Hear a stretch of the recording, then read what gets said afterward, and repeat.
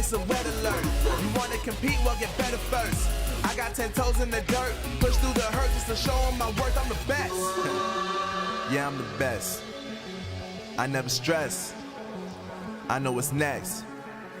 I'm who they test, like we playing chess.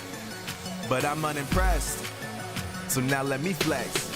Ha, yeah, I'ma work through the struggle and hurt, cause I know my worth, and I gotta be first. Ha, yeah, I gotta be first. Look, I don't want anyone's sympathy. I understand what it's meant for me. I give my focus and energy. If it's meant to be, then it's meant to be. But mentally, I'm undefeated. They hear that and say I'm conceited. Like there's no reason. Like I don't beat them and come back again just to teach them that when you work under pressure, you reach higher measures. They'll try and bring you down, but you cannot let them, and only get better and focus on cheddar. Eye on the prize and you'll become a legend. Like, when I'm in the room, it's a red alert. You wanna compete, well get better first. I got 10 toes in the dirt, push through the hurt just to show them my worth, I'm the best. Yeah, I'm the best. I never stress. I know what's next. I'm who they test, like we playing chess. But I'm unimpressed, so now let me flex. Ha, yeah, I'ma work through the struggle and hurt, cause I know my worth, and I gotta be first. Ha, yeah, I gotta be first. They don't know what's gotten into me, how'd I turn pain into energy. Through all the struggle and hurt, remember my worth, and that's why I gotta be first.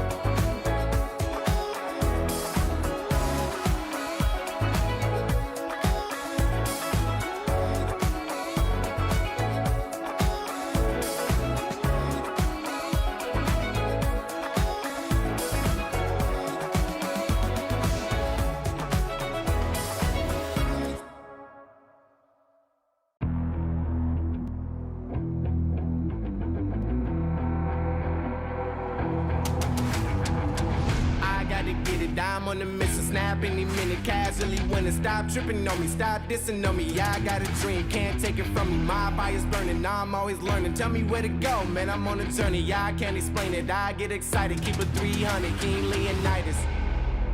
Strap in, cause it's gonna be a long ride. Working on me every single day and night. There comes a time when your worlds will collide. If it's holding you back, push it right to the side. Ain't got no time for no fear. I work too hard to get here. Ain't got no time for no fear. I work too hard to get here. I don't got the time, put me in, coach. I've been going hard, time to let it show. Everything raw, give it to me now. Let me have the spot, man, it's going down. Gotta get it here, I don't wanna wait. Take what I want, then I go train. Gotta get a win, I won't lose the game. This is my year, I ain't gonna break. Strap in, cause it's gonna be a long ride. Working on me every single day and night. There comes a time when your worlds will collide.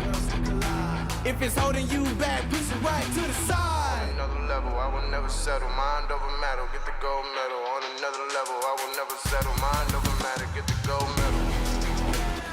Ain't got no time for no fear.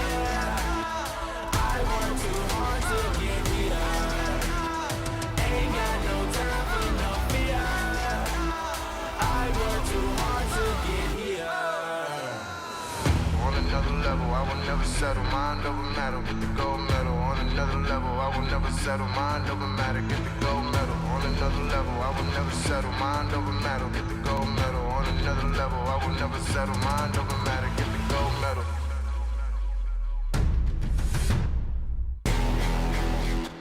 Ain't got no time for no fear. I work too hard to get here.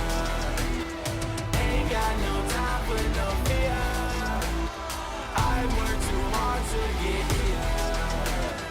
Ain't got no time for no fear. I work too hard to get here. Ain't got no time for no fear. I work too hard to get here.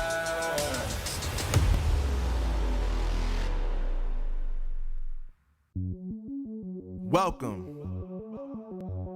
to the place where dreams come true, where everything you want can be yours, if and only if you're willing to work for them, you're willing to hurt for them, but most of all, you're willing to be first for them. Ha! Look, I'm going straight to the top. I don't know how I would stop, like it or not. I got some goals that I'm hitting. You hear what I'm spitting, it's hot. Look what I got, whole lot of passion and pain. The road to success is insane. Stay out my lane, cause I'm on a mission. I'm getting what stands in my way. Yeah, I'm a beast, I wouldn't play with me, baby. The way that I'm training is crazy and I do it daily. You wanna talk about drive? I got more drive than Mercedes, I've never been lazy. I'm in the room, it's a red alert. You wanna compete, well get better first. I got 10 toes in the dirt, push through the hurt just to show them my worth. I'm the best. Yeah, I'm the best. I never stress. I know what's next. I'm who they test, like we playing chess. But I'm unimpressed, so now let me flex. Ha, yeah, I'ma work through the struggle and hurt, cause I know my worth, and I gotta be first. Ha, yeah, I gotta be first. Look, I don't want anyone's sympathy. I understand what it's meant for me. I give my focus and energy. If it's meant to be, then it's meant to be. But mentally, I'm undefeated. They hear that and say I'm conceited. Like there's no reason. Like I don't beat them and come back again just to teach them that when you work under pressure, you reach higher measures. They'll try and bring you down, but you cannot let them, and only get better and focus on cheddar. Eye on the prize and you'll become a legend. Like, when I'm in the room, it's a red alert. You wanna compete, well get better first. I got 10 toes in the dirt, push through the hurt just to show them my worth. I'm the best. Yeah, I'm the best. I never stress. I know what's next. I'm who they test, like we playing chess. But I'm unimpressed, so now let me flex. Ha, yeah, I'ma work through the struggle and hurt, cause I know my worth, and I gotta be first. Yeah, I gotta be first. They don't know what's gotten into me, how'd I turn pain into energy. Through all the struggle and hurt, remember my worth, and that's why I gotta be first.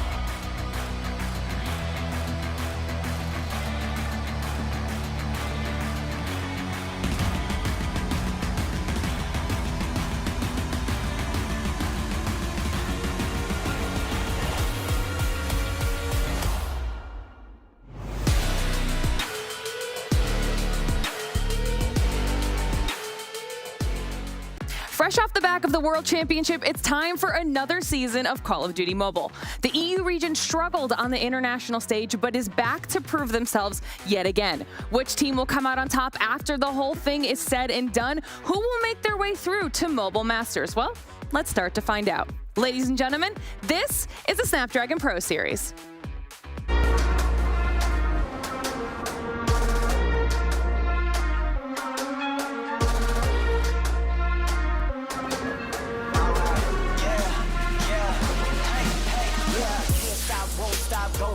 Player on top, know it. Rooftop, penthouse suite. If you really want it, gotta own it. Fight through it, we was at the lowest. Blood, sweat, tears, the components. Riding all year, now's the moment. We are not friends, we are opponents. Yeah, I'm coming for mine. Yeah, I'm making a play, the game on the line. Yeah, I've been on the grind. Yeah, I jump in the spot, I made it my time. Yeah, look in the sky. Yeah, the stars align, no shade to shine. Can't stop it already. Emotional work and devotion. We put in this time. Look,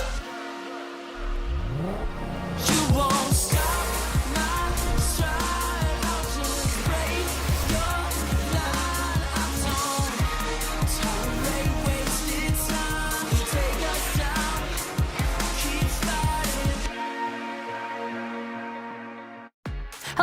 Welcome to the Snapdragon Pro Series, where today is day number 1 of our EU region for Call of Duty Mobile Challenge Season number 4. My name is Glitter Explosion. I'll be your host for the entire season, and you know I can't do it alone. We had to bring in, this time, 3 phenomenal casters to walk you through 4 weeks of incredible action. We've got Infinity, Bobby, and for the first time now joining us, we've got Ton here in the studio. Welcome, guys. How are you all feeling about EU? Pretty good. You know, we love EU, mostly because we're from EU, so we know it's going to be the best region. Obviously biased caster, you know how it is. It's going to be a good time. Really looking forward to what is hopefully going to be a more competitive day than what we had the other day. Oh, Bobby. Yeah, we had some roster changes as expected at the end of any season of Call of Duty. The teams, I would say, for the most part, looking the same, but I like the pickups that they made. I think this has a lot of potential to be more competitive than what we saw in NA on the first day, because that was a pretty quick one. Oh, spicy. And Ton, like I said, welcome. It's great to have you here. No, it's great to be with all you guys, all you beautiful people. It's just nice to be back in the studio after a long off time. But yeah, really excited to get into COD Mobile. You know, it's always been something I've kept an eye on and really enjoy every single time I watch. So really, really happy to be here. It's going to be a very exciting day for everybody at home across the board. We've got a few things to get through before we get into all of our action. First of them being, if you haven't done so already, don't know how, I tell you guys all the time, follow us on social media, okay? Insta, X, and Facebook for all of your updates, Snapdragon Pro Series things related, as well as joining our Discord, discord.gg/Snapdragon Pro Series, to join our community, talk all things Call of Duty Mobile, and get more of those updates, because the season is going to be really exciting. So if you miss a day, that's where you're going to find all of your information. But let's give a lay of the land to everybody at home before we start getting into what we have going on here today, because like I mentioned at the top of the show, we just finished a World Championship, Bobby, and 2 of the teams here today were participants in that tournament. Yeah, it was definitely a disappointing stage 5 for EU, as obviously nobody made it through to day 2. This is the first year that that's actually happened. And it was interesting because we actually got to see an EU versus EU matchup, which I don't think many people were expecting to see. And we had a surprising outcome there with Exclusive taking down Kings. Now, obviously, Kings didn't have their IGL in Inferno, but definitely gives us some interesting storylines heading into the EU challenge stage right here, because right now, I don't know if you can say that Kings are really the definitive top dog anymore. Yeah, it definitely always a little bit upsetting when you have to take down your regional brethren, right, Brody? Yeah, it's not all that great, right? And it was an awesome matchup. We'll talk about that in a little bit. But yeah, overall, EU not the best of placements. We can see here they didn't even make it into the top 8 this time around, unlike the year previous. So our expectations already weren't that high, to be honest. I don't think we were expecting too much, unlike NA at least. But even then, I think if you're a European fan, I don't think you were too happy with how things ended out in Atlanta. Sure, and you know, to be fair, we talked about this a lot in NA as well. We had some teams like Wolves specifically just show out ton, and East completely crushed the competition. Yeah, completely. But I think if you look at Kings Clan, especially when we were over there, it wasn't actually too bad of a game from them up against Wolves, but then from there it just completely collapsed. So maybe a lot of people thought they would go on, maybe do a little bit better after that matchup against Wolves went so close, but wasn't to be. Yeah, I think I think that they really did struggle as a result of not having their IGL right there. I talked to a lot of the players after the matchups, and I think Marvel felt a lot of the frustration there. I know it was difficult for them to just get used to playing with different devices as well, and that was something that not necessarily all the teams had to deal with, getting the devices ahead of time, depending on how much support they had. So I really am rooting for EU. I would love to see these guys step it up, and obviously they will have an opportunity at our Masters competition to see if they can really prove themselves and maybe represent the West, as obviously the West in general had their struggles. Yeah, and we saw some really standout performances from them when we're talking about the previous challenge season. So we know that these teams are capable of some really strong performances. It's just kind of figuring out where they fall on that international stage. And these are the results you were talking about, Brody. Tell us about it. Yeah, it was a weird one, right? I actually got to cast this matchup. It was the last match I think I did for the entire event, and it was a really good one. It was an awesome storyline, obviously, to see these kind of EU Titans go head-to-head, and of course it was the rematch of the Season 3 finals, and it went the opposite way. Now, Bobby, I know you already mentioned about the fact that the roster wasn't exactly what Exclusive would have desired, but Kings would have desired, but regardless, Exclusive still managed to win out. I think they went out in the veto process, to be honest. They got the Hardpoint map that they really, really wanted in Summit. That absolutely helped them. I mean, of all the Hardpoint maps you could have got, that was the best one. So really good start from them. And then on the Fire Range Search and Destroy, it was just constant aggression from them. Really, really well played. You can see the improvements that roster had made. Yeah, I'd be interested to kind of get Exclusive thoughts on that, what it was like having to go up against Kings in that portion of the competition, knowing that they'd be knocking out an EU counterpart and kind of then having all of the EU hopes and dreams on their shoulders. But if I'm not mistaken, we actually could have an opportunity to ask those questions, because I think we have Veer standing by for an interview. So let's see if that's ready. Veer, can you hear me? Hey, what's up, guys? I can hear you. Oh, perfect. All right, welcome, first of all. Thank you for jumping on and chatting with us. Talk to me a little bit about how you guys felt after World Championship. You know, what was going through the team's heads?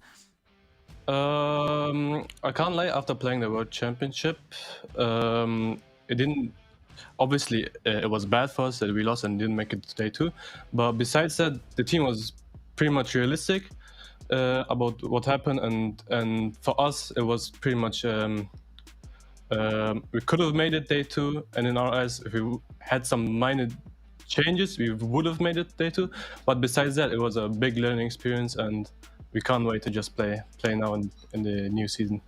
All right, I love that. Well, look, I mean, you talk about minor changes. As a matter of fact, you've made a pretty major change coming into this tournament, right? You've brought in Spy from Kings. That is a huge, huge roster move, I think, just on the whole for everybody here in Europe. I kind of want to get your feelings, your thoughts on what kind of went behind that roster move.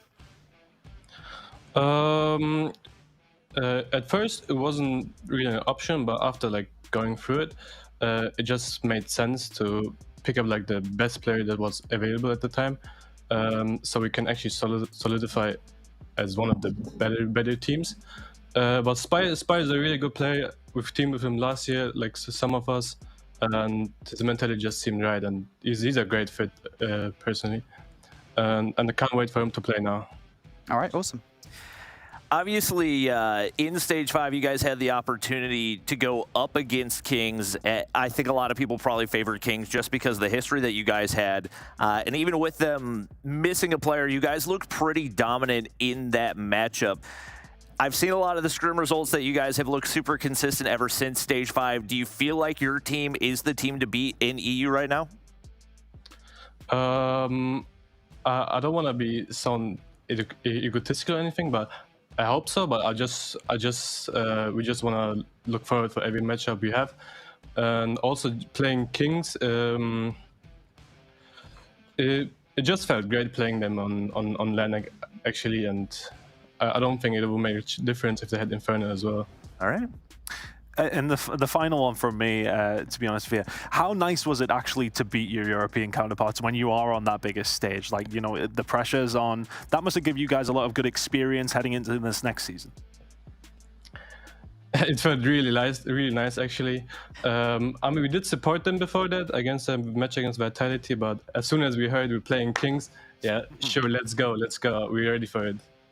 Awesome. Time to get a revenge. I love that. A little healthy competition is never a bad thing. Navir, before I let you go, because I know you have to get ready for the matches here today, but give me some shout-outs. Shout out to my team, first of all, and then my family and the gang server. They know it. All right, I love it. Well, Veer, thank you very much for jumping on here and chatting. I'll let you go so you can get yourself ready, and we will continue on with the show. Thank you guys for having me. Have a good broadcast. That was very sweet. And so polite. You guys tried to get him to, like, I was trying to trash talk a little bit. And he gave, I mean, to be fair, he did admit that they were really stoked to be able to take down Kings, because that is a feat in and of itself. But he sounds very confident with the roster change and with how their overall mental was. So potentially big things for them, Bobby. Yeah, like I said, they've looked very consistent ever since Stage 5, so I have high expectations. I think, especially as we got closer and closer to Stage 5, there was not a very big gap between them and Kings. I think part of that is that Kings had not looked as confident, but I think heading into this one, both teams are going to be super locked in. I don't know if either team has a coach right now, and that's been one of the bigger differences that we've seen for a lot of the top teams, is bringing in somebody that can help with those map bans, because that's something we've talked about. A lot of these teams ban just for what they want to play rather than banning off something that their opponent is weak or that their opponent is good at. So I'm curious if that's something that ends up changing, because that seems to become more and more of a factor as we get further into COD Mobile. All right, it'll be interesting to see how all of this pans out. Now, obviously, that's just kind of a pin in the whole World Championship discussion. But now we need to focus on what we have going on here for the next 4 weeks. And if you guys at home are new and you don't know how this tournament works, well, we have a video that breaks everything down for you. Season 4 of the Snapdragon Pro Series will consist of 5 exciting stages, each one getting progressively more competitive than the last. The first stage is the Open Qualifiers. With completely open signups, this is where you and your team join the in-game tournament. Every win earns you points based on your team's average rank. After totaling up all the points, the top 128 teams will advance on to the next stage, the Open Finals. Here, teams will compete in a giant double elimination best-of-3 bracket where the 8 teams that go the furthest will qualify for the next phase. Challenge Season. The Challenge Season is an 8-team round robin where each team plays each team once. After all said and done, the 4 teams with the best records will qualify for the Challenge Finals. In this stage, the few remaining teams will compete over 2 days in a double elimination bracket. The winner to be crowned as champion of their region. But that's not all. The best teams from each region of this Snapdragon Pro Series season will face off in the ultimate showdown, the Snapdragon Mobile Masters. Featuring a heavy prize pool of $200,000, they will battle to prove they are the best in the world and earn the coveted title of the Snapdragon Mobile Masters World Champions. All right, now that you all know how the tournament works, there's some important things that we need to point out there. First of all, obviously this phase of the competition is leading towards that Mobile Masters. $200,000 on the line there. Also an opportunity for those players to be able to play yet again on an international, a global stage, raise that trophy, and $200,000. But we also have some money for this stage of the competition as well. It was already pretty difficult to get here, Ton, and they get to go home with a little bit of money in their pockets. It's not a bad bit of cash, is it? You know, it's nice to be able to give the opportunity for these guys to come through to do it, but $2,250 for first is a nice little prize alongside that road, of course, to the playoffs and then potentially the Masters. Lots of incentives on the line for these teams, essentially, right? It's the cash, it's the title, the glory, being able to know that you're not only best in your region, but then another opportunity to kind of have a stab at that global stage, which is super important if they're all looking even farther forward to World Championship for this year yet again, because that's kind of like a mini preview of who they could potentially be going up against at that stage. So there's a lot that we're going to be focusing on here throughout our entire challenge season. Lots of storylines, really important things that we'll be making sure to keep track of for all of you at home as well. But now let's focus on what we've got going on this weekend, specifically today when it comes to our matchups, because we're starting off the day with some really exciting stuff. Brody, tell me which matches jump out at you. I think the pretty obvious one here is Kings Clan versus Omniscient, right? We're always on the lookout for who can beat the top squads in Europe. Everybody knows at the moment that that is exclusive in Kings Clans. So can anybody take them down from that position with the roster changes and such taken into consideration? Omniscient is probably going to be one of the rosters, if anybody, that could get it done. Players from Animus, 117 Not Found, and Zidium from last season. This is a really good team. If anybody's going to do it, it's going to be them. And I think they might be able to be fair. It's going to be a really tough battle for that top spot in the region overall, Bobby, especially after we got to hear from Veer, exclusive being that first matchup that we'll be taking a look at here today against Nexus. Is that an opportunity for them to start off the season really strong? I think that it is. I think that Nexus roster is one that could potentially be super underrated, as obviously the majority of the roster is players that we saw during the challenge season last season. And they do have who I would consider their star player in Afer, who we know can slay out, but seems to have a tough time finding himself onto rosters that actually find success. So if he can really get in a place where he's got teammates that support him and he's doing the same for them, could potentially make some noise.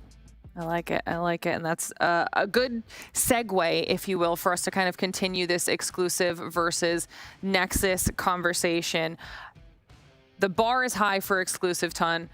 I think we all knew how we felt about them prior to hearing Veer in that interview, but they sound even better now. Yeah, I mean, he's got to be confident based on what happened, obviously, the World Champs, that kind of thing. You have to be confident going into this, but this Nexus team, as we've just talked about, very, very solid. I think it's a good litmus test, though, for exclusive in this instance, because it kind of sets their bar straight away. And for Nexus, you know, if they can come out swinging, it'll give us a good idea how they're going to look as we head into the rest of the season. It's why I love these first games, because it always gives you a good test of where everybody's kind of at, and then sets your expectations, I want to say, for the rest of the season. And that's a good point as well, because it's not just Mobile Masters that we're looking forward to. There's still the Challenge Finals before we even get to Mobile Masters, and that's the top 4. So we will be constantly keeping our eyes on that top 4 bubble as well to see who will be battling it out in those final matches at the end of the entire season. But let's start talking about individual players. Let's start with the exclusive roster. Brody, talk to me about who could potentially be a standout player for you. Honestly, like, I'm going to go a bit unconventional here. I am very excited to see what Spy is going to be able to do on this team. Okay. Spy was a very consistent performer on Kings Clan,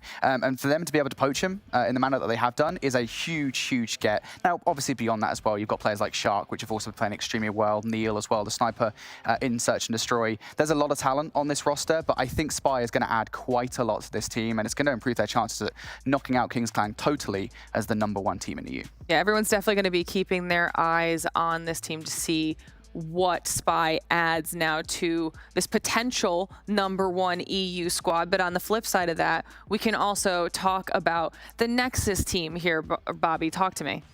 Yeah, obviously talent from a number of different rosters. Faints was actually on that exclusive roster last season. We never got to see him play as he was their sub, but obviously being a part of that, you know, he's got the talent to be there. Afer, just a ridiculously talented sub. Legacy was a solid piece of that 31er squad, and Kree we saw on Zidium last season definitely had some pop-off games. So I think across the board there's talent. Denisio looked phenomenal when he was on that squad as well. So this is a team that I think could potentially make it into that playoffs. And this is something that we see a lot during the roster mania time, if you will, as well, right? A lot of the same players just moving around to different rosters, different teams to try and find the perfect blend of individuals, Tom, because sometimes you got to keep trying different shoes on until it fits. Of course. I mean, how often have we seen it in any different esport, like players changing around these top teams until they do find that fit? So, like for me, I think a huge story in this first game immediately is for Faints. Like, he was that sub who never got that opportunity in his first game in the next season up against these old teams. So that is a huge storyline for him going into it. Is he the right fit for this new team where he wasn't in the last team? Question will be answered very quickly. I mean, and we saw a couple times too where we had subs step in last season and they absolutely smashed their performance. So this could be massive. But if I'm not mistaken, we have that map veto process should be coming through here in just a second. We can start talking about these picks and bans. Bobby, give me your thoughts.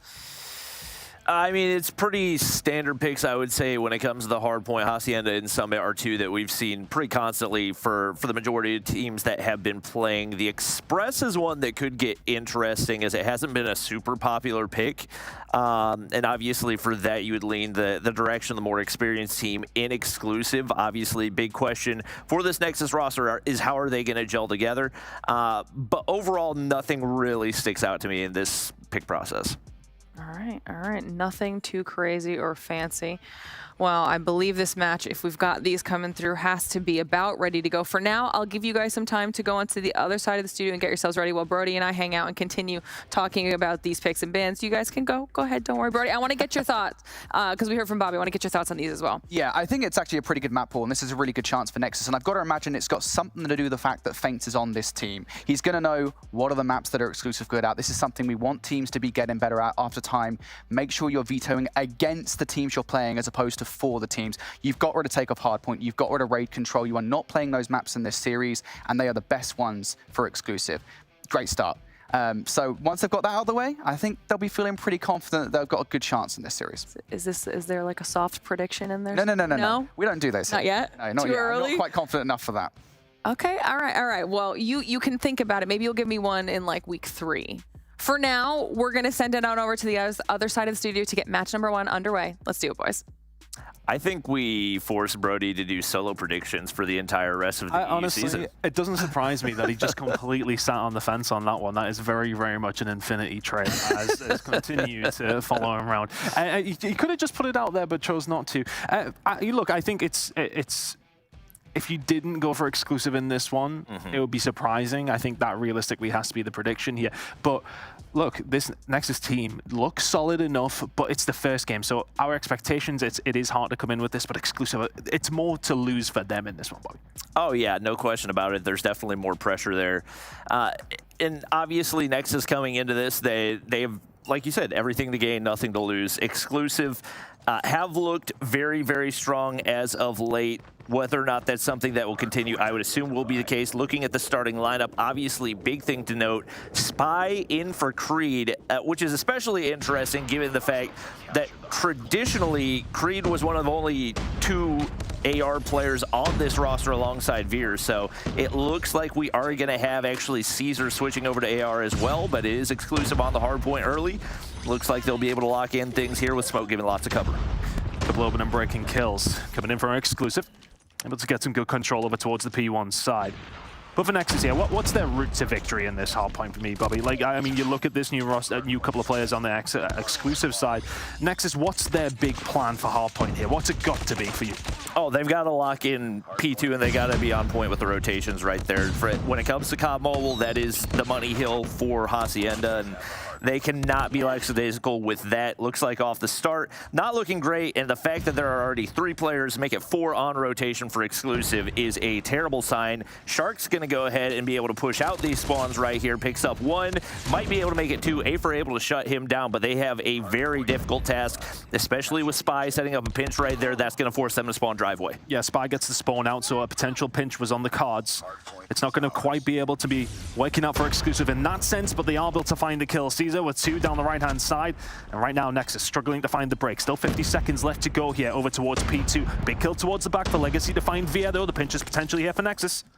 Ooh, Legacy, big shots right there. Neither player can connect. It's not too pretty on the inside, but Shark handles business right there. He's sitting on a 3 spree and working on a pred right there. Does get shut down, but for the most part, P2 has been close to flawless for this exclusive squad. Neil playing his life, and Nexus finally break their way on in, and a big opportunity with still 25 seconds remaining. Yeah, that's huge because they start spawning towards the back statue. All of a sudden, that pushes so hard for one of those players when they're on top of the car, but it's Dinicio who does find 2 kills to find the open and break. They will continue to hold this well here with 10 seconds left to go over towards P2. This time will be all Nexus. That lead will be theirs as well by only 1 point as we head over towards P3 now. It's going to be a big scrap for the mid-map control, but we can already see Nexus, the first ones here, the only one there from exclusive at this moment in time is Sis. That is a lot of rotational gunfight wins for this exclusive squad. Looks like the spawns are still going to be fairly close for Nexus right here, but Spy's going to be able to shut down 2, makes a switch over to the Switchblade, and it's definitely paying off, but somehow Nexus break their way on in. Exclusive, maybe a little too passive on the defensive side. Now the operators start to come out. HBC going to be able to find one right here. Trying to find a pred missile of his own. One player into barn right there. Should have the angle, but can't land the shot. And right now, not finding a whole lot of value, and he gets shut down by Caesar. Big time play out of him. Huge plays coming on from Caesar. If you're HBC in that scenario, you've got to make these operator kills count. Doesn't quite find it with the Annihilator, and all of a sudden this time is ticking on up for exclusive. 62 and rising. They retake the lead now with around 15 seconds left to go on P3. We're thinking about rotation. Where are we going next? All the way over towards the water side of the map, and it is going to be Nexus. The first one's there. We're talking about one of the big questions was, is Faints going to make a statement and show that he should have stayed on that exclusive squad? And that has not been the case so far. Only 2 kills as we head on over to P4. He has got to pick things up. Fortunately, the rest of the squad has been able to do the damage to keep things close. But just imagine what this could look like with him bringing more to the table. Afer trying to lock down the Hardpoint claw in hand, and he finds 2.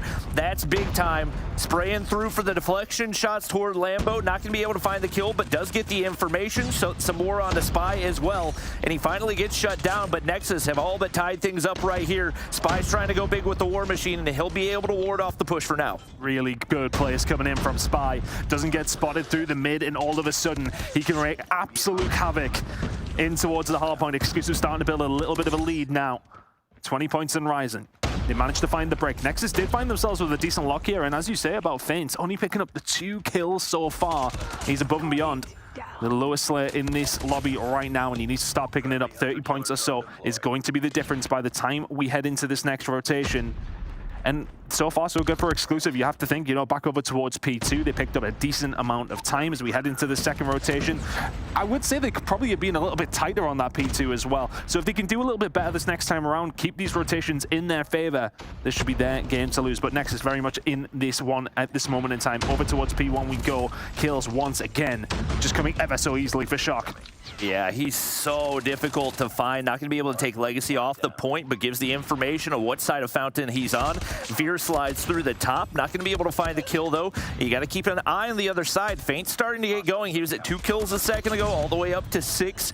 If he can maintain some of that consistency, they're going to have a chance here. But Spy, so difficult to deal with on the hard point. Does eventually get traded out right there. Veer locking down the top side. And all eyes on rotation in these next few seconds. Once again, we saw Exclusive do a good job of getting the early hold. Nexus, late break, and they're going to be able to find some big-time kills right here as well. They are set up beautifully for P2.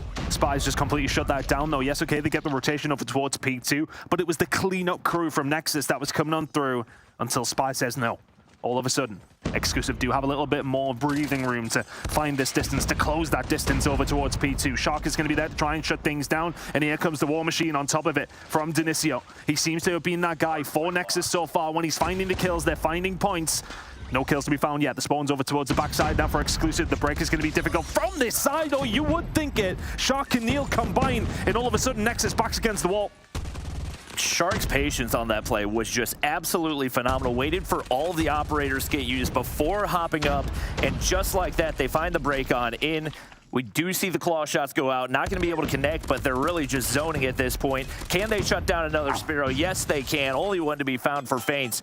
And time again, even when we've seen better rotations for Nexus, the breaks have just been too strong for Exclusive. Oh, Afer trying to do his best, but can only find 2. A lot invested here from Exclusive, though, is something I do want to point out. Plenty of operators being used and to their best of their ability, admittedly, and it will find Nexus now with about an 8-point deficit to try and make up. The spawns is something now that Neil is going to focus on. Can he find another one on Tafer as well? Phenomenal kills coming in from Neil, and the rotation's now looking a little bit staggered from Nexus. That lead may well break 100 by the time we get over towards P3. And Nexus did a phenomenal job of keeping things even through the first set of rotations, but this has been blown wide open as it's pretty much been the entire last 90 seconds going the way of Exclusive. We do see his early setup right here for Nexus. What they'll be able to make of it, different question. We've seen some fast breaks out of this Exclusive squad. Looks like they've got a strong setup and strong spawns for right now, but Shark gonna go ahead, hop in the Hardpoint, and at the bare minimum, he keeps things contested right here. Heavy investment for Spy. He's gonna be able to find two, and just like that, Exclusive have found the break once again. Very well played once again from Exclusive. If the rotation isn't there, the hold usually is from them. Phenomenal break that does come through from Exclusive, but for all that we have said this break has come through. Nexus, you were the ones on the rotation there. You have not made even a small dent in that lead that now belongs to Exclusive and continues to belong to Exclusive. It's going to be hitting around 100 points by the time we head over towards the last hill of this rotation. First one there is going to be Nexus. 5 seconds to be fought over there, not too much to worry about, but Shark positioned somewhere where Nexus just did not think he was. If Veer finds that kill, all of a sudden the pinch is set up. Nexus shut it down.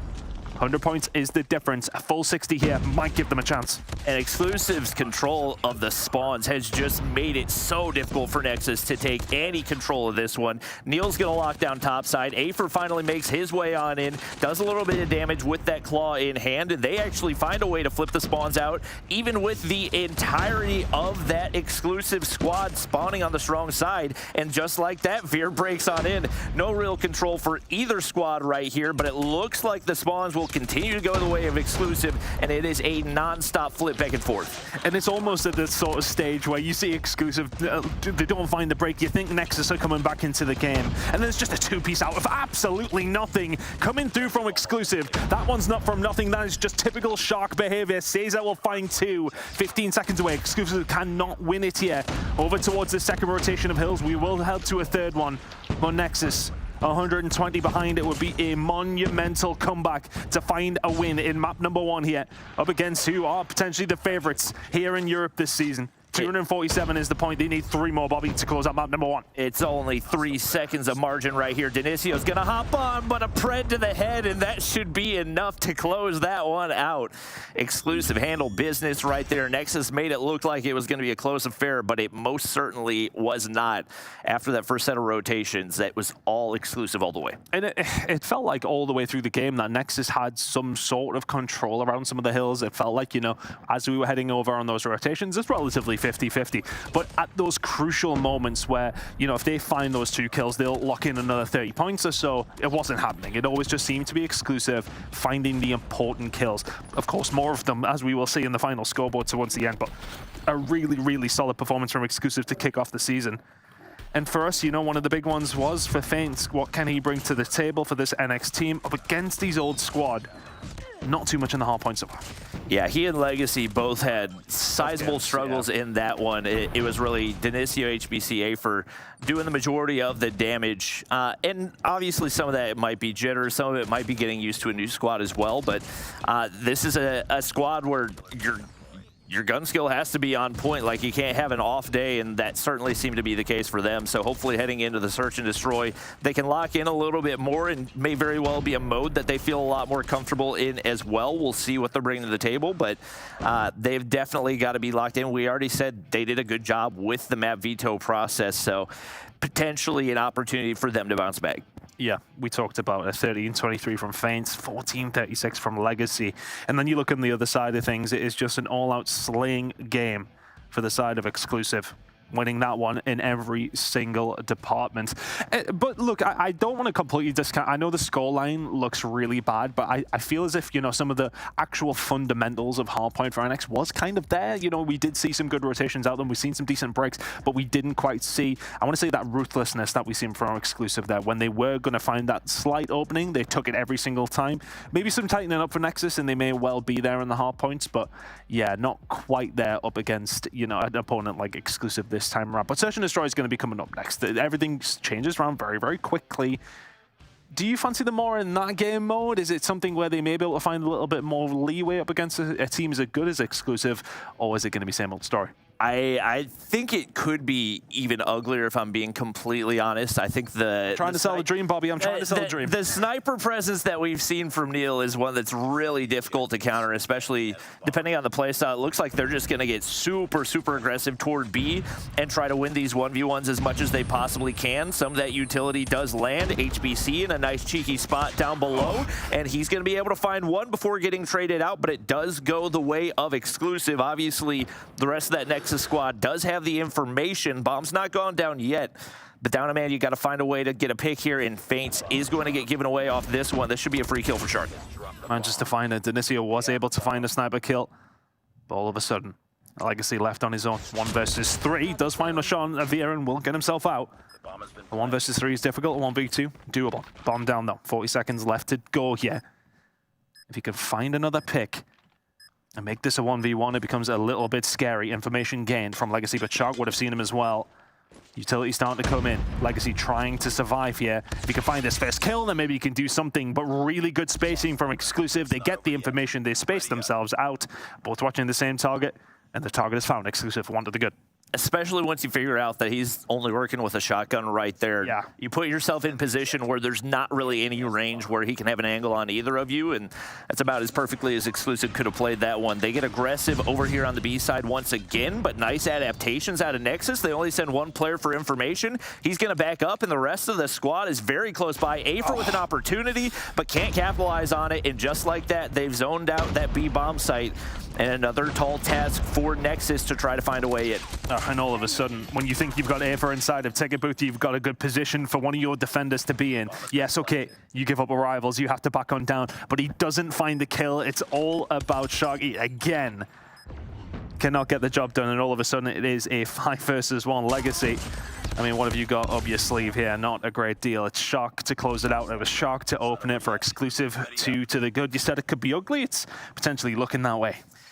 Shark's just so difficult to deal with because of his aggression and his confidence. Those opening gunfights, so often he's finding first bloods, and that really is difficult to adjust to because he has so many different looks that he can throw at you, but a beauty of a shot from Denisio to open things up right there. Goes 1 for 1, as it is going to be Veer finding a counter, but this time not quite as much control over here on the B side as they might like. Fortunately, they got a shotgun in the hands of Spy, and that's going to be enough to shut down 1.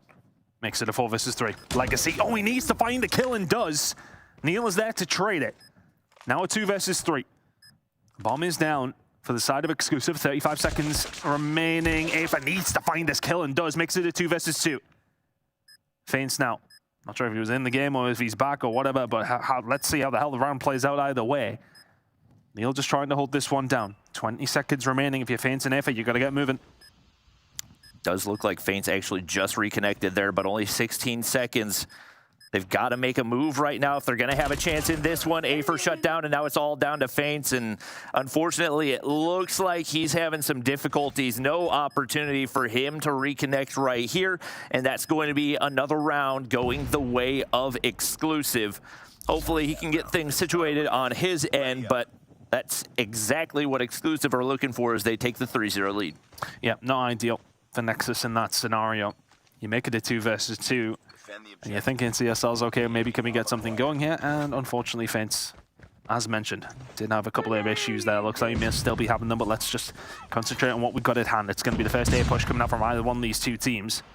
Exclusive with full control of this side of the map, and I really like this movement from Shark. If he can find the kill here, he all of a sudden becomes such a big problem, but very well read from Denisio. Legacy will find 1 and 2. Makes it a 5 versus 2 now. Is it a 4 versus 2? Is Feints even there? Who knows? But advantage very much with Nexus. Beauty of an opener out of these guys. They catch him off guard. A push right here, and that's going to be Spy finding 1, but a perfect nade out of Denisio, and now all down to Caesar. Effectively a 1v3, maybe a 1v4 as it looks like Feints is back, but he gets 1 to open things up. Can't make it 2 though. Legacy is there to shut him down, and Nexus do finally find a round, and it seems like Feints is starting to move a little bit more, so maybe an opportunity for Nexus to turn the tables. Fingers crossed. Fingers crossed. Big plays from Denisio and Legacy. And Denisio has been one of the players that's impressed me so much so far. for this Nexus team. You can see there is plays being made by him. If they can use him as their catalyst to get something going, then maybe, just maybe, we'd have a game on our hands. Big push once again. Coming over towards the A side will be exclusive for this attack. Shark with the nades out. Information won't be gained from this, but plenty of control belongs to this exclusive side nonetheless. It's going to have to be a retake from Nexus. That bomb is down. Neil's on flank watch right now, and I think saw Legacy pushing through right there, trying to find an angle, but at this point, you kind of got to push back. Fortunately for him, Shark's there to reinforce, so he's going to be able to take down one. Spy's waiting on the opposite side, and Afer able to catch Shark off guard, so an opportunity for Nexus to break through right here, but Neil's not been dealt with. Unfortunately for him, he misses a couple, but there's the two-piece for him, and just like that, it's all down to feints. He's gonna hop the bomb, but way too many players around there for exclusive, and they bounce back to take another round. And just no information on Neil in that scenario kind of kills Nexus completely. The flank comes through. I believe it was Afa who managed to find the first initial kill onto Shark, and then from there, it's looking good, but has no idea. Neil's posted up, finds a couple of kills, and just completely shuts it down. And now a push over towards the B side is potentially going to come through. Cesar getting very, very aggressive. The kill starting to fall the way for exclusive once again, and feints all alone once more. 1 versus 3 now, as he will find a kill. Neil will get taken down with the sniper from feints. Shark is on the hunt. They're looking to try and find this kill, get this round over and done with. Shots ringing out across the map. It's just so difficult for feints in this situation. The former teammate is getting hunted by his old ones. Oh, you know he's going for the execution right here. It's a question of if he's going to have the timing, and unfortunately, feints is going to hear the footsteps. So he's going to get quick scoped right there, but still 20 seconds before he's going to have an opportunity, and that's going to be, I believe, Shark in the corner. He makes the read right here. Opportunity for the execution once again, and he's going to be able to do it. Takes him down to close out the round, and that is a tough blow to be dealt.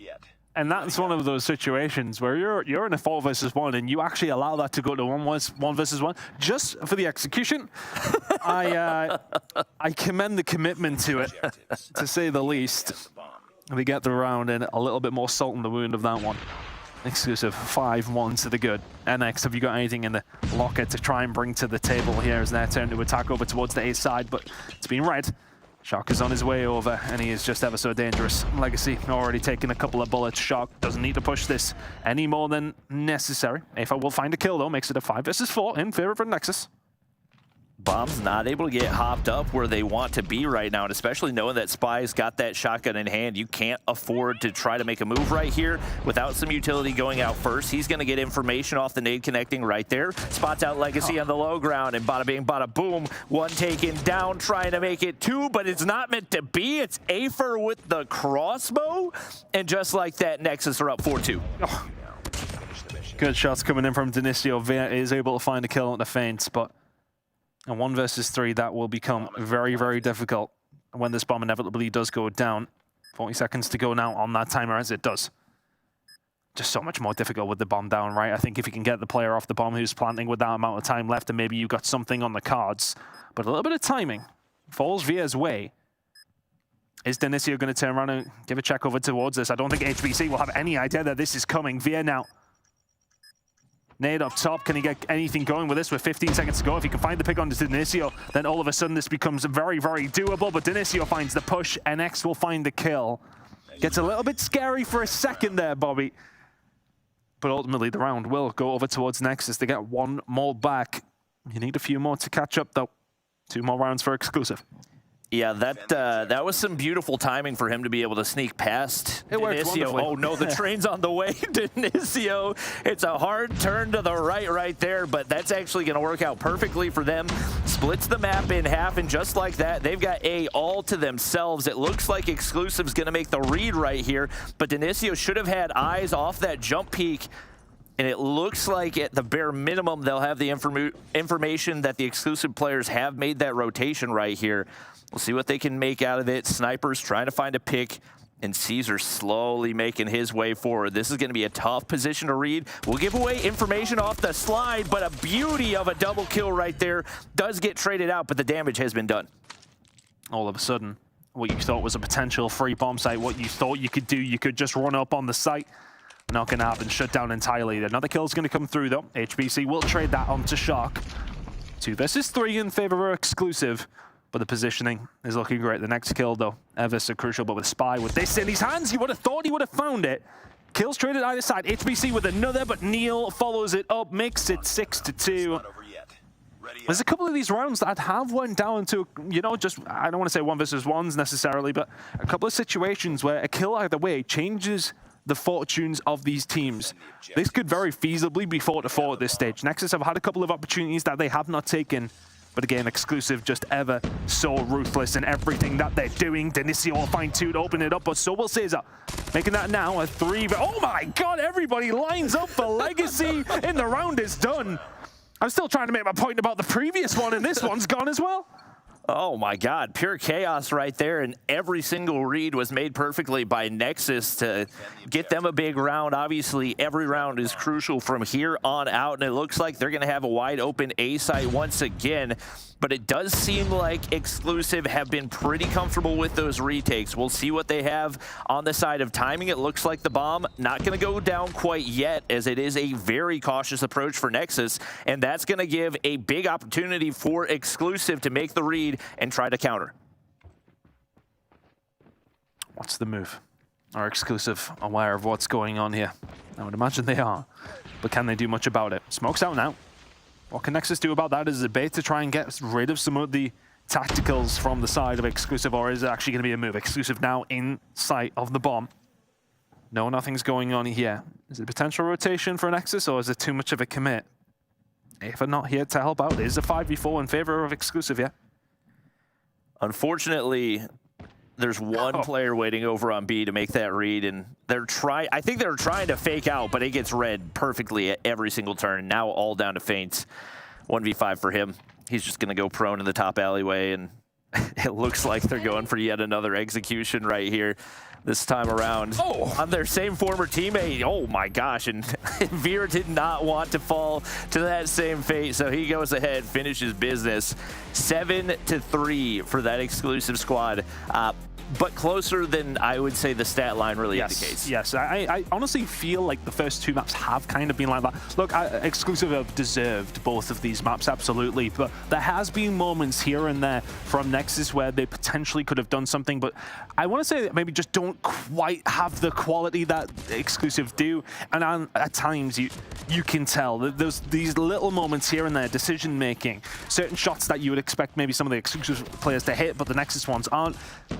These are situations where if you are just tweaking ever so slightly, they're not too far away. There's a couple of occasions in both these maps so far where if they make slightly better decisions, then all of a sudden you're looking at a much tighter game. And this is one that I feel like it's a mistake that should not have happened, because realistically, Legacy should have relayed the information that Neil was up top. They know that nobody had taken him down, so you have to know he's somewhere in that area, hasn't been cleared out, and you have 2 players completely with their backs turned to the location that he was at. That's a completely winnable round, and multiple opportunities where things could potentially go your way just in regards to timing, whatever it is. Could be a very different search and destroy, but we do head into the control.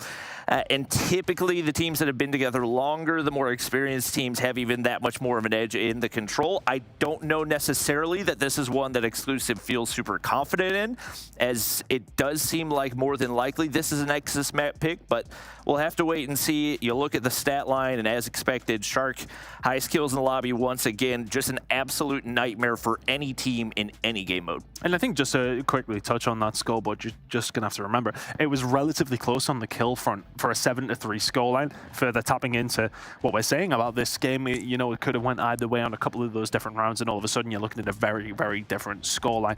But heading into the control, as you've just touched on there, Exclusive, where's their head's going to kind of be at in this mode? Is it a time for Nexus to try and bring it back? You know, when myself being part of other Call of Duty events and other Call of Duty games, it's always the swing mode. If things turn around in this control, the game can turn on its head very, very quickly. But Exclusive, are they going to let that happen? They will very much be trying not to. As Nexus going to try and find their way back into this game. A couple of kills to kick things off yet for Nexus. Can they get anything going? Over towards the A side tank, trying to get something on its way, but Shark and Spy defending well. 27-28 on lives as we kick off the game. And right now, Caesar's going to get way pushed up, so he's able to take down one. Neil clears out another, and they're trying to set up the spawn trap early if at all possible. Makes the read onto Feints right there, and they have nowhere to go right now. No avenues onto these objectives. They've got to clear out some map control if they want to be able to get started, and Spy's got to get dealt with. That shotgun in hand in your own spawn building is going to be a nightmare. He's not going to be able to get that last kill, and finally some breathing room for Nexus as they clear out some kills, and that's going to be some lives on their side as well. And all of a sudden, for Exclusive, you have complete map control. You lose a couple of gunfights. Now your backs are against the wall. I say that as momentarily. Exclusive then just wipe them off the map. Incredible play from them. They find themselves way back into this one. 17-17 on lives, though. 40 seconds remaining. Not much to talk about in terms of objective capture, because I think Exclusive are just wanting to run through Aether and Co as quickly as they possibly can. Great snapshot coming in here from Cesar. If he can continue this in the middle of the map, it will be so difficult for NX to get anything going. Couple of kills fall their way, the lives. On the side of Nexus here, Exclusive being very, very aggressive and maybe need to slow down in a second here, Bobby. And Feints has done a really good job of getting into Exclusive spawn building and making them question their positioning. So that's going to allow Aether on the objective once again. Spy trying to clear out, but not a lot of range on that R9. Fortunately, only a couple of bullets needed to connect there. Nexus doing a phenomenal job of keeping the lives even. Crossbow attempt out of Aether. That might not be a necessary ego chow. Is going to get taken off the objective right there, and would have loved to see him stay home. But fortunately, teammates winning those gunfights. That's going to be A locked in and a 10-5 life lead. Feints has got to get dealt with, and with no map control right now for Exclusive, he needs some reinforcements. Kill's gonna go through, and just like that, 4 in the feed for Exclusive. It's a tie game. All of a sudden, it gets turned on its head. Now 4 versus 3. It was looking like Exclusive were dead to rights in this one. But Nexus maybe just believe they have more control than they do. But Feints is going to find another one onto Neil, and all of a sudden, it's down to Viet. Left in a 1 versus 4. Make it a 1 versus 3, and make that the round for Nexus. It was such a wonderful start from Exclusive as well. They pushed forward, got aggressive, but I just feel as if they could have done with a possible leash on them a little bit. It felt like that aggression at the beginning of the game was working out so wonderfully. You get the spawn trap, but it felt like they were reaching for it all the way through that round. And very well played from Nexus. They were very resolute in that situation. They find the point over towards A, and all of a sudden the round is theirs. Exclusive, can they answer back though with a round of their own? I feel like they'll think that was a bit of a misstep in round number 1. No question, the operator usage is going to be big time right here, and unfortunately Legacy's actually going to lose that equalizer. Best operator in the game right now taken out of the equation. That's a huge kill for Exclusive, and they continue to push forward as they do get 2 ticks of progression already on that A side, and Caesar continues to be a menace in Nexus spawn building. Denisio, War Machine in hand, going to be able to find one, but he gets traded out as well, and the value has simply not been there for the operators of Nexus. That's B already, or A already captured, and with a 6 life lead, Exclusive looking to just set up the spawn trap and finish this one early. We'll see what they can make out of it. Legacy is going to get shut down right there. Neil trying to find that final damage onto Aether, and he does exactly that. And they've really taken this first round personally, haven't they? Exclusive absolutely flying out of the gates here. Now for Feints, what can he do? He does find 2 to maybe just slow down the inevitable. Exclusive now in control over towards this B side. A couple operators being locked in here as well from both 2 teams. Feints ringing away the arrows as best as he can. He will find the kills, finds 2, as Denisio will find another, and all of a sudden Exclusive are pushed back after dominance to kick off the round. In round number 1, they lost it. Dominance to kick off round number 2, but again, you talk about it, the operator usage from Nexus has not nearly been as efficient as it could have been. 12-8 on lives, everything used for the side of Nexus. It's looking like a round that Exclusive should take away. HBC had at least 3 Exclusive players lined up at range with an opportunity to get kills, but it's not seeming to matter right now as they're doing the damage with the guns in hand. Nexus have somehow gotten these lives down, and Exclusive seem to be panicking a little bit. Only 1 life separates the 2. Still a lot of time to work with. Would love to see Exclusive slow things down, let the game come to them. Spy, you've got to find that kill. That's the one gun that should win that every time, and just like that, 5 lives to 5. No map control for Exclusive, and Nexus will gladly sit back and allow Exclusive to use all their utility right here. Claw's not going to connect for anything, and they're just trying to find information at the bare minimum, but so many operators invested already. They have got to find a way to win this round. The game slows down. No lives remaining for either one of these two teams. I think the real ace in the hole here for me is going to be HBC. Look at his positioning. He's going to be able to watch the cross. He's in a position that I don't know Exclusive are going to expect. I think the first kill for either one of these teams is ever so crucial for both of them. 30 seconds to go now. Playing it nice and slow if you're NX. But Exclusive, can you find a route through? Legacy will find one, but this will get traded away. So now a 4 versus 4. Doesn't quite spring into life as I thought it would. This next kill, this one will be important, I promise. I can't believe he didn't get traded out right there, playing his life to the best of his ability. Afer reads that to perfection into a 3v3 once again, trying to get the progress off, able to trade him out. Caesar finds that big-time kill, and Shark's going to be there. Nobody knows where Legacy is, though. He's going to have shots on to anyone that hops that objective, but he's all alone, needs to find the kill, and no avenue to take him down. Reinforcements there, gets on the objective, but not quite enough as Neil finds the final damage. Oh, the hellish kill to kick things off in that 1 versus 2. Cannot snap the right way. Exclusive, just about by the hair on their chinny chin chin, get the round. It's been very much the closest map of the series so far, and we're absolutely loving it. Cesar and Kodo, here we go. Can they start to really step their foot on the gas? Or can Nexus continue to just be a pain in the ass right now? Shark and Co. trying to get things done as Legacy will get himself taken down. Good aggression coming out from Nexus. Exclusive can't quite find their way through the middle of the map as easy as they would have liked.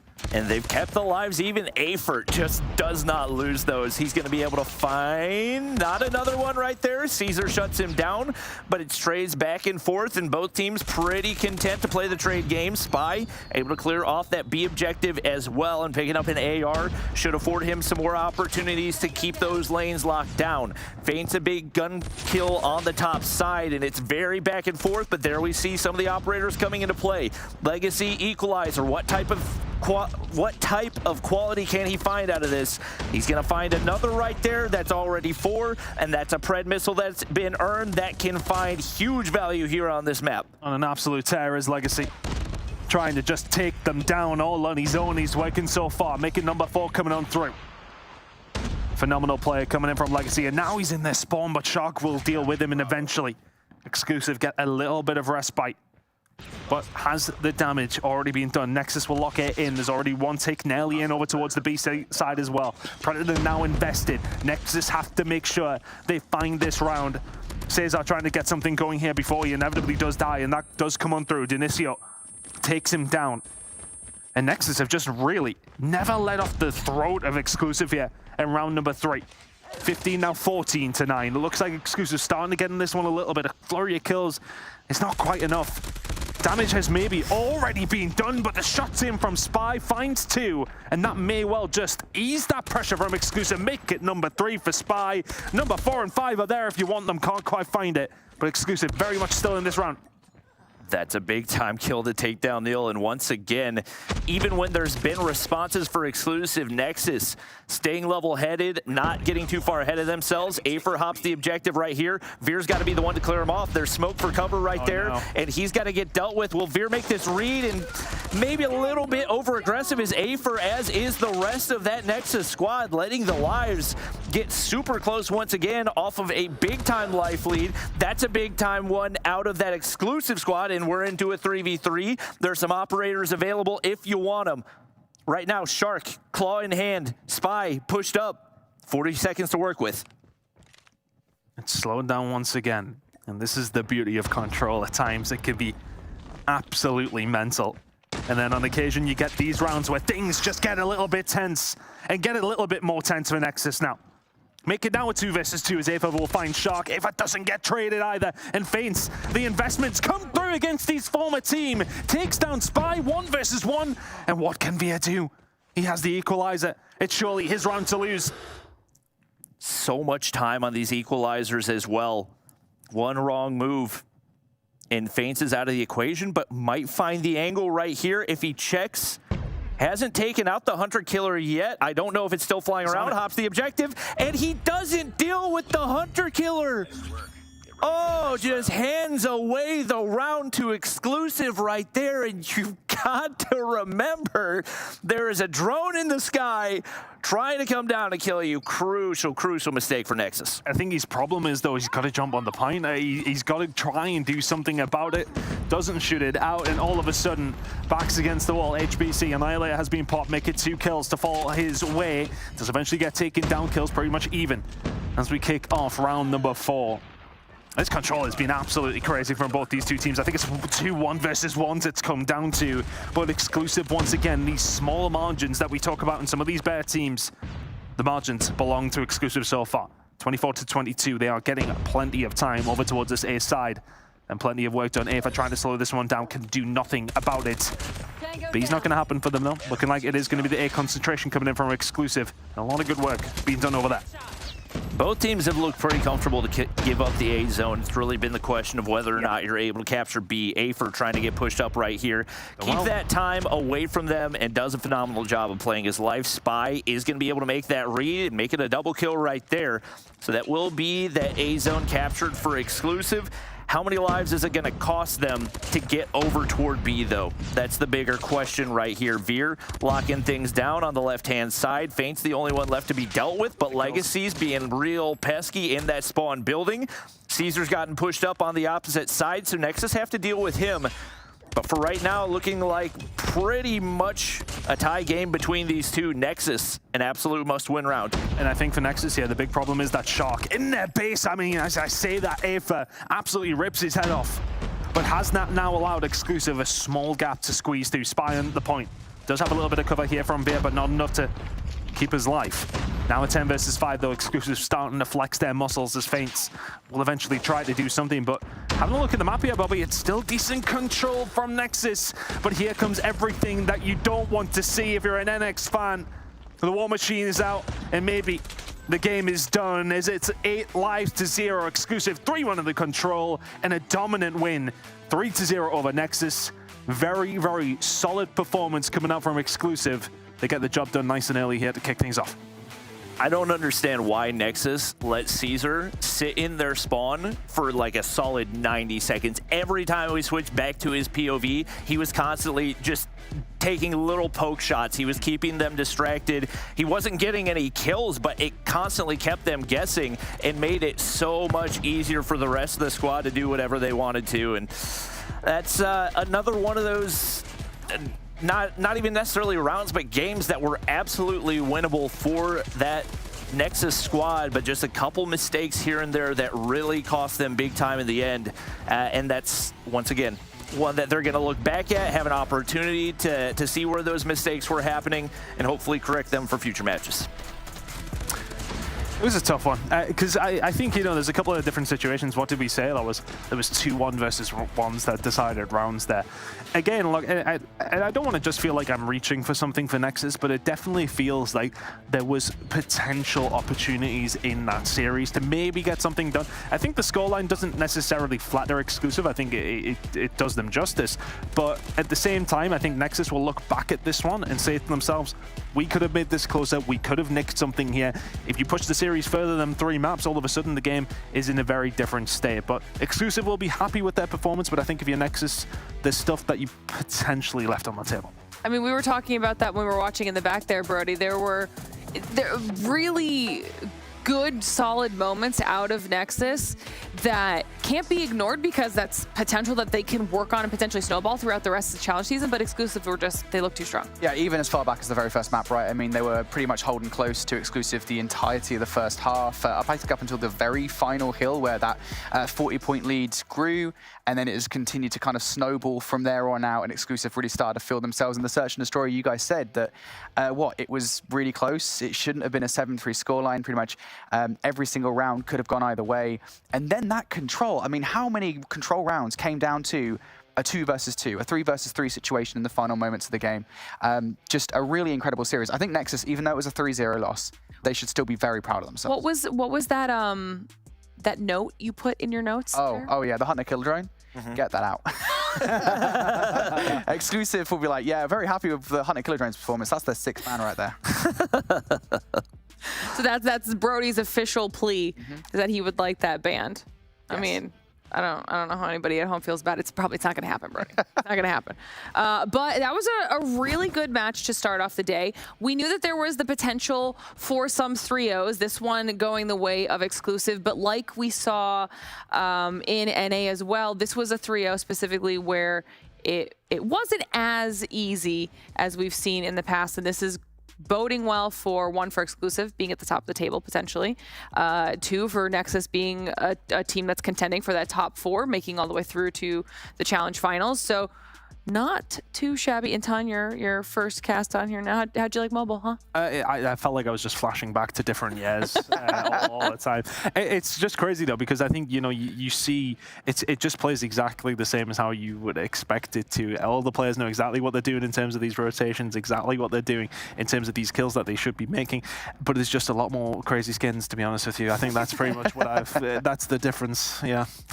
Essentially, you're going to have to get your account all skinned up. Now you need Is options. there anyone who can help me out with that, Bobby? I don't know if you know. It's mostly Bobby. It's definitely Bobby. Codes. Bobby can help me. I'll call my people and see what they say.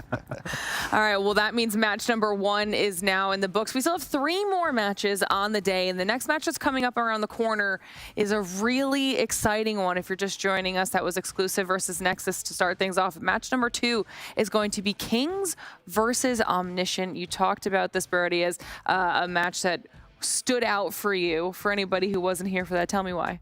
I mean, look, again, Omniscient, they've got players from all around, a number of different teams from SBS Season 3, pretty high-performing teams as well. So if anybody is going to take down the top dogs, it's going to be them. The question is, can they do it? Because, again, there's a reason that Kings did win last season. They're still a pretty darn good squad. Exactly, and we're going to find out the answer to Brody's question in just a few short minutes. Before that, though, it's time for a quick break for us. Don't go anywhere. When we return, more Call of Duty Mobile action.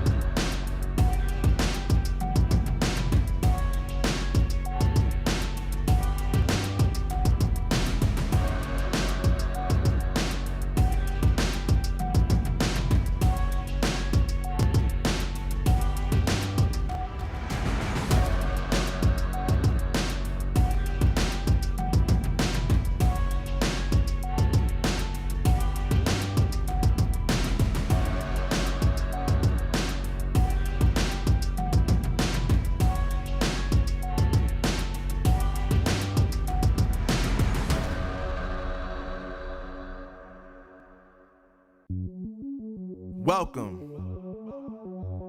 to the place where dreams come true, where everything you want can be yours, if and only if you're willing to work for them, you're willing to hurt for them, but most of all, you're willing to be first for them. Ha!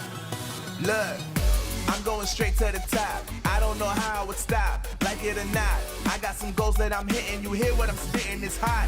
Look what I got. Whole lot of passion and pain. The road to success is insane. Stay out my lane, cause I'm on a mission. I'm getting what stands in my way. Yeah, I'm a beast. I wouldn't play with me, baby. The way that I'm training is crazy, and I do it daily. You wanna talk about drive? I got more drive than Mercedes. I've never been lazy. I'm in the room, it's a red alert. You wanna compete? Well, get better first. I got 10 toes in the dirt. Push through the hurt just to show them my worth. I'm the best.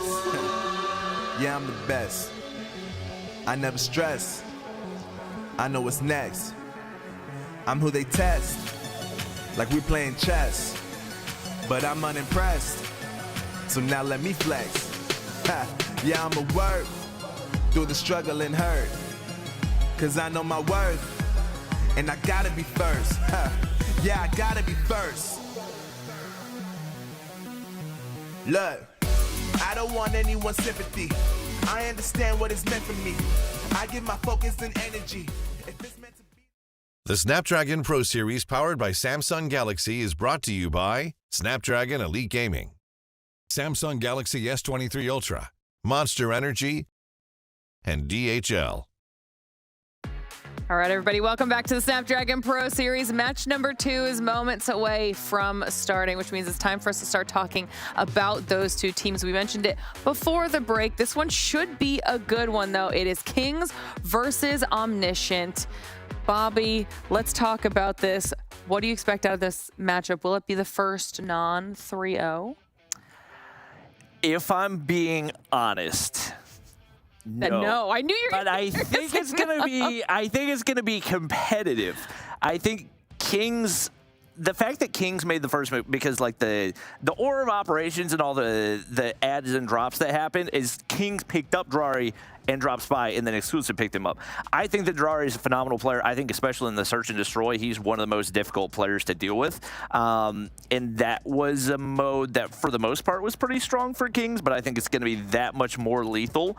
I don't know how many reps he's had over the past year because we didn't see him last challenge season, but I think he's a super solid pickup, and I think it's going to be tough for this Omniscient roster to counter. Okay. All right. I like it. I mean, we've talked about him a few times, Omniscient kind of being this hybrid roster, a bunch of people from a bunch of different places. Speaking of the rosters, we'll start taking a look at those. I think we can probably start on the Kings side of things. Talk me through some of these players. I mean, as you were saying, Bobby, about Drari coming in, it's going to be a big time for him, especially though. We haven't seen him for a little while, I want to say. So him coming in this Kings roster, the potential is definitely there for him, but the pressure is also going to be on him as well. Kings winning the previous season, they're going to want to do the same again. So if Drari come out and perform, I mean, Bobby's bigging him up here. So we're expecting some big things. He might not even be starting. I don't even know. To be fair, Bobby did a pretty good job last season with his predictions. Okay, so it's not there were a few misses, but mostly you did pretty well, even for the ones that might have been a little riskier. You were still pretty good. So that's a good choice in them. But we'll talk about Omniscient as well here, Brody. Yeah, absolutely. Again, I mean, we've kind of talked to death at this point, right? This roster being kind of a mix of various players from Season 3. The player I really want to look at, though, is Balance. You know, going back to the Open Finals when Omniscient qualified against Illuminati, I want to say, Balance just played out of his mind every single game. I think he dropped a C number in Search and Destroy, just hyper-aggressive through the middle of the map at times. If Kings allow Balance to go off, that might be a problem for them. That's kind of the angle I want to approach this one. If you can get Balance in a good position, Omniscient, you know, might well have a chance. I want to be more positive than Bobby is about this, all right? You know what? It's the yin and the yang we've got going on here, because you were also trying to find the potential silver lining for Nexus, and like you were saying before the break, Nexus had glimpses of a lot of potential for that squad, especially now they can get a couple more weeks under their belt into the challenge season. They've got experience up against Exclusive, who will likely be at the top of our table. So let's talk about what could sway in their favor for either of these squads when these picks and bans come through. Is this going to benefit Kings, or, well, will it benefit Omniscient, Bobby? I mean, looking at the Hacienda, that's not too surprising to see. I will say if it goes to a map 4, that's absolutely going to be one that Kings should be able to take advantage of. And Tunisia's a very strong Kings map as well. So come the standoff control, that's not one that we've seen them play a ton, and one that we could potentially see Omniscient snowball if they can get aggressive early on. But overall, I like the look of the series for Kings. And we've seen this time and time again, just how important these picks and bans can be. They can completely turn the tide of the match here, Brody.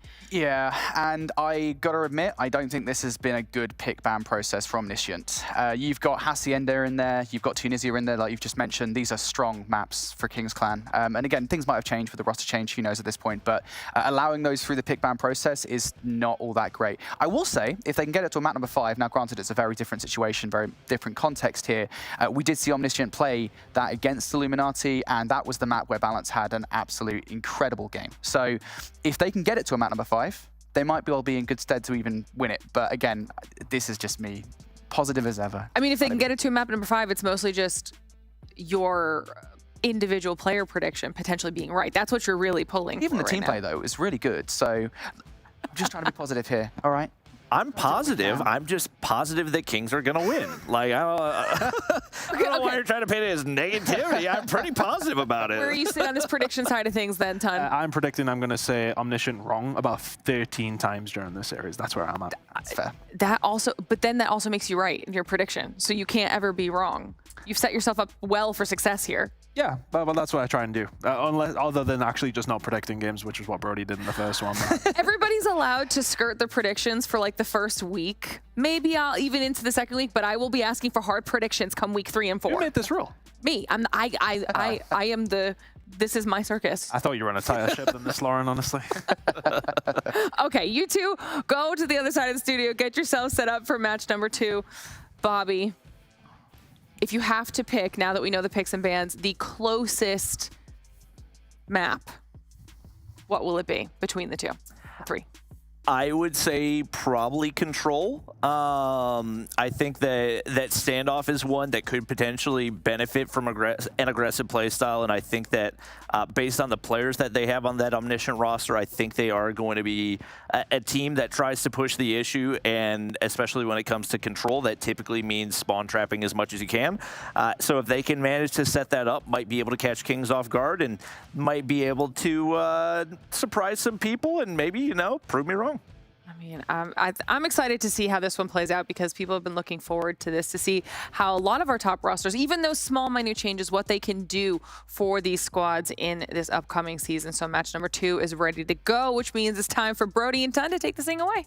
Alrighty, mate. It's going to be a good one. Really looking forward to it. Oh, right. I mean, look, it's one of those games where we've talked to death there in terms of how good Kings are and how good we expect them to be in this one. But I think we've kind of got the question around Omniscient because we haven't necessarily seen them as a team, though, have we? You know, we talk about individuals, but individuals don't make a team. Are they going to be there? Is the teamwork going to be there from them? No experience playing together in this kind of... I mean, look, I'm sure they've played together, but at this level, that's kind of what I mean. Yeah, I mean, like, look, Open Finals is where they played together, I think, was, what, 2 months ago? So they've had 2 months of scrims and practice to get their stuff together.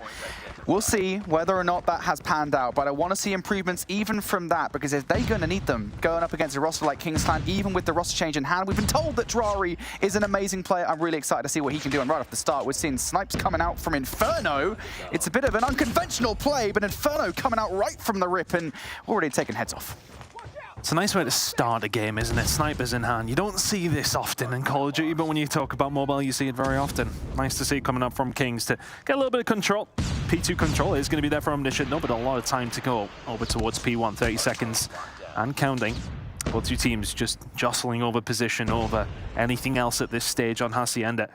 We've seen it last time around, though, if we want to talk about the previous game, in terms of rotations, in terms of how things are locking down as Inferno just continues to go crazy with the sniper to kick things off, making it 3rd in a row. You kind of don't want to talk about it too much, but oh my goodness me, it is 4 for King Marvel. Incredible players coming out for Inferno as well.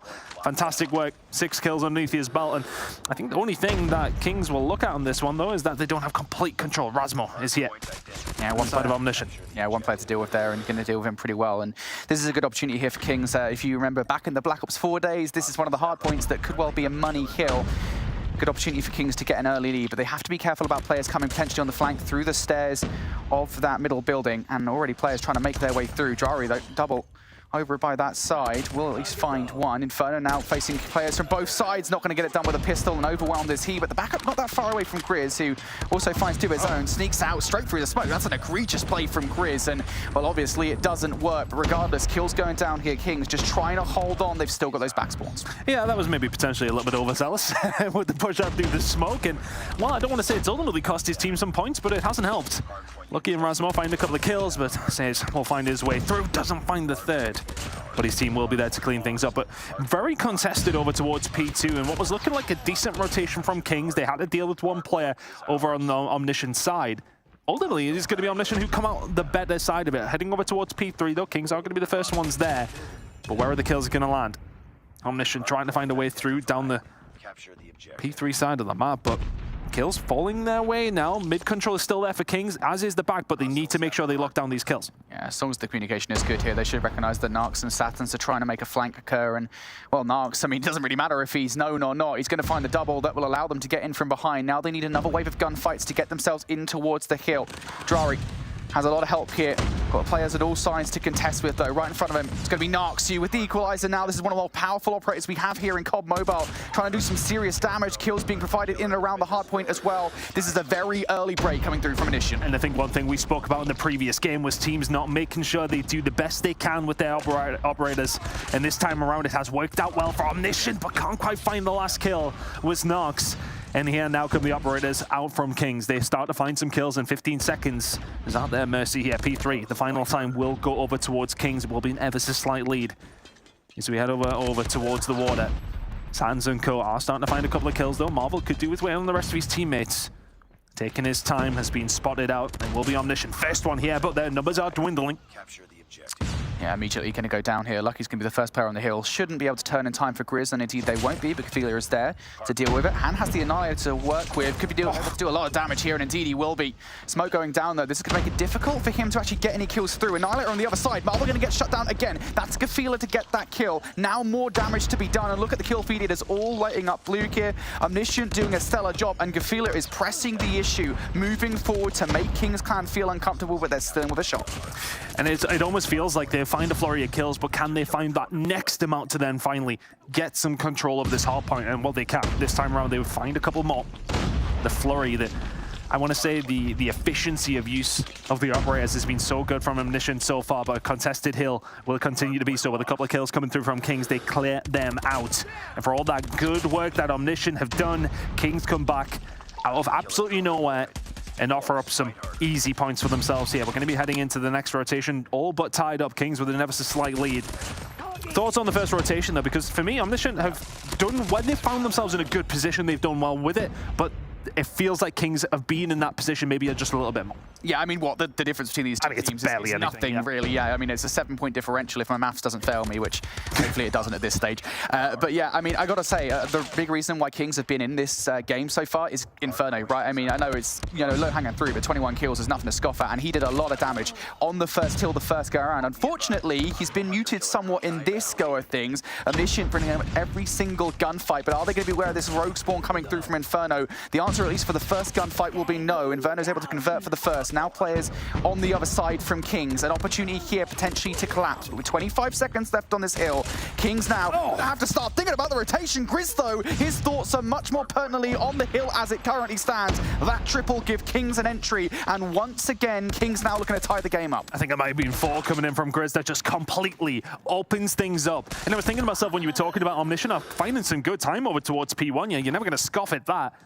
Kings come through, and it's all down to Grizz. That's 3 of 4 from him to lock down kills, and not just that, to lock down P1 and the rotation over towards P2, which now belongs to the side of Kings. War Machine out from Sayers as well, just to try and rebuff what is inevitably going to be a big push coming in from Satins, who will find 3 of his own, completely shutting everything down. The War Machine is out, and the War Machine's causing absolute havoc. Big break from Omniscient. Yeah, but the back spawns are still good here for Kings. Still an opportunity to break through. Drari wants to give it a peek and have to go to the double challenge alongside Inferno, and that works out. They both find kills. Now down Marvel, the next one through, but the kills are all looking pretty good for Omniscient. And look at the back spawns now. They're no longer really there as much. They're spawning over by the fence's side. Omniscient have pushed the issue. Saturn's towards the backline does get shut down. This is a massive decision now ahead of Omniscient. Do they want to push this? Kings, they still need to go for this scrap time. They cannot get through though. The Lambo Heady, or rather McLaren Heady at this point, to be honest, kind of looks like that in COD Mobile, is so strong. That is a big chunk of time for Omniscient. And it's just worked out so well for them. And it's a war machine for war machine. And on one side for Kings, it doesn't work. But Omniscient, you'll love to see it from them. Fantastic work from Satins, who found nearly everybody on Kings. And then found his team in a lead of about 30 points or so. Heading over towards P3 now, as P2 will leave us, if only momentarily. We'll get to see that one again shortly. P3, Omniscient, first one's here. Can they do something with this rotation? Last time around, they got beaten out of it pretty much initially and struggled to find anything off the back of it. But Razmo gets there, finding kills left, right, and center, and all of a sudden, the Annihilator is out. Can he continue to do good work with it? Because continue to lock down some good time here. 15 seconds gone. Kings have not been in a position to answer Omniscient's dominance so far. Yeah, good feeling now isolated as well. I think he might have a player on the other side of the wall, but regardless, he's still got to do a bit of effort. And yeah, one of those players is going to be Drari. Oh, damn. For Kings. Nice kills coming through from Drari. Marvel now using his Annihilator as well. Once again, these operate utilizations from these teams have been stellar. And now Grizz deciding this is the time to pull the equalizers out. And it's probably the right decision, to be honest. You know that these players are spawning over by the fence's side. That's 3 there for Grizz. An incredible play call to bring that operator out the right time, because Kings need every single second here over by the fences. Omniscient is still going to give this one more look. They're going to send a couple of players here for scrap time at this point in the game. That is a valuable 10 seconds to grab. The lead's still about 30 points or so as we go into new. And they're going to be the ones with numbers heading over towards that next hill. So you get that little bit of scrap. You take it away from Kings. You have the rotation as well, but you haven't been able to find the kill feed. That's all in your favor. Lucky is the only one who can answer back Satins alongside of him, but King, Grizz, and Co. just getting the job done, find these initial kills. Control was momentarily there, but the spawn's coming on through. Satins can't find much more. Big kill coming in from Drari, and it's a momentary respite for Kings. Very close game. We've got a long way to go, but Omniscient are showing the potential we talked about, and so far so good. But Kings currently in control of this hardpoint. Yeah, War Machine in hands for Says at the moment. Kings now, this is a really good opportunity for them. You're going to see it. Says going to bring the War Machine out. I thought he would just spam down. You know where Omniscient is spawning. Drari decides it's now time to use his as well. Lucky for the double. Drari's actually not going to find anything, to be honest. One kill with a Sparrow is not good enough, and now Omniscient have broken through for a double usage of operators. Kings didn't actually get as much as they would have wanted, but the kills will do it instead. They had to go to the Predator missile to clear the point, because once again, Kings have been trying to play catch up here, and they will indeed do so. About even or so going to new. And I think the thing is for Omniscient that even though you lose that hill eventually, the fact that you get the missile out of Kings, it's not a bad thing to kind of take. You take that one on the chin. And now we're starting to look towards some control around the outside of the map. Grizz has been just relentless for this King side, sitting at 34 kills already in this game. A couple of the players on the Omni side are sitting there nicely as well, but the P2 rotation is what we're concentrating on here. So we head into a third rotation of hills, a momentary respite for both these two teams.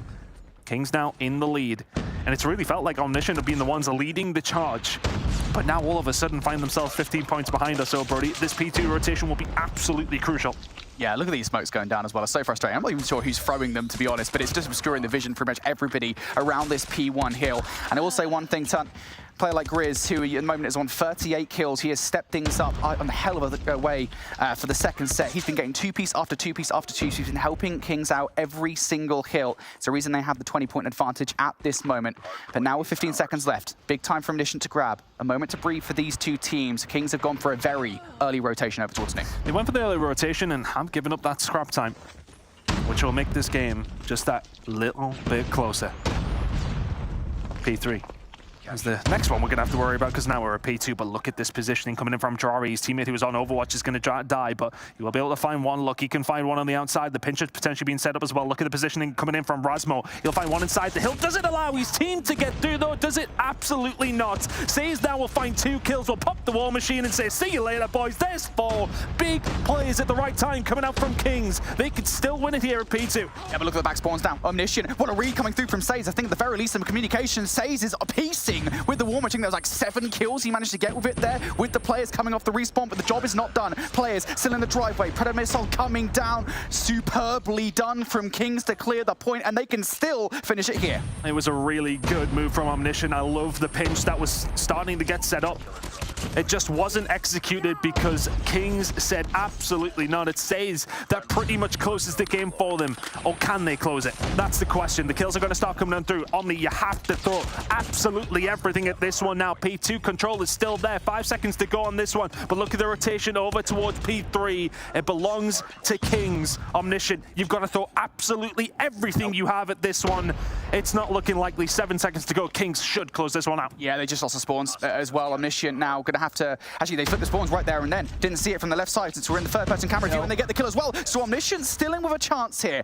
I don't think they can finish it regardless of what happens, but they can at least stop Kings, who just need 7. Marvel finds 3, though. That's so unfortunate from Omniscient, but those back spawns will continue to allow them shot after shot at this hill. Gafila going to find one. Omniscient still hanging on. They are keeping Kings at bay, but look at where Grizz has just spawned. The spawns flip again.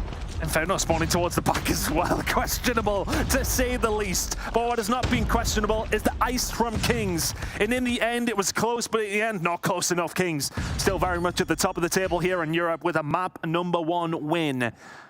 But not one that wasn't without some competition. That was definitely, like, I want to say, until we headed into the third rotation, it really felt like Omniscient were the ones leading the way. They were the ones dealing that first blow, but how hard the counter was from Kings nearly every single time, it got a little bit more efficient as the game went on. Yeah, I got to say, it is wild how much utilization of the War Machine we saw in that game. Every time we saw it, it was pretty much well used. I don't think we saw a single wastage of a War Machine, maybe besides, I think, one on the second set for P4. I think that was from Kings, who failed to stop Omniscient breaking through. But regardless, it was that big play towards the end. And I'm sure we'll see it in a second here where Says came out and he got like 6 or 7 kills. And it was such good communication as well, not just from Says, but from the rest of the team to notify, right, you know, you've got the 4 kills around the front of the hill. He turns and recognizes these spawns have flipped. I'm going to go and get the kills, these players coming off the rip. Really well done from Kings. But also, to be fair, really well done from Omniscient. I mean, they were fighting so hard. I mean, this was the difference. This is the play you're talking about, isn't it? He finds the first 2 kills. Saturn's then walks in. Cathelia then literally dead to rights on top of that. As soon as he finds this one in the side, Kobe just turns. There you go. Have another one down your throat. Nicely done coming through from the side of Kings. And I think, you know, I want to say that the difference was that play obviously as well, but then we also seen from Grizz that the operator play from himself over towards P3 made a huge difference. That was a really big swing for Kings. And I don't want to say that Omniscient didn't use their operator as well. We've seen some good play from them, but just not quite to that level. Grizz with 47 kills. I mean, it's a hell of a lot of interactions as well with 42 deaths underneath his belt. Yeah. But hey, look, he's getting in amongst it, and that's all he needs to do. Yeah, gotta say, Says though, shout out to him. I mean, not only does he get the 30 bomb plus, he gets like 2 minutes 30 inside the hill. So yeah, Says had a hell of a game, and it is going to be Kings taking map #1. I think we knew it would be this close though. Again, I think if anything, Omniscient, they have lived up to the hype. We wanted them to play well against a roster like Kings, and that is exactly what they did. And it is worth saying as well, something we didn't really get a chance to mention in the pre-show, is the fact that when it comes down to Hardpoint and Search and Destroy, that is what Kings live and breathe. It's control where, if anything, they're going to take a map in the series, right? You know, and if anything, again, we talked about the Fire and Search and Destroy. If they can push it there, they will be comfortable on it. So just need to try and get to that point, you know, win the control out, steal a map elsewhere, get to a game #5. It's a big ask from Omniscient, but they've proven themselves strong so far. In towards the Tunisia we go. It all sounds very easy when you say it like that, but it never is. Nope. I mean, for a start, Kings could probably do with the bomb. And kick things off here with a minute and a half left to go, looking for some picks. Tunisia, not a map I've ever casted over here, Brody, so you might have to fill in. It's all right, mate. The first time I casted this one was like a month ago. So I mean, it's the only map that wasn't in a traditional Call of Duty game that is in COD Mobile, so interesting to see a new map, but I've been told very, very good things. The bomb has now been picked up by Kings, but it's a 2 versus 4 for them. Marvel with the sniper. Inferno looking like he has one as well. So some difficulty already on Kings' hands, but if Marvel's going to hit shots like that on the Satins, things may get a little bit easier. Lucky is there to trade things out. 1 versus 3 now for Marvel. Unlikely, but doable. Yeah, you know where he is, though. You've already made a bit of noise if you're Marvel in the situation. At the very least, he does have the bomb in his back pocket, so he can choose to get that down. The problem is, as soon as he does, should see a swarm from Omniscient onto the site, and that's why Marvel is being so hesitant about this. Just, he really wants to get at least 1 pick before getting this bomb down, and Omniscient, at the moment, aren't giving anything away. They've seen him. I want to say it was maybe Lucky who had a little peek. Backs on down, smart play to make. Marvel here with 30 seconds to go is probably going to have to press the issue. Lucky. Oh, the shot missed. Marvel can get out and, well, with the switchblade in hand, gets the shots hit, but is he being collapsed on? Yes, he is. If he hits that shot, then maybe something could be done, but in the end, it is Gothila who finally puts the nail in the coffin of that round. But for Kings, I think the damage was done early. Omniscient very much in a commanding position there. Marvel made a good go of it, but not quite good enough to find the round. Omniscient wanted the good. Yeah, nicely played from Omniscient. Not much you could do in that 1 versus 3. Now Kings making a very unified push over towards B here. And only even one player in the spawn. That's going to be Marvel just watching the middle of the map. This is so well done. Grizz going to be the first player to fall though. Lucky actually finding 2 with a sniper rifle. And this is kind of the risk you take when you push the bomb site so aggressively. You haven't managed to clear the corner. And Lucky with the sniper rifle is super deadly. But trades have gone down now. It is now a 3 versus 3 and Marvel is now joining on the fun. Oh, Sans, unfortunately, gets into the iron sights of Drari. Shots coming on through Drari, just living very vicariously here. Is he going to be able to stay alive? Not quite. Takes a couple of bullets, but does actually get out. So Drari surviving. 2 versus 2. And I don't think they know where Marvel is. There's a lot of concentration at the moment on Drari, and yes, they take him down, but I don't think they know exactly where Marvel is positioned around this bomb site. Certainly the way that Narx is positioned. He's not ready for this one. There's the first. Now the 1v1. Now Narx does know. And Marvel should know where Narx is in this situation. Gets the look, but not the kill just yet. Now, does he go for the bomb plant or does he try to escape? It's a big risk to try and escape here. Narx has the sniper rifle. Sniper versus sniper. Pre-shots going out. Marvel not able to connect with either of them. On the other side, Narx can't connect either. And Marvel decides to go for it. 40 seconds. Still a lot of time, and I don't know if he heard him. Did he see him? Yes, he did. He turns around, knocks at the wrong time. It's Marvel to close out the round with the 1 versus 2. Kings on the board in dramatic fashion. Marvel gets the job done. 4 kills to his name in 2 rounds. And Kings find themselves tied up in 1 apiece. Yeah, I had a feeling they didn't know where he was. Marvel, the playmaker in the situation, came in late to save the round, and save the round he did. So now 1-1. Same situation once again here. Marvel through the middle of the map is going to be sniped off this time around. Rasmo going to win the 1, and Lucky, of course, just like last round, is finding value at the very beginning of this offensive effort towards B. Things are very different, though, this time around. There hasn't been a trade, and Kings are now in a 3 versus 5. It's feeling like Omniscient are the ones finding these initial breaks just that little bit easier.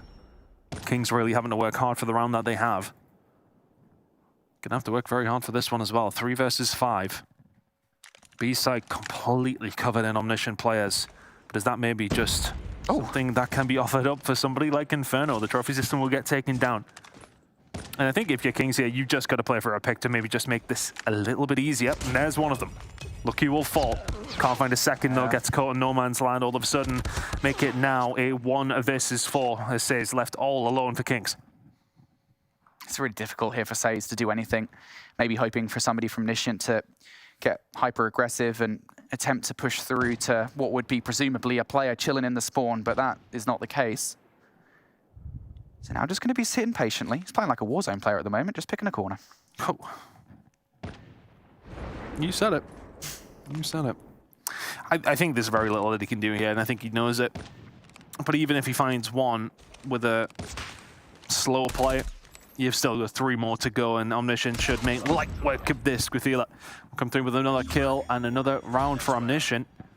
And those opening breaks are really hurting Kings here. It feels like they're fighting off the back foot nearly every single round, and will have done.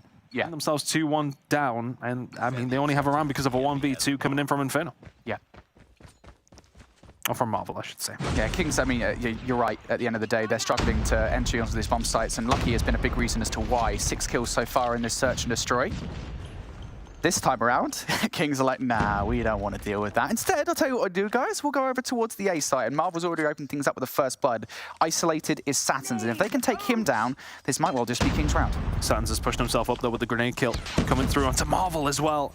Saturn's gets out, but only momentarily, and will continue to survive because Gothila and Narx over on the other side of the map have dropped now. I love this. Big players. Yeah, that's the best thing to do. Saturn's was the one who was locking it down. They find kills in the middle of the map, and it's automatically a rotation. Saturn's automatically left all alone. That's a bit more like it from Kings. They find that first blood, and then they manipulate the map as best as they possibly can with that information that they have. They see Saturn's on the site. They lose a player to a grenade, but when you find 2 players coming on the crossing back over towards the site, you can then switch it up very, very quickly. Kings find a way back into this one. 2 apiece now. Living, I want to say, dangerously though. There has been a couple of rounds that have not looked good from them. Omniscient will probably feel a little bit hard done by to be leveled up here. Yeah, I love the adaptations now starting to come through from Kings. They're starting to learn that they can't just brute force their way through these rounds. 2-2. Omniscient, once again, going for a 3-2 split here, but actually a little bit more weighted towards A. Nobody watching B. Usually they've had Lucky kind of just pre-aiming that door, and now he's back in that position. So as soon as Kings peek this, Lucky should get at least 1 frag. That's been the problem for them. Do they smoke it off? Do they do something? Nope, just going to slide out and hope for the best. And Lucky's like, oh, take it for free. He gets a snap on the leg for the second. That's not a kill, but Gafila is there to finish things off. The trade is good for saves, but these trades ultimately going in favor of Mission. Grizz can't find that kill, and Lucky's going to finish things off. So many of these rounds for Kings where they try to get on that B-bomb site. Lucky is the only reason that they cannot do it. He is so good with this sniper. It feels like they're headbutting a little bit too much, to be honest with you. It feels like it is just trying to use brute force to get through onto sites, rather than maybe trying to play it, I don't want to say a little bit more passively, but maybe a little bit smarter. This time around, though, it's brute force once again. Kings are saying, we've had enough of this. Let's just unleash Grizz. They do so, but he gets taken down. It's a 1-for-1 trade. 4 versus 4 between these two, these next couple of kills. Crucial. Omniscient have done well, though, to get out after what was a very fast push from Kings. All of a sudden, it's potential fish in a barrel for Omniscient now as they've got eyes on the site. The grenade is there. Marvel will find one, but they haven't seen Satins. Oh, what a play. Satins in from behind for 2. Satins, that is a massive play. And now isolated is a player sitting inside. Drari's going to find 1. The 1 versus 2 is still possible, but the heady is tough to deal with. So Drari decides to back away. But Satins has turned what is a dreadful situation into a relatively hopeful one. And now about to butt heads here. Satins going to take a route behind, though. He's not going to find him just yet. Going to back all the way around here. And now it's the mental game. How do you play this 1v1? Information out of the window for both these players. Oh, but they have spotted each other. Drari. Shots have come on through, but it is Drari, the one that has to actually make the move. 50 seconds to go. Fakes the plant. Satins doesn't re-peek, and now he wishes that he just stuck it. And for Drari now, very little information. But for Satins, it was a while ago since he's seen him, so this bomb will now start to go down. Satins on his way over. This bomb will get planted. But can Drari defend it successfully? And we'll see. Drari's got the right idea. There's a lot of different lanes he could come from. He's away at the wrong time. Has Satins got the timing? Yes, he has, but not the weapon necessarily. The switchblade is not the weapon you want from this situation. Does he hop the bomb? Yes, he does. Drari has to make the call. Satins gets the kill anyway, hops off the bomb. What a play call. He might have heard him some audio cue, but again, Satins is an incredible playmaker, makes that entire round possible for Omniscient. It's a 1 versus 3, I believe. Technically. Insane. Left on his own in the corner, makes the play on the bomb site, and then finishes it off as well. Omniscient clutching up in their own round. Kings have had one so over Omniscient, but ultimately the important score, or numbers I should say, is the score at the top of the leaderboard. Grenades now being flew out from both two teams. Inferno finds 1, 2. Drari finds another, and this is a bit more like it from Kings. Very aggressive on the defensive side. Omniscient yet to deal with it. 4-2. May well be 4-3 after this one. Enemy down. And they are going to make it a 2 versus 4 at least, but now they've got to deal what was a problem for them for the longest time. A sniper rifle chilling on the B site. It's Inferno for Kings, and he's going to open things up here in this engagement with the first kill. Narcs now having to face down a very aggressive Kings roster who are just going to fly right at him. And you said it, mate, we switch sides. Kings now going to do exactly what Omniscient did to them. 3 kills for Inferno. That made a big difference in that round. Those first blood picks have been absolutely huge for both these two teams. Kings making sure they made them count. Smoke's coming up from Satins over towards the middle of the map, and now what is the play from Omniscient? Is it a bit of an awkward play call for Kings to deal with? Not this time around. It's another kill for Inferno. Having a whale of a time here on the defensive side. Kings looking to even things up. They have the numbers advantage, and look at this aggression coming through from Kings on the other side. Guthila's the only one who can answer, but 3 players from Kings on the flank is going to cause absolute havoc for Omniscient if they aren't able to answer.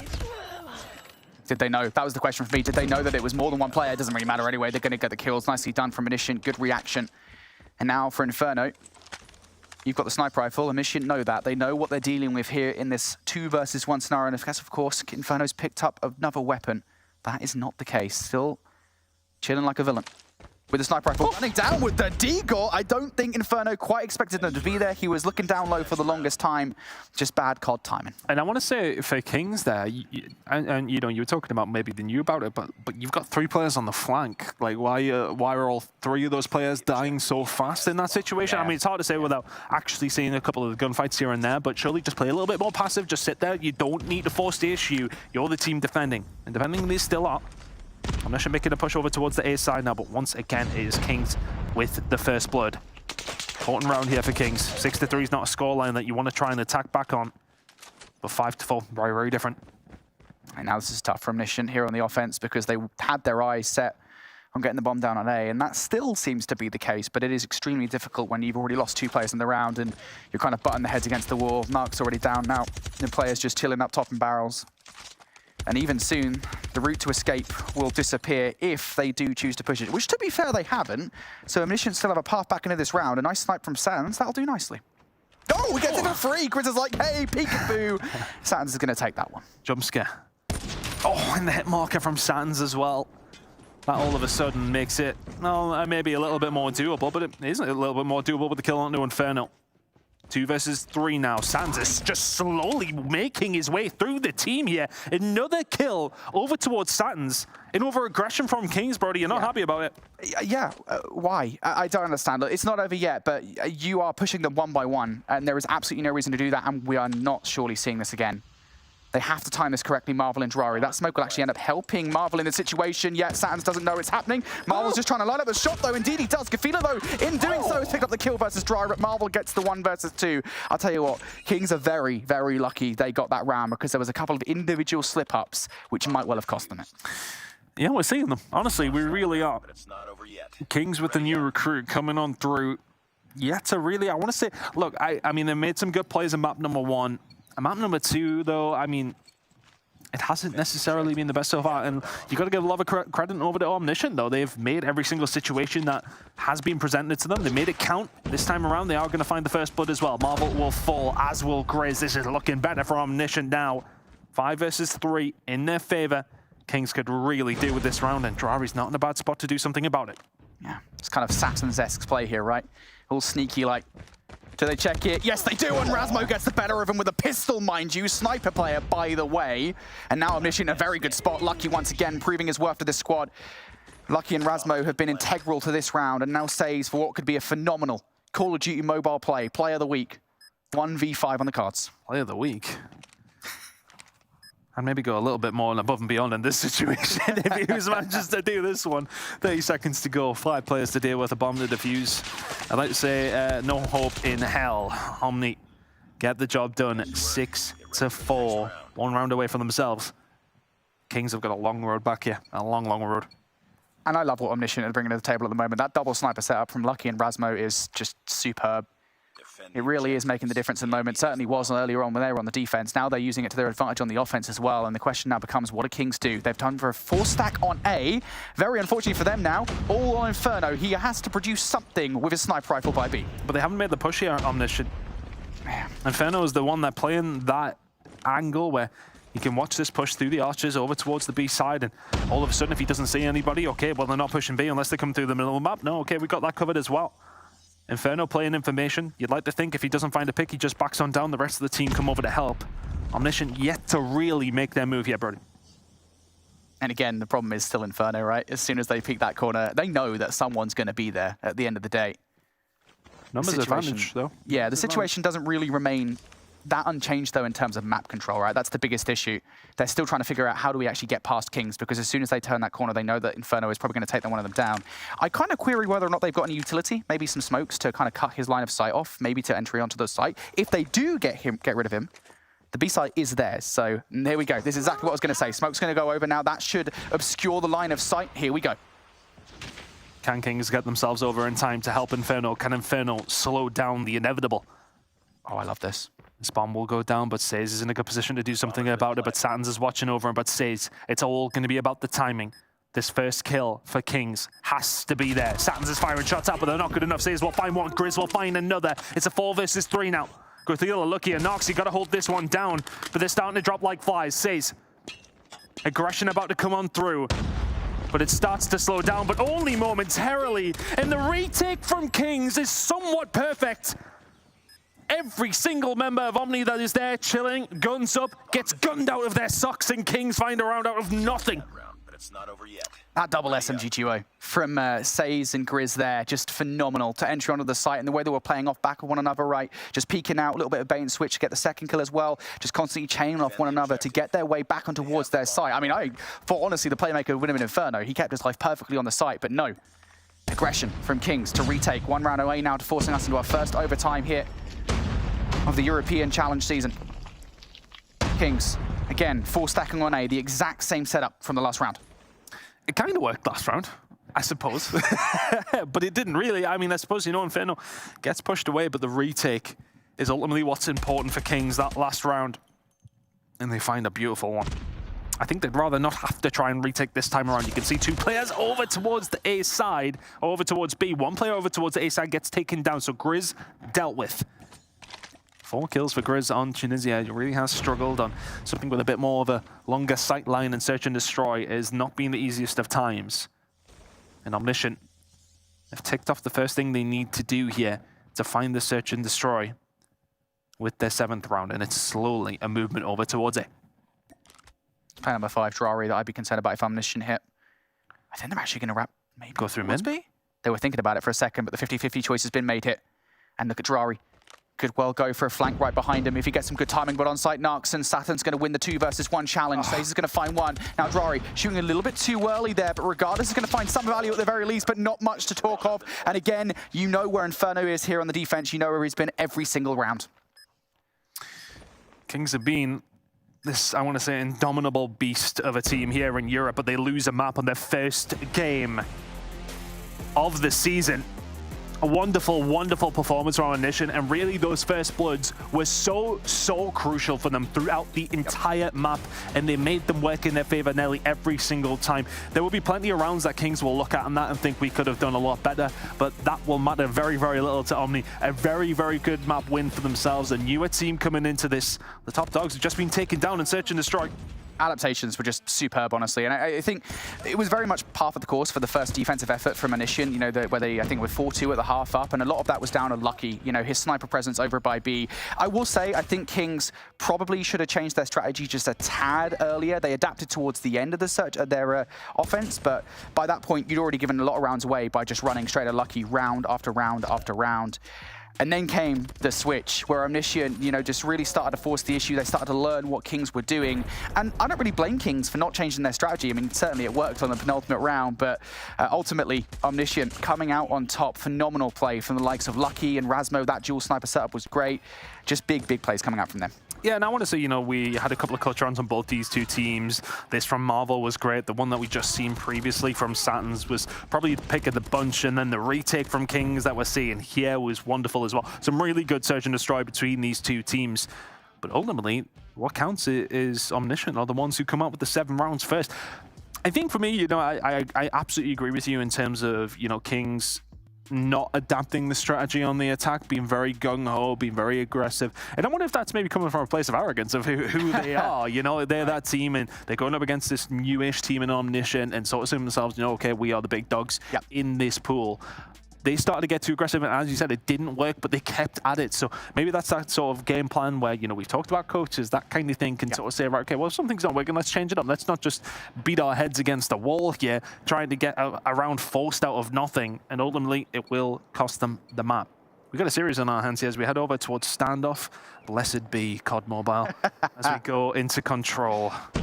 Kings looking for a bounce back here. Omniscient maybe on the rise. Yeah, I love that you're experiencing the exact same euphoria that I experienced in combat. It's like, oh, it's a standoff, it's raid, it's so fun. Regardless, yeah, big map. This is a pivotal one in the series of Omniscient. Want to take it home. We already talked about it very briefly. Kings, search and destroy, and Hardpoint. Well, it's the bread and it's the butter. Well, Control, not so much. This is a big one. Omniscient need to take it, and it's been a good start so far. They've won the vast majority of the trades. Kings, though, still pushed pretty far forward, and the objective for Omniscient really is to try and get a spawn trap going. They haven't been able to do that so far. I mean, if we go down to some of these really close situations in 2v2s or something, then, I mean, be still might beating hard from what we've seen in the previous series. If we get it here in this one, I don't know if I'll make it the 4 games tonight, Brody. I don't know if I'll get there. I'm getting on, you know. I really am. Anyway, a lot of good objective play, I want to say, being made by Kings over towards the A side. That gets shut down immediately by Satins and Nox, who will find a couple of kills, but, well, may not be able to prevent the inevitable here. Over towards A. The lives may well be with the side of Kings, as is now A. As Drari will try to lock this one in, or has he? Gatila and Cove actually managed to clutch this one back. It was looking like it was done and dusted. Oh, and that is a gunfight. You can't lose it, you Grizz. And all of a sudden, Kings are being wiped off the map. And to be frank, I don't think Omniscient even expected to be able to save the point. They were fully prepped here to just make their way back over towards B, just hold on to that one to make sure that Kings couldn't collapse from one point to another. And now we're in that situation I talked about, right? We're off the back of it now, Omniscient. They get the space they wanted to try and enact a spawn trap. This is so annoying because you can literally look at people spawning in from these positions. But a couple of kills do come through from Marvel. They're broken out of the spawn trap. It lasted not that long at all, but 25 seconds or so now left on the clock. It's going to freeze at 28 because I believe a player has managed to get their way over towards B. Omniscient, they were so focused on the spawn trap, they hadn't actually got any players on B. Yeah, that was the problem. I think, you know, you put all your eggs in one basket of this spawn trap and all of a sudden you've got B to try and defend. Satins, though, he was the one that broke it open last time around. We'll find one kill, but that will be it. B now looking like it is going to go over towards Kings. Really big adaptation coming out from them. One more segment.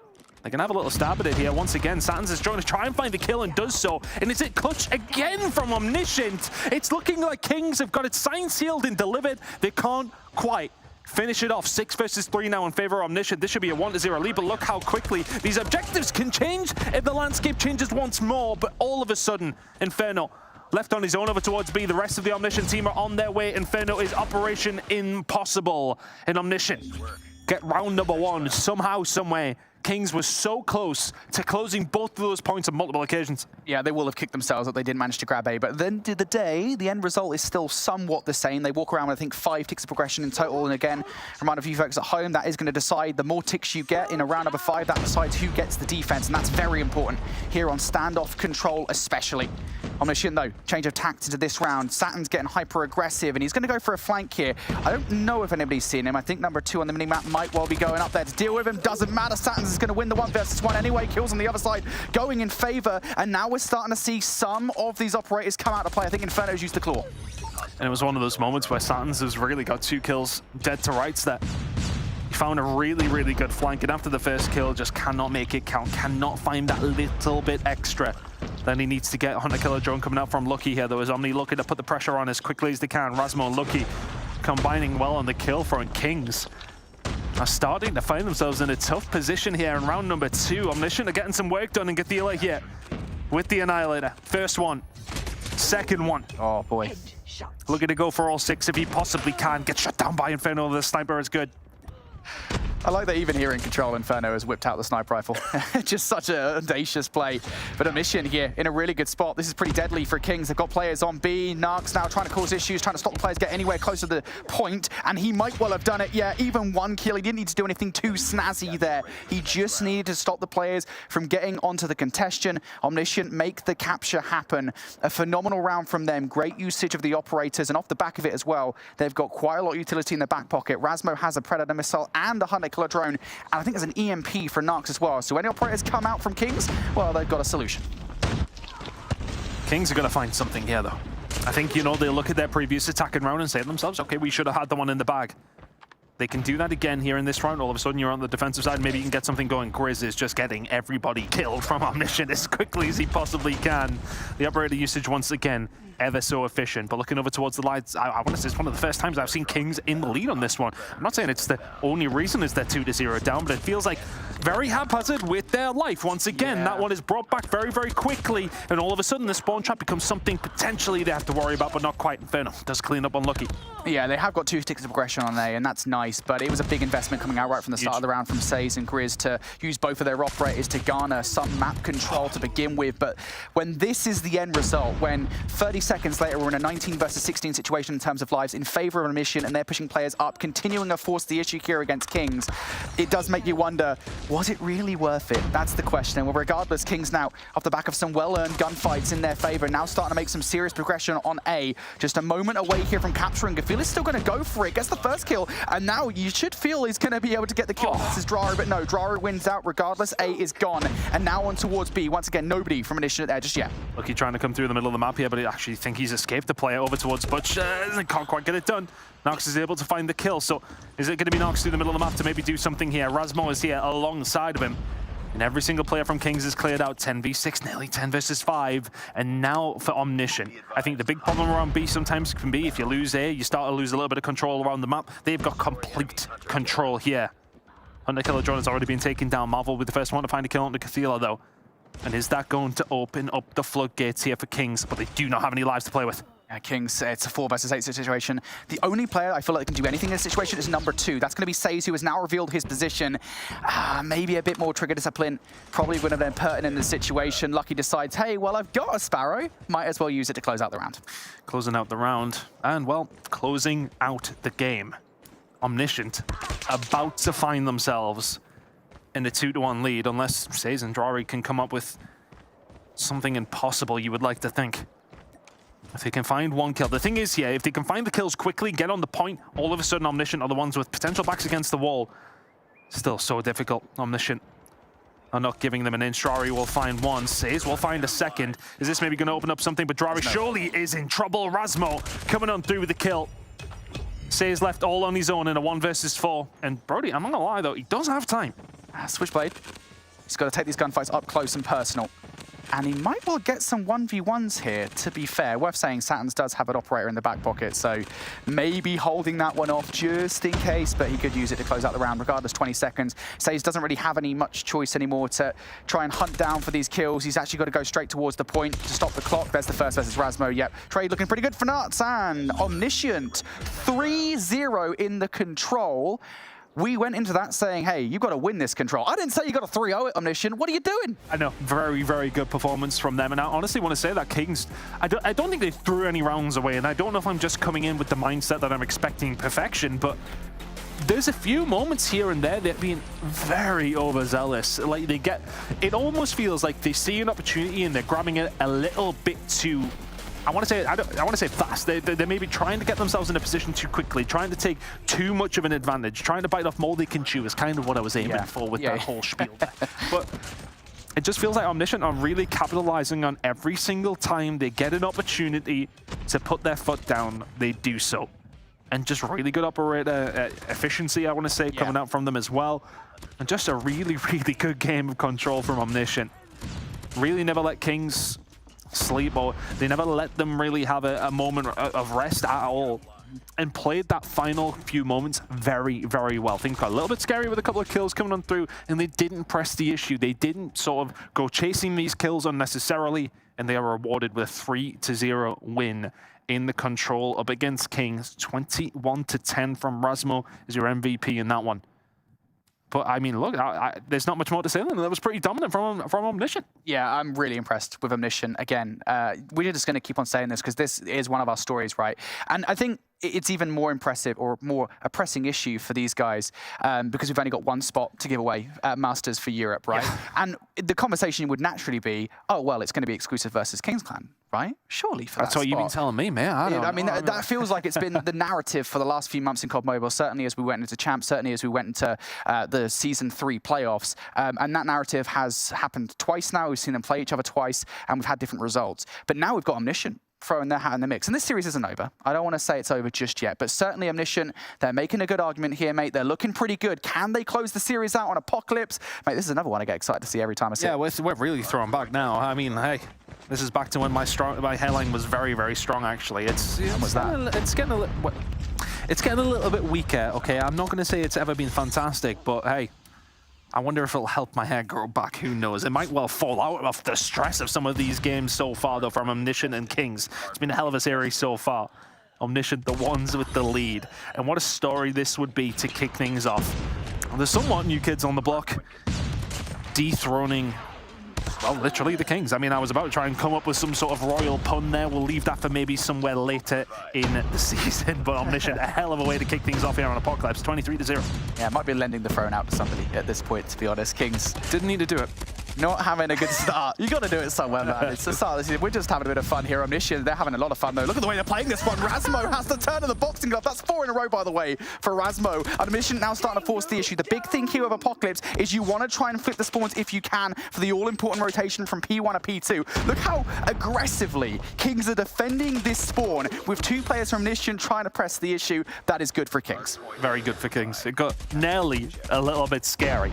It's not the way you want to kick off Apocalypse by any stretch of the imagination, and you definitely don't want to be losing these spawns this time around. Good shots coming in from Stays, but he does get traded. Nox will be there to find one. They can't quite clean up. Kings have the numbers, but now all of a sudden don't have control of P2 either. Kafila tried to go through the front door. Satins is there alongside of him, and it's just brute force from Omniscient this time around. Can they get through the front? Satins is there spearheading this push, and Kafila in the middle of the map as well, trying to deal with everything he can. It's a really nice push from Omniscient, but I think for Kings, you're trying to lock down the initial place where you don't want to lose the spawns. You don't think about the front. Omniscient walking away with this one at this moment in time. Mate, they're sprinting. It's incredible what we're seeing from Omniscient at the moment. They're watching every single angle. Look at the kills coming out from players like Lucky and Razmo at 7 and 6 apiece. I mean, Omniscient are playing out of their minds at the moment. Kings, though, going to give this one last shot. Players in for the last 15 seconds. It's so wayward, though. Gafila, I mean, in all the carnage, the mayhem, is able to get away with a kill with the boxing gloves. Inferno finally can grab one for what is, at this point, I would say, a pretty valuable 5 seconds with Kings only having 9 on the board. Omniscient, though, what a start this is. Again, goes to show how important that rotation from P1 to P2 is. And looking over towards the kills, you know, Kings have been there. They really have. Yeah, I mean, looking across from left to right here, I'm not seeing too much of a difference. But I look up towards the top middle of my screen, and that is a big difference. Kings now, for the first time, really in some sort of control of a hardpoint. But what can Omniscient do? They just continue to put the pressure on. But this time around, Kings are just about refuting that. But Cathila and Nox just completely made me eat my words. Grizz is there to change it. Nobody really in control here, but eventually Kings will clear house. Razmo's still here, causing issue. And for Kings, I'm saying they've got control, but it's not absolute control. They haven't been able to get rid of Omniscient at any stage throughout this hard point, but they are taking up time, and it's valuable time in that. I will say this much. We're now starting to approach the point in the game where we're going to see operators sooner rather than later. You can see 5 in the back pocket here for Kings. And honestly, I think now might be the time to start using them. You've got 15 seconds left. You are going to have to give up that time regardless of whether or not you like it.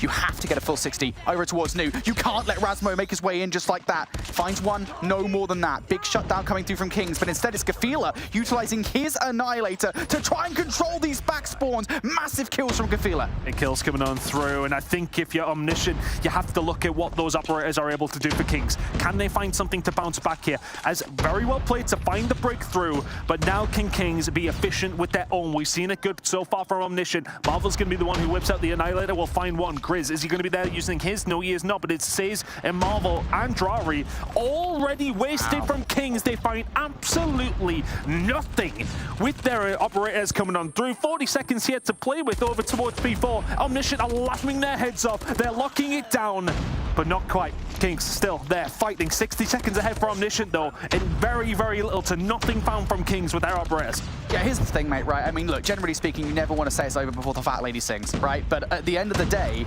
we know how Apocalypse Hardpoint works. If you get a lead like this early on, it's very hard to claw back. Kings have to be perfect. They really do from here on out. They have to have a good start to the next set of hills, and it has to start right here, right now. We go over towards the next one. Kings, they are going to be the first team to touch in P1. And they've got control of the right side of the map for that inevitable rotation towards P2 as well, but they have to start getting some kills. Can they get it done? First kill starting to come through now from Marvel and Grizz as well. Omniscient, though, they're on the way.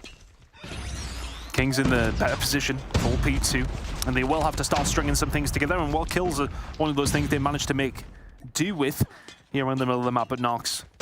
Equalizer out, and this will be used to try and get a hold of some spawns. Really doesn't want to die with this in his hands. It's such an efficient tool that can well be very, very deadly in the right hands. Make it 2 for him now. Players coming off the respawn on his right-hand side. Gets taken down, though. Inferno and Co. investing a lot to make sure they control these spawns, but they've now completely lost them. Kings, a bit of a misstep with 25 seconds to go left here on P1. Omniscient, we're momentarily controlling it, but the spawns are what they wanted. The spawns are what they get.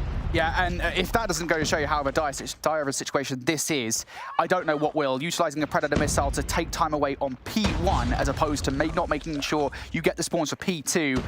Oh boy, Kings, they are in trouble. 60 points down, though. They are going to grab the scrap time. This needs to be a quick break towards Nu. Already players in the back line here from Omniscient, and one player has got a rogue spawn out. I don't think they'll ever expect Satins in this position. And that's going to be a big problem. Sometimes when you spawn out, you think, oh, hell no, why have I not been blessed by the cardboard? It's just not worked out. And then the one that's coming in over towards that side as well from yourself, well spotted. Inferno will deal with Nox. Another spawn out coming here for Omniscient. They could really do with the bodies over towards the point. Now completely cleared out, and now it's spawned out. Omniscient in a really bad spot. And I want to say we've seen this to a certain extent from Kings the last time around we were over towards P2. Kings in control of P2, and all of a sudden, this game is very much not over. Is everything starting to light up and go the right direction for Kings? 30 seconds to go here over towards P2. Dare I say it, could they even potentially be within touching distance of Omniscient if they can lock down every single second? A huge moment in this game coming out from Kings now. Might well be level with Omniscient. We've been saying it was really looking unlikely, given how we know Apocalypse Hardpoint works, that they'd be able to bring it back, but indeed they have. Inferno now, a hell of a game at 27 kills. Had a Predator missile. He's going to use it right here, right now. Satins is going to find the double for Omniscient to grab through for 10 seconds. I'm not a fan of that Predator missile, to be honest. Maybe they wanted to use it to break spawns for New already, but this is a hill that's undercover. Either way, Kings now within touching distance. Managed to find a way through. Over towards P4 and starting to find the kills. They may be just starting to warm up in this series. Grace now just causing absolute havoc in the spawn. He will get traded away. It is Omniscient with control of the hill, and they're ticking up some steady time here. But Kings very much in a position to do something about it. 2 kills apiece coming in from Inferno and Says, and are they able to break it open? Yes, they are. And now all of a sudden, Inferno in this kind of position, good luck getting across. They do find the gunfights though. Omniscient, for all they started with a healthy lead, for all that things were looking very, very good for them. Backs against the wall a little bit now, but still showing some fight. Yeah, what a last 3 hills this has been from Kings. It's not over just yet. They've still got a ways before we can say this is officially a comeback. But regardless, Kings, they are fighting tooth and nail to prove that they are still in the conversation here on Apocalypse. Big 15 seconds to grab, if they can grab it. But now, more importantly, I think it's about the rotation. Big kill happening from Drari there. Not able to do anything more than that. But it should be Omniscient touching first. Reads Marvel there at the back, but not going to get that kill is Razmo.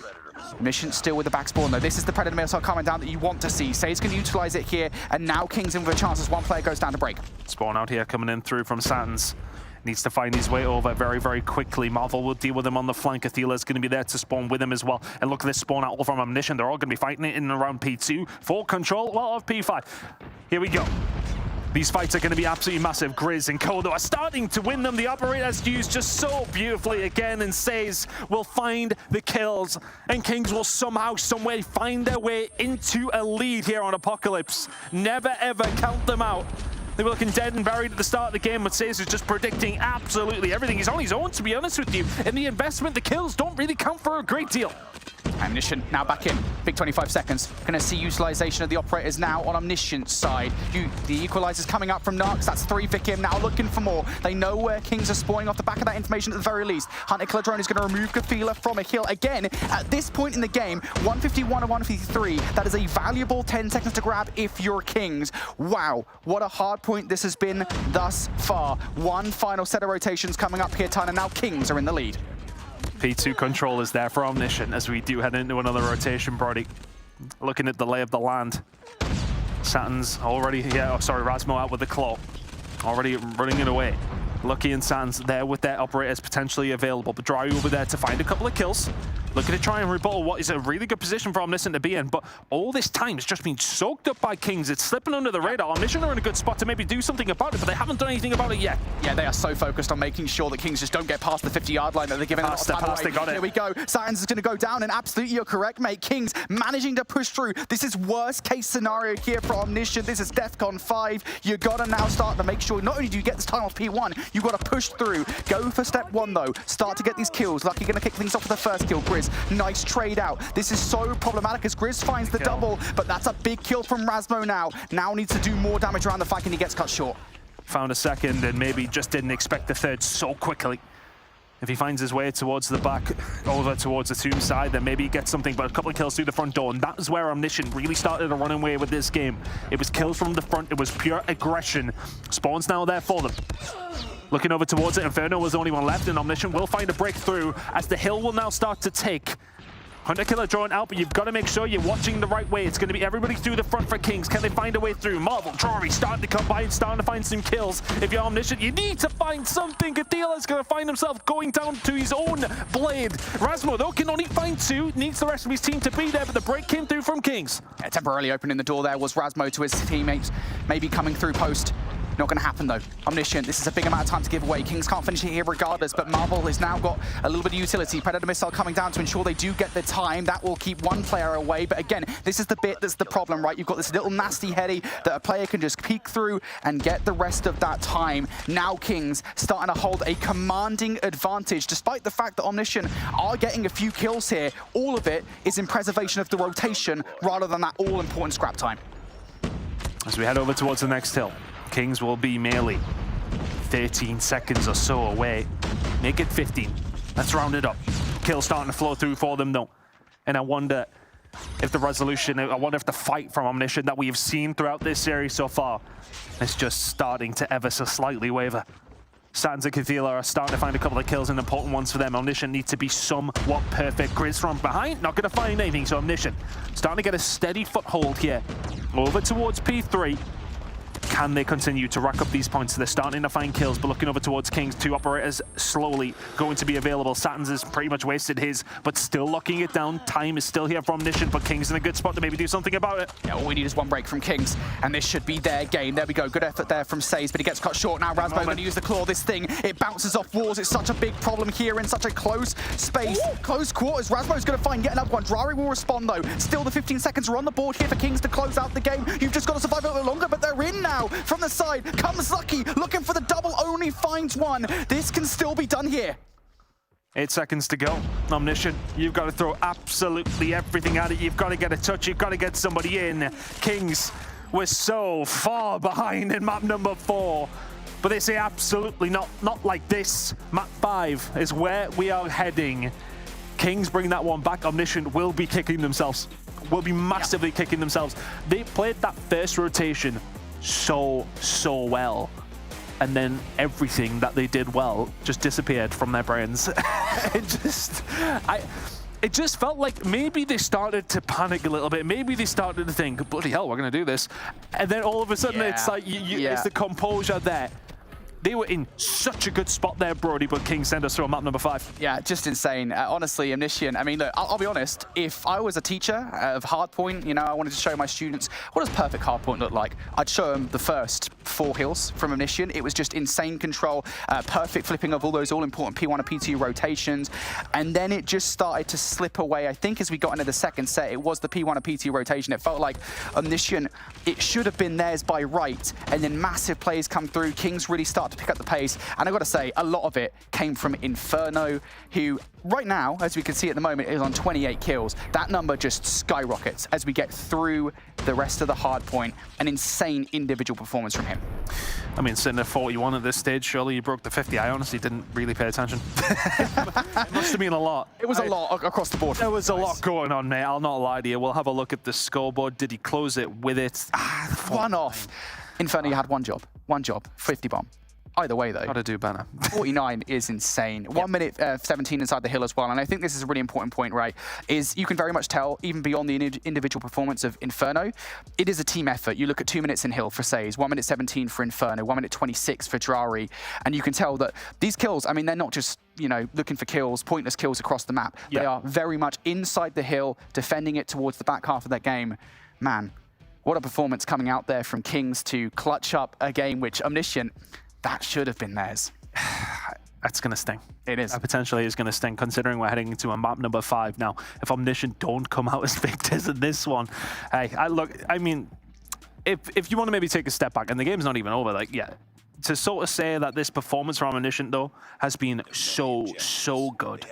And we've really started to see maybe a team that is going to be part of the conversation here in Europe for being one of the top dogs. We've got a contender, whatever happens here in map number 5.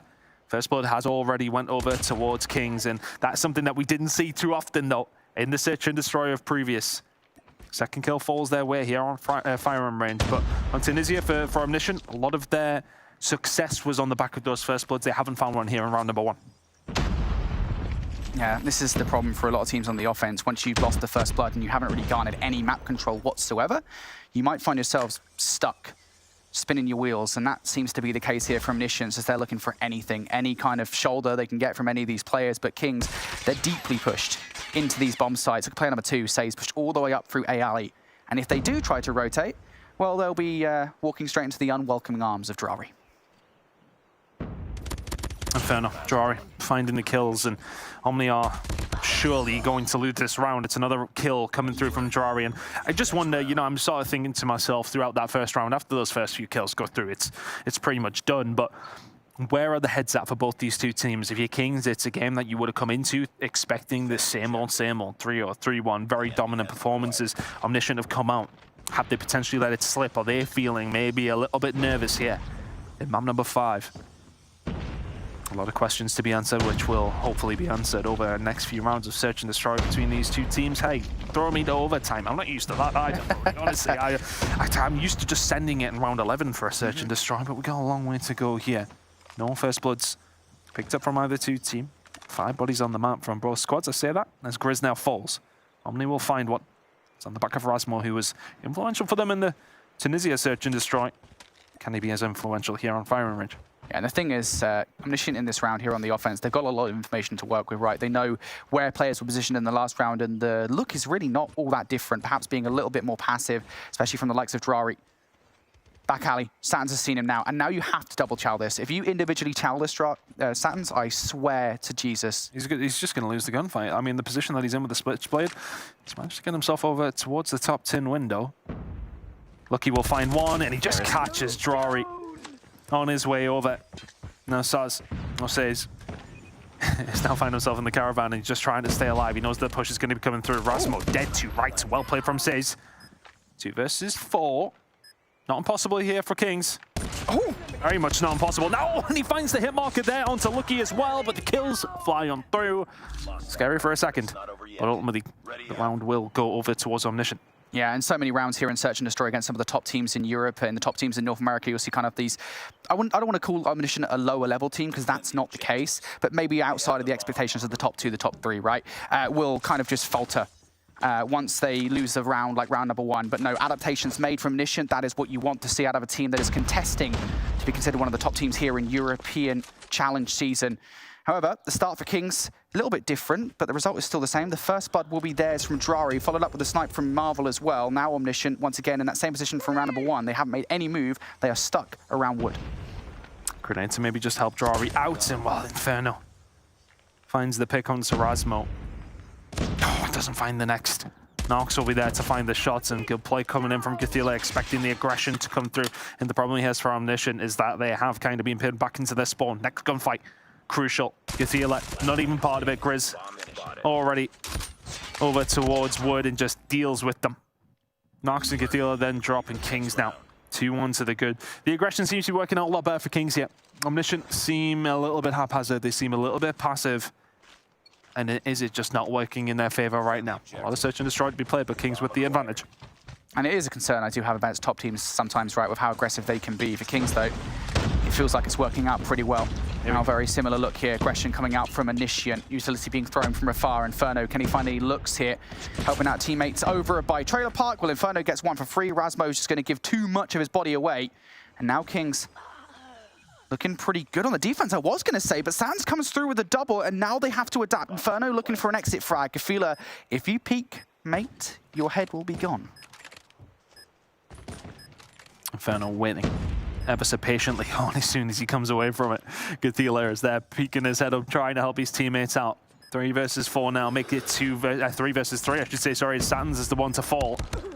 Next kill would be big. Gathila is the one to find out Marvel, and he's just been sat behind this bomb, causing Inferno all kinds of problems.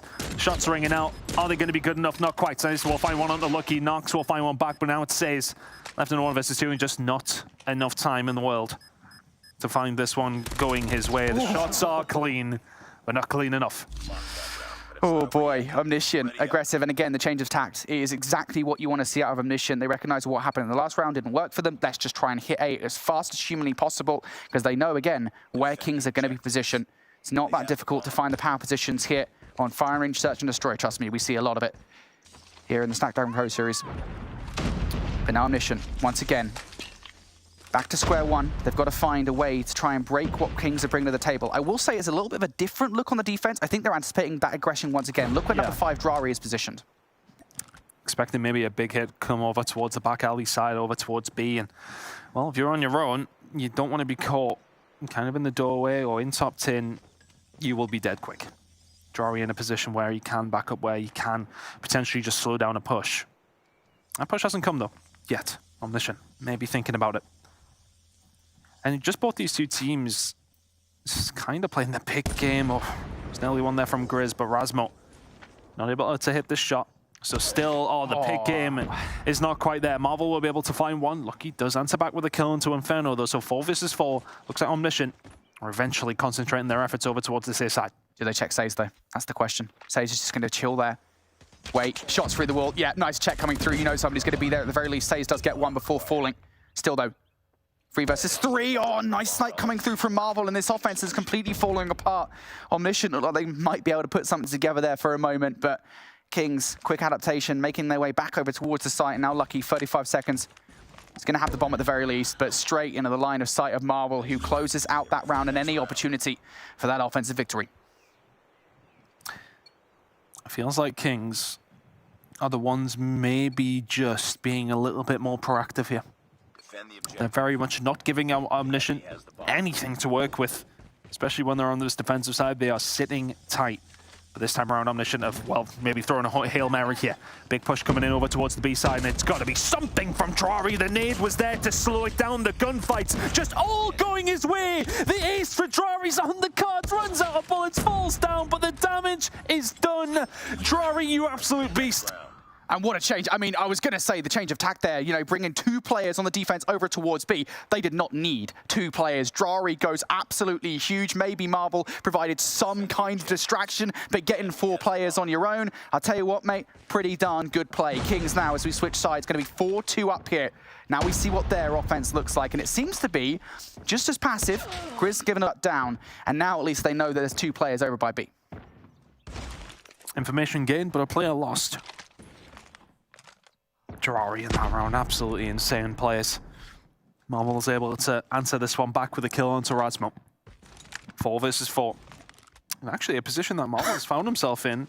Not a bad spot. Still a little bit of play going on over towards that side of the map as Drari will have a look. But Kuthila does find a kill onto Inferno, and now it is a 4 versus 3 in the favor of Omniscient. Yeah, I will say they've got nobody inside American here, so they had no idea that they've made the push. They have to just try and react to it a little bit late because number 2 is still just chilling over by B, and yeah, good play call to be fair. Kuthila going to take down 1. Marvel, the last one left alive, and not able to do anything despite the self-kill there in the closing moments of the round. Omniscient, their defense looks pretty strong here in round number 1. Sometimes, like, there's a couple of players come out from some of the Kings players where, I mean, we just see Drari walking through the middle of the map, and as you said, there's no control of American. He's just like, well, you know, we'll see what happens. Sometimes it works, sometimes it doesn't. More often than not, it really doesn't. Inferno, first blood again. Rasmo now will fall. Having a look over towards the kills. Rasmo really, really struggling here. As is Grizz, who's somebody who just looked absolutely phenomenal in that first Hardpoint map, and really has slowed down since then. Is that a reason as to why Omniscient have been able to bring this one back? Looking over towards it, though. Nice setup here for Omniscient. Kings looking to try and find a pick. Of course, they are in a 5v4 situation, but what do they do with that advantage is the main thing. I think they're still looking for another frag at this point to ascertain some kind of control over the bomb site before they actually get the bomb down. Again, unlike last round, somebody in American this time. It's Narks towards the back, going to move away. I think he's been spotted now. The bomb's going to go down. It's a stretch park coming through. So now player inside the trailer park. It's going to be number 3, Gafila. What can they produce? Grizz wants to go with it. Narks actually going to take him down there in the attempt, but at the very least, Says now is going to be able to grab control of trailer as Gafila falls. That's a wild child, but Says manages to get away with it, but Inferno up towards top 10. This is just such a difficult position for Omni to try and have to deal with. Inferno just needs to play his life here. Does it for maybe long enough. Satans and Nox, though, starting to combine 2 versus 2 all of a sudden. Says has been spotted out. Satans, it's an ego child. If I've ever seen one, Says will deal with him in Oz. Nox will fall to Marvel. 5-3 now to Kings. Things getting a little bit of tense there. for the Kings side, who are in a really dominant position. Omniscient nearly bring it back, but not quite. 5-3 now. Kings looking to try and close this one out. 2 more rounds. Or can Omniscient bring this one back? Smoke in the middle map to prevent that first snipe from happening again. Lucky going to take down Grizz. But look at this from Kings. They don't care that they've lost a player because they've got the full control of B to themselves, as Omniscient have pretty much given it away for free. And now what does the reaction look like from Omniscient? Because you're going to have to waste about 10 seconds before you even get there. This first pick from Omniscient is going to be crucial. A 5 versus 3 feels a lot better attacking this site than a 5 versus 4 will do. Drari being stunned out, but he just goes and retakes that position. They just completely allowed them to go in towards the site, and Kings are just picking them off like fish in a barrel. Phenomenal from Kings. They allow the push to come through. Omniscient are maybe just a little bit too stubborn to let them in over towards the B side, and Kings say thank you very much. Let them push in, then they engage. 6-3 Kings, dominant position, 1 round away from closing this one out 3-2. Or can Omniscient bring it back? There we go. Omniscient now needs 3 rounds on the bounce to force overtime. It's daunting, especially against a roster of Kings caliber. Drari looking for the first blood, not going to find it. Kafida's going to be responsible for that. Grizz with the response, though. All things will calm down for a second at 4v4. What is the play for Kings? Oh, well, no more playing for Grizz in this round. It's a Hail Mary from Gathila, who's found his 2nd kill of the round. Oh, Marvel with some great shots, and now behind the bomb, Gathila is probably going to have to give that one up. 3 versus 3. Kings thinking about a plan here. Do they have the information? Do they have the utility to actually go for it? It's actually given Omniscient a really good amount of time to find themselves over, and the net is closing around this Kings attack. Bomb eventually will go down. Saturn's Gathila are lucky. Have to do something about this. It's the big 1v1 around the flank. Saturn's is slowly inching his way forward. Somebody has to make the move. There it is. Saturn's for the first kill. Gonna find another one as well. Saturn's goes huge! 3 in a row! And that's another round. First of 3 to survive. The first one was the crucial one. And after that, you don't have enough bodies on the King's side to look in, well, 15 different directions. You had those 3 players who could lock down each angle. But as soon as Saturn finds one, the round's done. He cleans it up in a nice way, though. 6-4 now, still a mountain to climb. Maybe not quite a mountain anymore, it's a small hill, but Omniscient still on the back foot. Kings now on this attacking side. Omniscient looking for this first blood, will not find it. That was very aggressive from Saturn's in the middle of the map, and are they going to be able to be punished for that? Gathila finds one at the Drari. He's been so good inside of American from the Omniscient side. 10 kills to his name, but needs a little bit of help from the rest of the squad. 4 versus 4.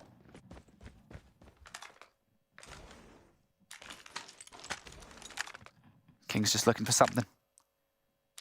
Omniscient have to hold steadfast. There's the first look, but Rasmo gets the better of him. Better weapon for the situation, frankly enough. Marvel, though, lovely nade prediction. Gathila had nowhere to go. No escape from that nade. So a very quick response. Now 3v3.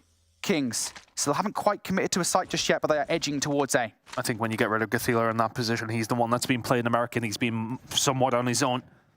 This time around, though, he does have a bit of backup. Nox is inside of American, but he's going to have to be the one to deal with it. First line of contact is dealt with. Marvel takes down Nox, and now that should be a remotely free plant for Kings. Over towards the site, the bomb goes down. They've got the sight lines, they've got the pressure. Lucky and Rasmo need to find somewhat of a miracle to get themselves back into this one. And maybe it was a fairy tale that we wanted to happen. Maybe it was something that we wanted to see in the first game. Omniscient have been somewhat brilliant. Oh, have they been brilliant enough, though, to maybe continue this one? Lucky will find the shot onto Marvel. Now a 1 versus 2, 25 seconds to go. It's still doable. Has to get lucky, though. Not going to peek the middle of the map, will Inferno. So now needs to do it, get his hands dirty to make this happen. Stays on the other side of the wall. He's got a lot to do. The pre-fire from Lucky's not good enough. Inferno the shot, but Lucky will connect for the second. Goes straight onto the fuse. It's a bait play. Says is not going to move until a second later. Says doesn't actually get the kill. How does that happen? Does he have time under the fuse? That's the question from me. Yes, he does just about. The 1v3. But it's not over yet. It's not over yet? How? I fully expected it to be over. Says didn't even respond to the bait. He delays it, and yet still Lucky wins the fight.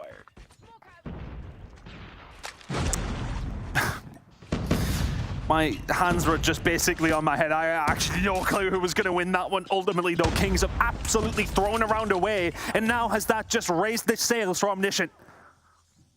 Actually feels like it, doesn't it? I mean, look at the start of this round, Tunt. Every single kill pretty much. Yeah, you've lost the bomb over a down A lane. And players, I mean, they're not really even in a position to retrieve it. I was pretty much writing the obituary for Omniscient that it was done. It was over. But Lucky only had 6 kills to his name of the previous 10 rounds, I want to say. Sorry, Matt. But somehow pulls a absolutely crazy 1 versus 3 out of absolutely nothing, but this time around he's been dealt with. Marvel will find the kill. And it's still around that. If Kings win, they win the series. Yep. But Omniscient are looking like they're going to force overtime in map number 5 unless Marvel can just pull something out the fire once more. Difficult position to be in, but he has the bomb. 1 versus 2, but they know exactly where he is. Overtime we go somehow. Somehow. I mean, when you say these things, right, you know, you put it into the atmosphere, they've got to win 3 rounds in a row to survive this matchup with Kings. You don't think it's going to happen. In a way, you try to be positive, but even then, you got to win 3 rounds and find that 1 versus 3 to stay alive. Insane. If they go on to win this, I don't know what Lucky gets for playing for Omniscient, but double whatever it is. Because that is absolutely insane.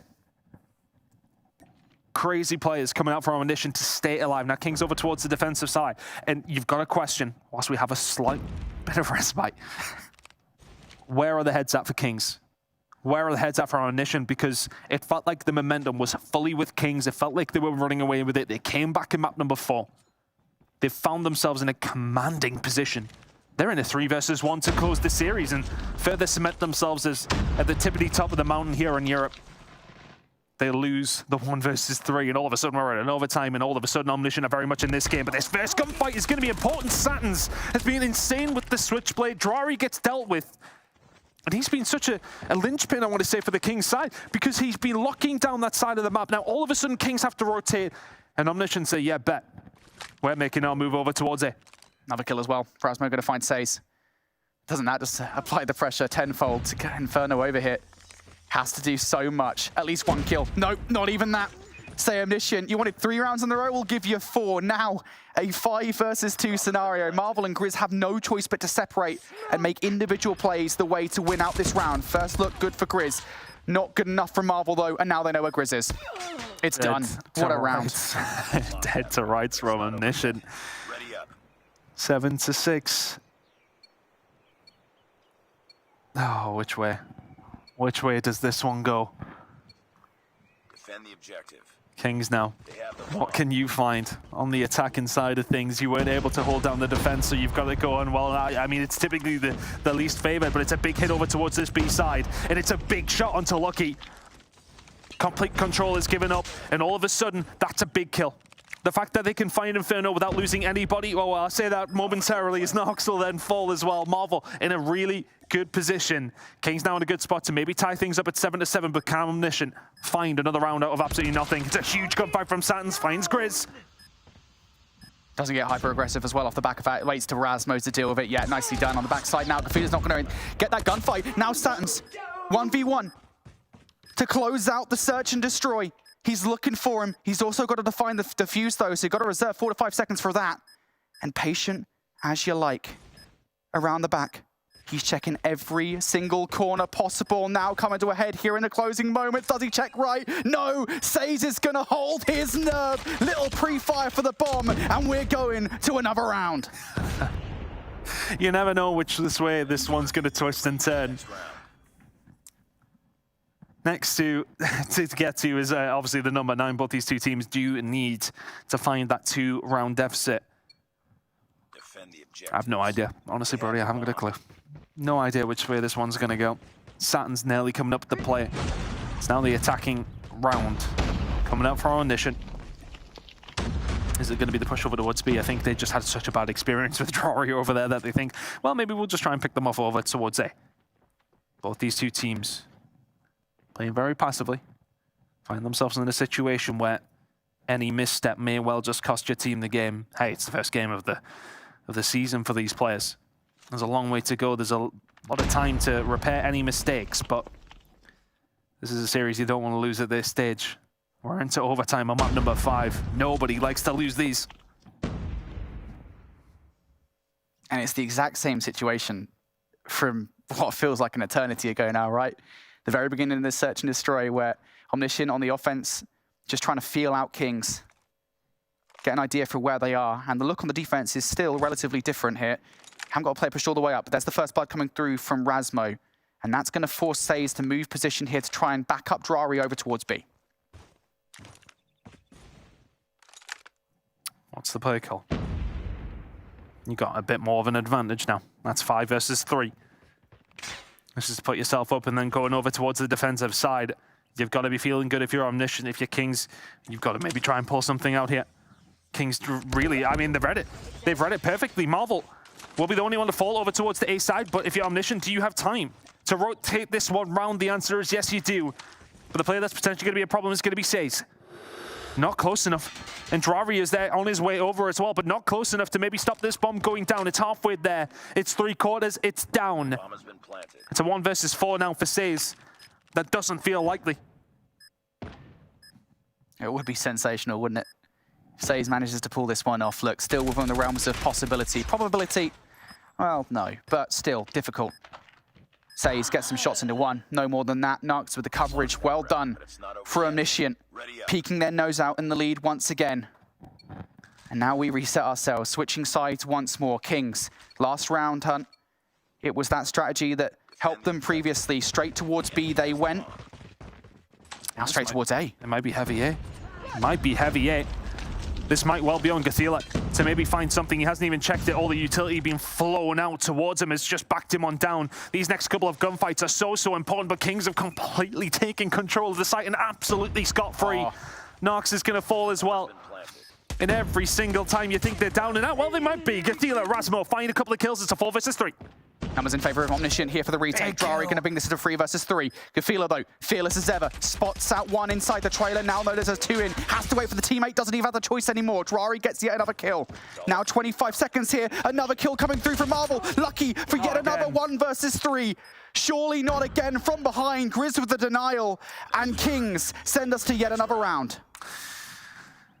These attacking rounds are somewhat feeling easy. These two teams just, I want to say it's really brave player from Kings as well. You lose this round, you lose this series, and you just send it towards A. Now, Omniscient, what's the plan here for you? I mean, you've lost a couple of kills already, Says and Kriggs. Starting to find their flow, and Grizz has found a second. He's been really quiet in the back end of this series, but quiet no longer. Saturn's on this attacking round. We've seen 4 attacking rounds in a row won by either one of these two teams. It's about to flip. Unless Saturn's finds the 1 versus 5, I mean... Possibly. Look, crazier things, right? Doesn't have the bomb. Has no positioning. Has 5 players to deal with. You're telling me you wouldn't pull this off? Absolutely not. Yeah, no. To be fair, you couldn't pull a 1v1 off, so understandable. But relax. Saturn's... What do you do in this situation? Just like get something, right? Try and take some players down for some kind of value in this round. Drari going to finish it off in what is ultimately a flawless round from Kings. And that is important because for the last 4 rounds straight, I believe it's the offensive side that have won out. Kings on the defense here. They changed tact completely by getting hyper-aggressive through mid. Now, Kings, a chance to close it.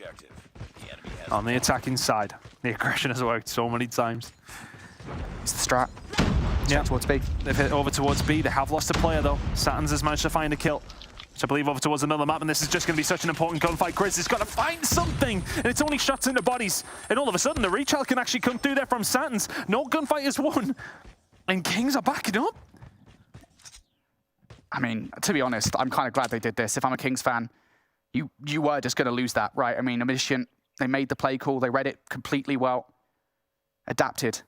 And now, big gunfight. 1v1, but yeah, Saturn's going to lose that one. Now an opportunity here for Kings to perhaps rotate over towards A. I do wonder, though, is this actually a double blind? Do they instead go back towards B, knowing that now A is completely open? Got to be considering it.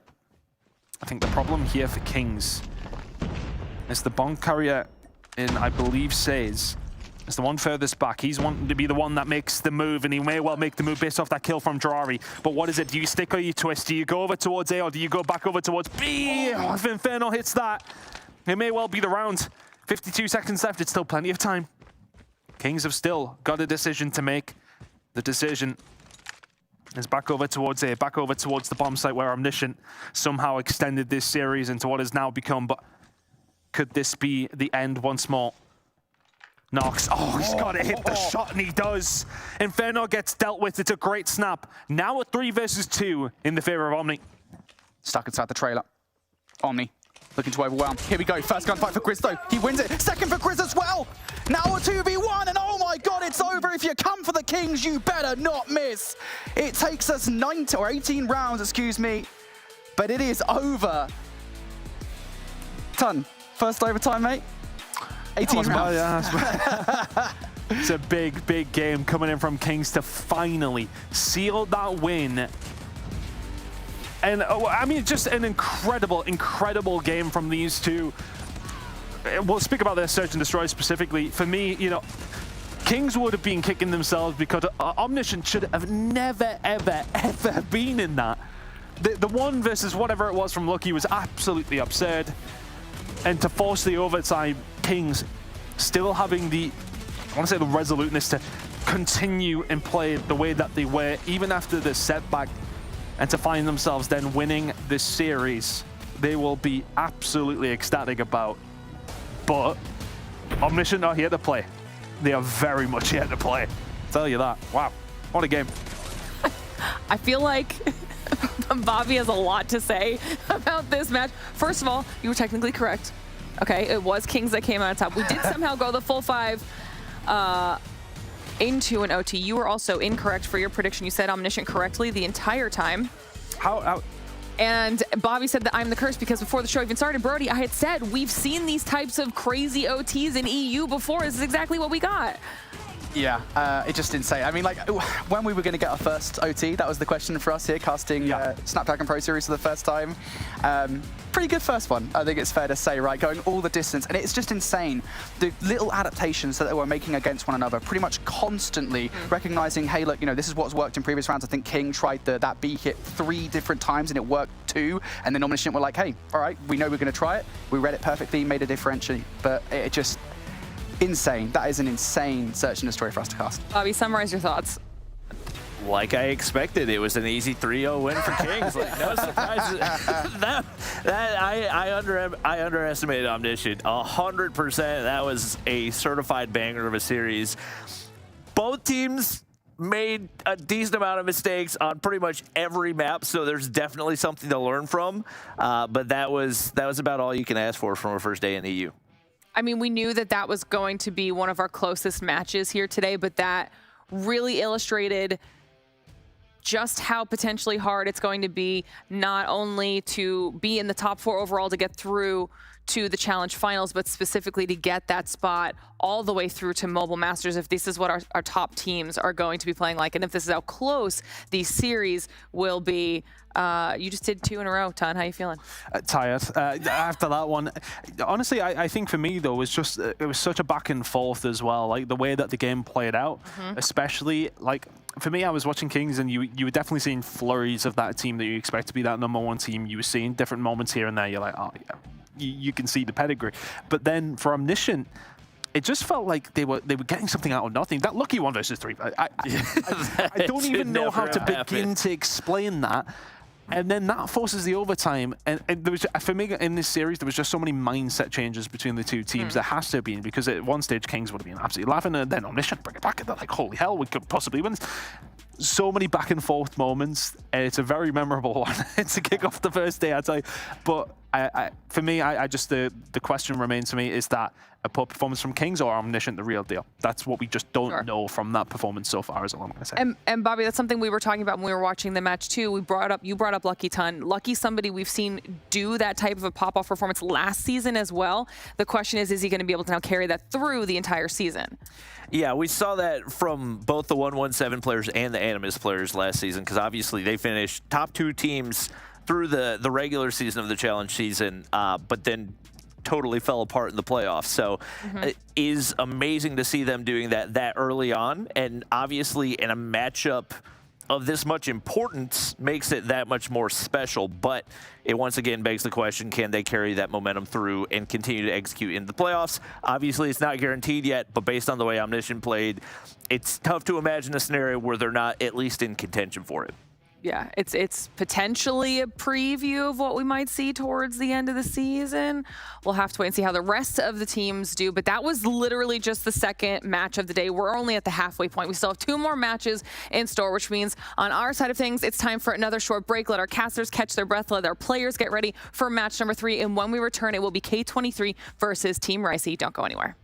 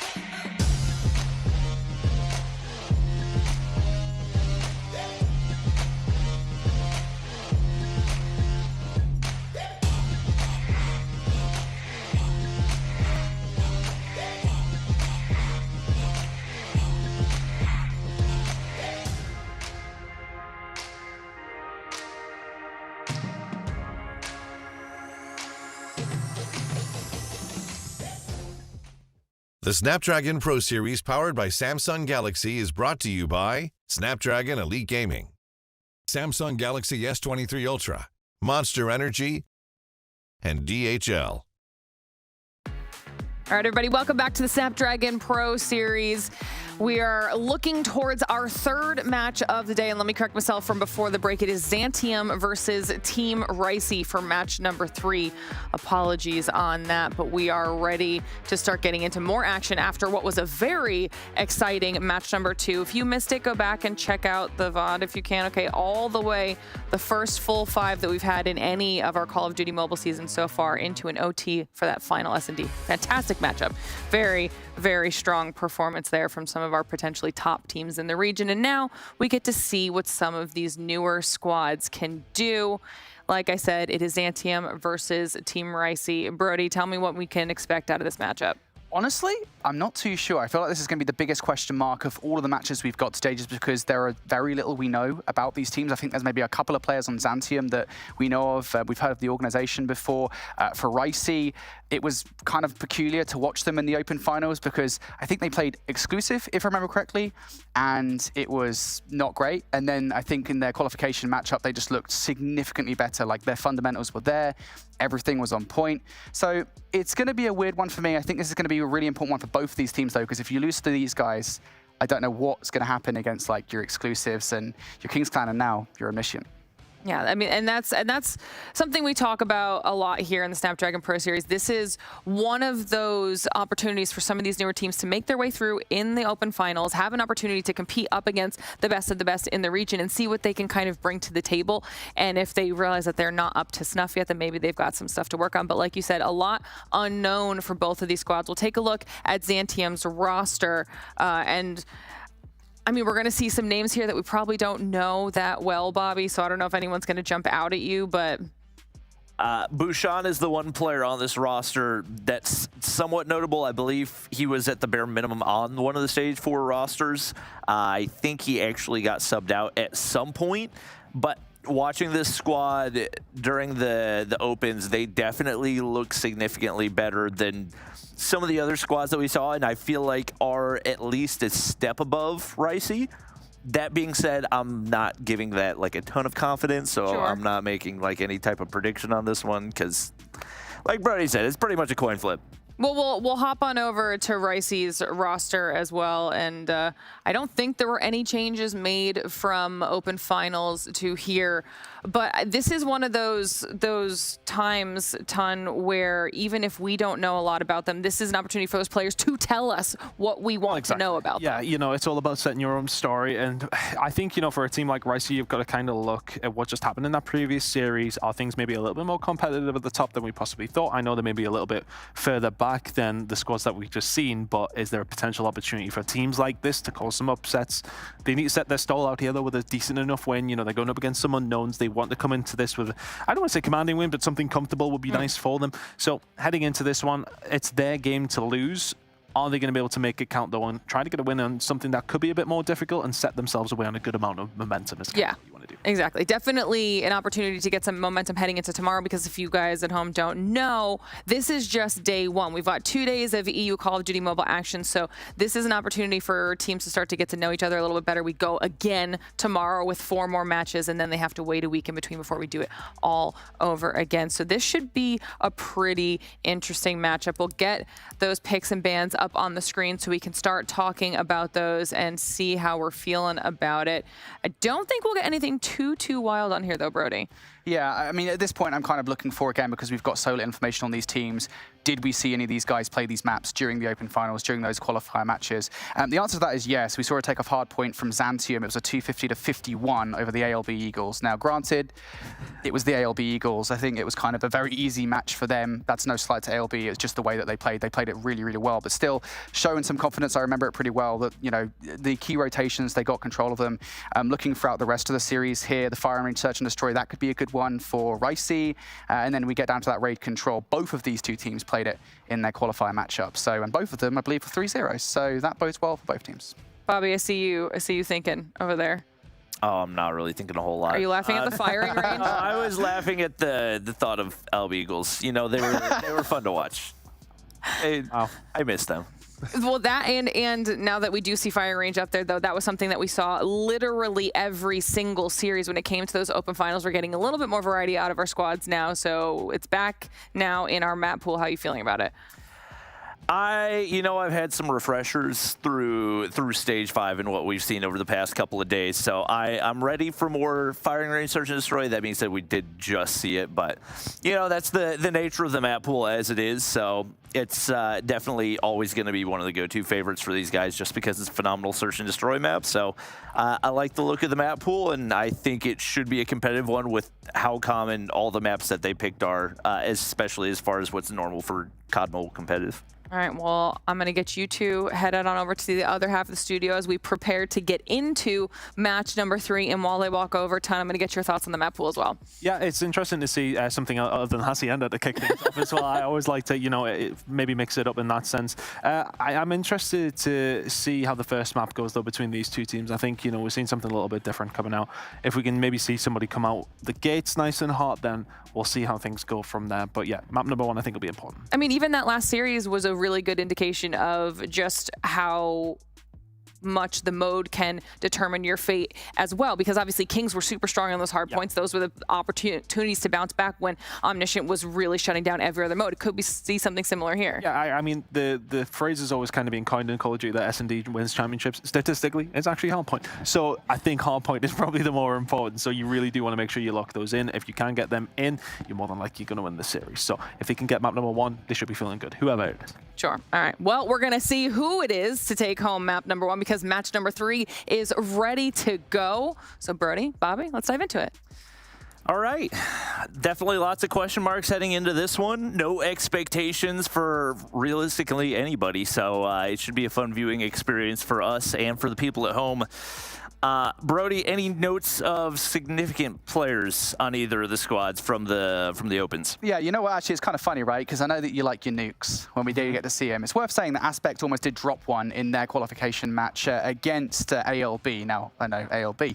But still, it's notable, again, Aspect didn't just do that, but he also played pretty well throughout the entirety of that series, so maybe a player to watch as we get into it. But for the other side as well, I'm looking at players like Kalo and Turtle, Carlo and Turtle. I don't know, someone on Twitter will angrily tweet me or zeet me or whatever the phrase is these days if I get the pronunciation incorrect. Regardless, in towards this one with this we go. It feels kind of like a Dropbox in a way, right? We're going to be treated as something we don't know what it is. Yep. I believe we actually do have Sushi subbing in for Turtle in this one. Definitely was one of the notable players in the earlier rounds for Ricey, so we'll see what he can bring to the table. But it is going to be Ricey hopping on the hard point early on right here. Trades back and forth. Xantium, not Zidium, for those of you at home who did watch our challenge season 3.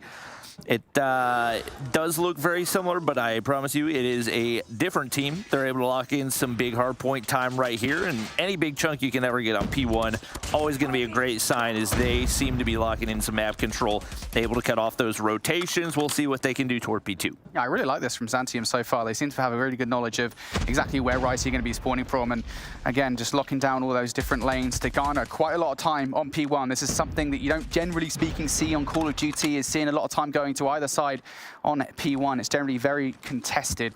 Now we go to P2 though. Xantium did have one player over there, that was Zukers, who does end up falling. Now they're gonna have to rely on a player like Bouchon to try and make some kind of moves forward. At the very least, to contest would be nice before the kill pops.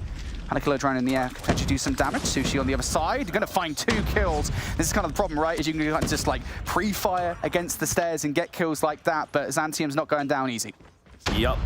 Nice setup in the top side. Trophies get put down. Nades across as Ricey trying to find their first big chunk of hard point time. Big damage right there, but unfortunately trades do go through for Xantium. Getting back onto the hard point, they continue to move upward, and obviously some struggles for Ricey really controlling the map. They've been spawning in that one set point for the entirety of the time, which is what seems to be exactly what Xantium are looking for. They're able to lock down the top side and keep that crossfire from outside of P2, and For the time being, they can pretty much continue to rack up the time, or at the bare minimum keep things contested as they look to maintain that setup toward P3. Yeah, Ryu picks up a double there for Zantium to grab the time. If it's your Ricey, you're really upset with how that one goes, especially considering now, by the way, you're spawning over by P2, not a spawn you want, as Zantium should be the first team to touch over by P3. As long as all goes well, they are actually picking up a couple of kills here, Ricey, on the rotation. Aspect's going to have to do a little bit of work to keep them clear away from the hard point. He's already got one for the second. Carlo, though, going to deny with the double. Now here come Ricey, outside the hill. Time for the Gravity Vortex gun. This thing is so good for clearance. It's not going to grab anything just yet, but it will keep them away. There you go. Finally does get the kill against Brinks. It's so good to keep these guys away from the hill. And for the moment, Zantium, they hold. Yep. Perfect hard point out of them so far on takeoff. Bad timing for Bouchon as he does get traded, so Ricey find their first break on in. Ryu's got some streaks to work with as he has been cooking so far in this one. Has an operator if he wants it as well, and right now, Zantium trying to find a break back on into the hard point, but it looks like they will be able to find it right there. Trades go back and forth. Looks like it's going to be a back and forth affair, but fortunately for Zantium, Aspect ready to go on P4. Big rotation coming out here from Zantium. Got a couple of players in. Want to get a little bit of help coming out from number 3 on the mini-map. That's going to be Ryu, who does actually lose the gunfight. So one player does get past behind enemy lines, and Rushes not only picks up one, picks up a second as well. Still hanging about here, and Aspect just going to chill in a rather weird spot. He's actually going to win the gunfight. Nice kill from Rushes, who picks up 3 separate gunfights there to give Ricey temporary control. And I say temporary because Zantium are right back snapping at the heels once again. It only takes 10 seconds for the hill to flip back in their control. Yeah, outside of P2, neither team's control of any of the hard points has looked super convincing. So we'll see if Zantium can lock back in and get a big chunk right here. Pred's gonna drop. That should be able to do a nice amount of damage. And there it is, the Claw doing the rest. Zakur's able to find 2 right there, and we do see some more of the operators starting to come out. You talked about Aspect not having his best game right now, only 5 kills on the board, but Ryu's going to be able to stack up a few more, and it looked like Aspect was popping the operator, but not a ton of value to be found for him, unfortunately. Ricey will be able to break back on in and should be able to at least get the scrap time right here and set up some of that high ground control as they head toward P1. Now Ricey will at least dent the lead that Zantium had built up over the first 3 kills as we go into the second set. Some resistance to be found, it would seem, on P4. Now though, into the second, we see a better look coming out from the squad here on P1. Already starting to get control of the top stadium side. Forget, on the hunt for some of these kills. Try and garner some control around P1. Gonna outplay Rushes. Didn't quite expect them to go through the bottom of construction. Forget with the route. We'll be looking pretty good here. Zantium, within 15 seconds, remove Ricey from the hill. Kahlo's trying to hold down that stairway so they can maintain that building control, but it looks like it's not meant to be. Bouchon looking to clear. Zakur's is actually going to be the one to take down the final kill. And as expected, back and forth over on P1. Ricey will lock in some more time right here. But obviously, all eyes on P2 as both these teams get ready for this setup, and that's going to be Kahlo up there early. Not only able to keep the contest right here, but setting themselves up well for a hard point that they did not look strong on the first time around. Yeah, they got like 5-6 points on the last go around. Zantium are doing such a stellar job at just keeping them out of the hill. This time they should be the first team to touch. I believe there's 2 players currently situated inside. A long wraparound coming through from Zukers that could be super effective. At least gets 1 from the middle of the map. That'll alleviate some pressure on that lane. Elsewhere inside the hill, Ryu doing some damage as well. So Zantium starting to poke holes in the defense here of this hard point. Ricey having none of it though. Etudes trying to find their way through. Carlo as well, but both of them do end up falling. Again, Zantium, they are just poking and prodding at this hill. Aspect just going to wait here for a second for a little bit of help, and now it's time to start seeing some of these specialists. Forget, going to bring out that war machine, firing it from afar, and it's super duper effective. This is a very, very different hard point when you add operators into the equation, and it's given Ricey a little bit more punch to be able to fight back, despite the fact that they have not been able to get those spawns go the way they wanted to. Grav Vortex doesn't find a ton of value for Bouchon right there, but able to find 1. And it looks like for the time being, Zantium are very happy to keep things contested. This is going to be overall a very long game of hardpoint with the amount of contest time we've seen between these 2 teams. Ricey doing a good job of making sure it doesn't get too out of control too quickly. They're able to bring things back just a little bit right here as they only sit down 40 heading back to P2. Yeah, well, last time around it was the Gravity Vortex gun that helped out Zantium quite a fair bit. This time it's going to have to be the equalizers in the hands of Ryu. who's currently chilling inside. Sushi trying to find a route up top. Etudes looking to find his way through, but Zukers is going to shut them down. Great positioning coming out from Zantium across the map at the moment. Look at Forget over by P4 already. It's annoyance that you just simply have to deal with. Despite these close spawns from Ricey, they cannot find their way through. Every single gunfight being won where required by Zantium. And you just can't afford to chow Ryu. Well, Sushi's going to do so and actually wins the gunfight. So a good look at the last 30 here for Ricey.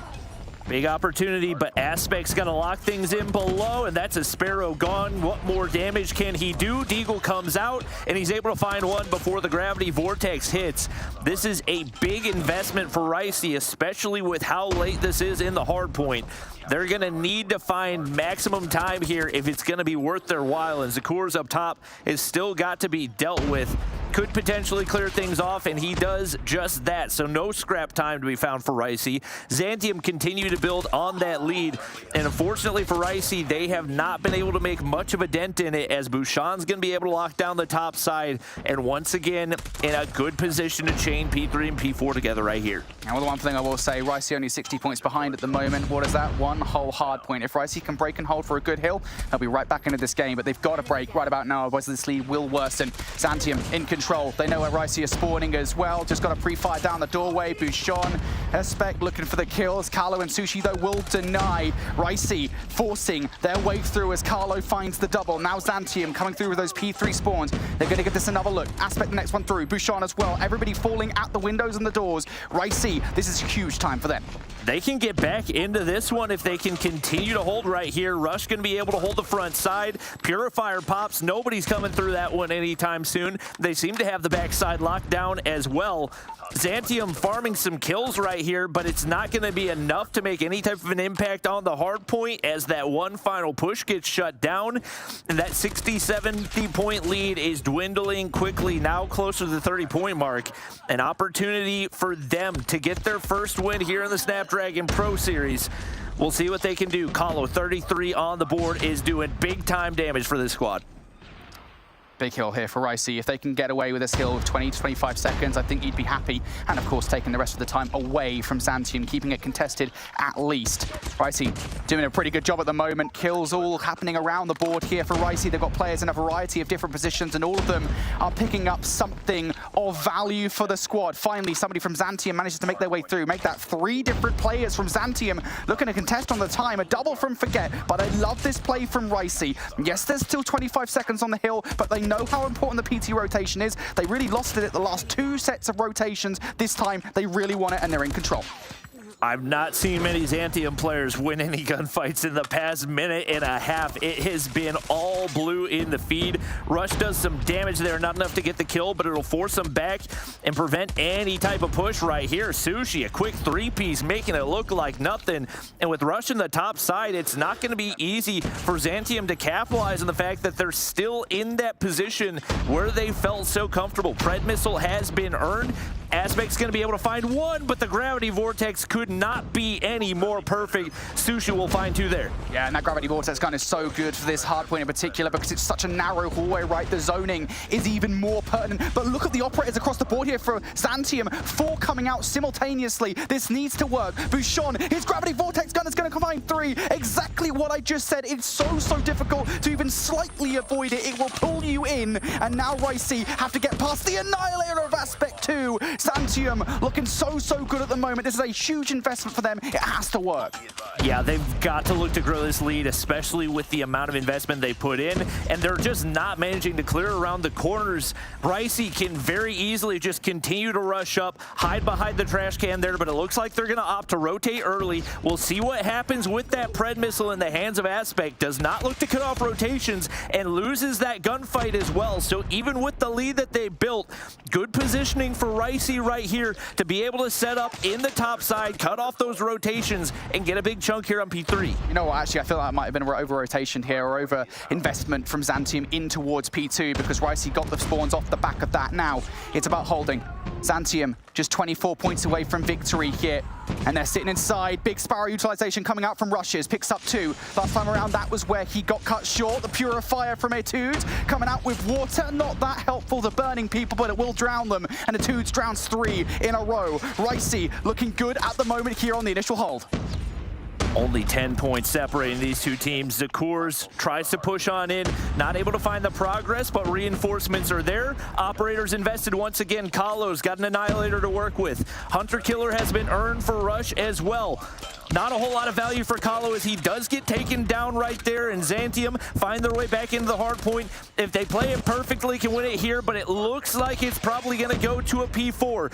Little bit of contest time right here, and I don't think it's enough for the Ghost Tick. We head on over to P4, and who's there? It's Xantium ready to lock in this win. Yeah, Ricey did not have control of the spawn. Xantium, 3 seconds though. There's a little bit of a grace period before the kill hops. Is it enough here for Ricey to find their way through? The kill feed doesn't look like that's the case whatsoever. A little bit of help from the middle of the map for Forget as well. And Xantium, really, if anything, off the early game lead that they built up, able to win map number 1. Really good map control out of them, and I think I really want to specifically call out P2. Just Xantium, I think for all 3 times it popped up, they had total control of it, and I think that was a really good exemplification of just how much control they had over that game. Yeah, I would like to see maybe a more 2- or 3-dimensional push on both teams out of P2. It felt like very much it was just send everybody up the stairs and hope you win the gunfights rather than sending pinches, rather than hitting some flanks to try to suppress those spawns and keep players pushed back.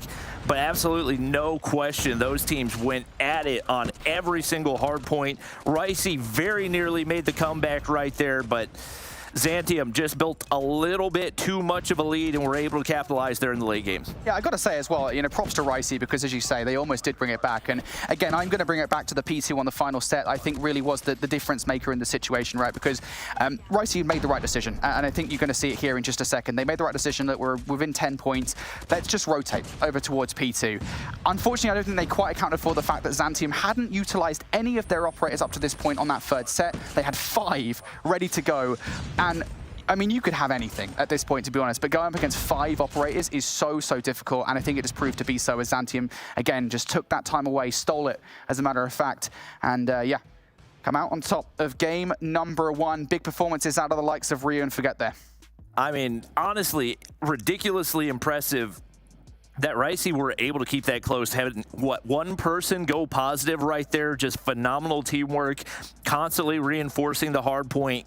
Players playing those cheeky angles, and definitely were a thorn in the side of Xantium there. So heading into the search and destroy, the 2 teams, at least in the hard point, seem to be evenly matched, and hopefully can give us the same show here. Yeah, for sure. Again, when we go down to the search and destroy, it's going to be interesting to see kind of what we're expecting from these teams. If I remember correctly, I mean, I say if I remember correctly, I've got the scores here. It was pretty close search and destroys for these guys in their qualification matchups. It was, I think even some of the rounds were super duper close. Slums, though, it's a different setting for both of these 2 teams again, so we don't really have too much to go off in terms of what to expect, but we'll see. Who will come out on top? Can Xantium extend their series advantage here to 2-0, or Ricey fight back? Well, it's been a good start for Ricey, been a good start for Kalo, more specifically. He finds a double right off the start. Had a huge hard point for his squad and has brought that momentum here as well. Sushi's going to be able to pick up 1 onto Zakurs. Bushan finally finds 1, but it does not last long.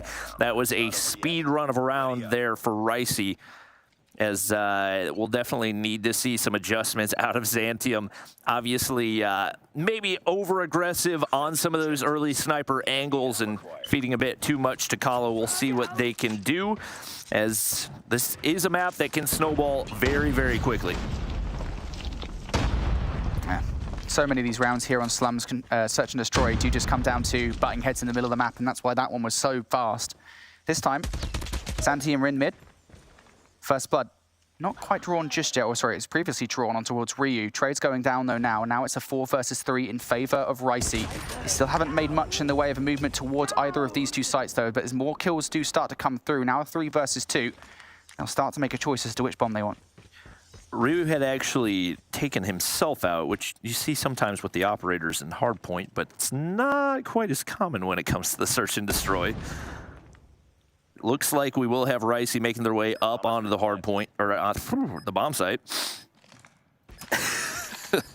Fine, we all do it, man. Little retake attempt right here for Xantium, as The snipers try to look for a pick, not going to be able to connect over top of the bomb heady. Forget, nice flank setup right here, but has been spotted, and the quickscope is not going to connect, so now a 1v3. Only 20 seconds and not much real estate to work with. Aspect, that information given, and an unfortunate hit marker should spark the end of the round. Does try to make a quick wrap back, but unless they set up for the triple collat right here, probably not meant to be, and that's Ricey taking the second round. It's not over yet. Yeah, and that was just kind of a classic search and destroy situation of Ricey just kind of dialing the numbers down, trade after trade from the initial, and numbers in their favor, and the 3 versus 2 decide this is the time to get the bomb down. As soon as that happens, it becomes a highly improbable situation for Zantium, short of some crazy situation to retake. Not going to happen. Now Zantium defense once again, this time 2 players in the middle of the map. The third, not that far behind, but it is somewhat passive. Bomb is chilling over by Skips. So they're still playing this one themselves pretty passively. Snipers doing their best to find an angle, find some visuals, find some information, and it will be Kalo finding first blood once again. Huge impact for him. And a couple of rounds for this squad. Does get traded out. Forget's going to be able to drop him, so into a 4v4. And nobody wants to overpeak over here on the B site. Sushi able to pick up Zakurs right there. 1 player spotted out, but too tough of a heady to take him off of right there.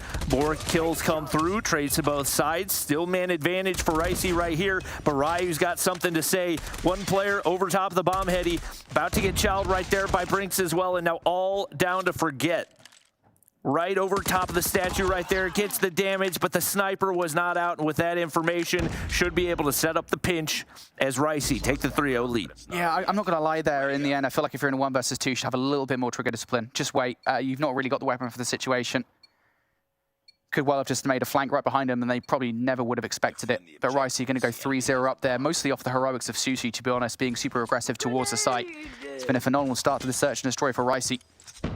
And Zantium, their defense has just been picked apart round after round. This time, a different look. Look how aggressive Bouchon's getting through Graveyard. Wants a go of it. Has to be careful, though, he doesn't run right into play number 5. As a matter of fact, he does. Aspect rushes down. Trigger discipline is one thing I will say has been lacking in a few of the matches we've seen today. A lot of situations that could have turned out very, very differently, just with slightly different decision-making. Kalo's going to be able to trade back, and Sushi finds another one. Ricey have had the bulk of the man advantage in just about every round that we've seen so far. Naturally converted into the rounds that they've found, and with Kalo still alive, going to be difficult for the Zantium squad to deal with. Dude's so patient, but it's just not paying off at all. Ryu doing a phenomenal job of keeping off guard, but a little aggression over toward Bricks right here. Will Forget be able to find an angle? He does, but the shot does not connect. Yeah, and that aggression from Forget, well, might be unforgivable. Now 2 versus 2 though. Bouchon completely flips the situation on its head. Don't have to worry about what Forget did before now, as the numbers are even once again. Ricey going to peek out towards the middle of the map and going to grab the bomb. That nade is not going to connect right there, and once again, bit of a waiting game between the two. Neither team really wanting to commit right here. Etude's still bomb in hand, and he's all the way back in garage. Only 20 seconds to go. What are we doing right here? You got to make a move. He's forced to wrap back toward A, but you got to think with 2 players over on the B site, that gives the necessary information to this squad, and he's going to be forced to plant right there, and now no time to get the plant down. And that should be the round locked in here. Finally, Zantium taking 1. Yeah, I thought that was just a bit of miscommunication there from Etudes and Kalo. You know, I think Etudes had some ideas, some designs of going over towards B with a wrap, and Kalo just didn't move with him. Forced to wrap back round towards blue. The enemy has the bomb. Zantium, off the back of it, find a round. Bouchon also should be probably credited for that round after a double that even the odds at 2 for 2. Regardless now, Zantium on the board. What do they do in the follow-up round? Trades galore to kick things off. That bomb now down in an awkward spot. Bouchon once again producing a double. Zakir's going to follow up with yet another one. Carlo, ideally you want to find something. Etudes though going to find a double of his own, and now the 1v2 after all of that nonsense. Sushi's done a shockingly good job of controlling the mid-map with an AR. Typically, it's the snipers that you see finding those first bloods, but a little smoke and a pre-fire with that Kilo has worked absolute wonders for him. Hasn't been enough to give their team the man advantage right here. Kahlo's going to try to clutch up in a 1v2.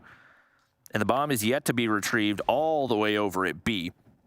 So he's going to look to play for the picks instead, but these two players playing hand in hand shouldn't provide any type of an avenue for him to sneak through unseen right here.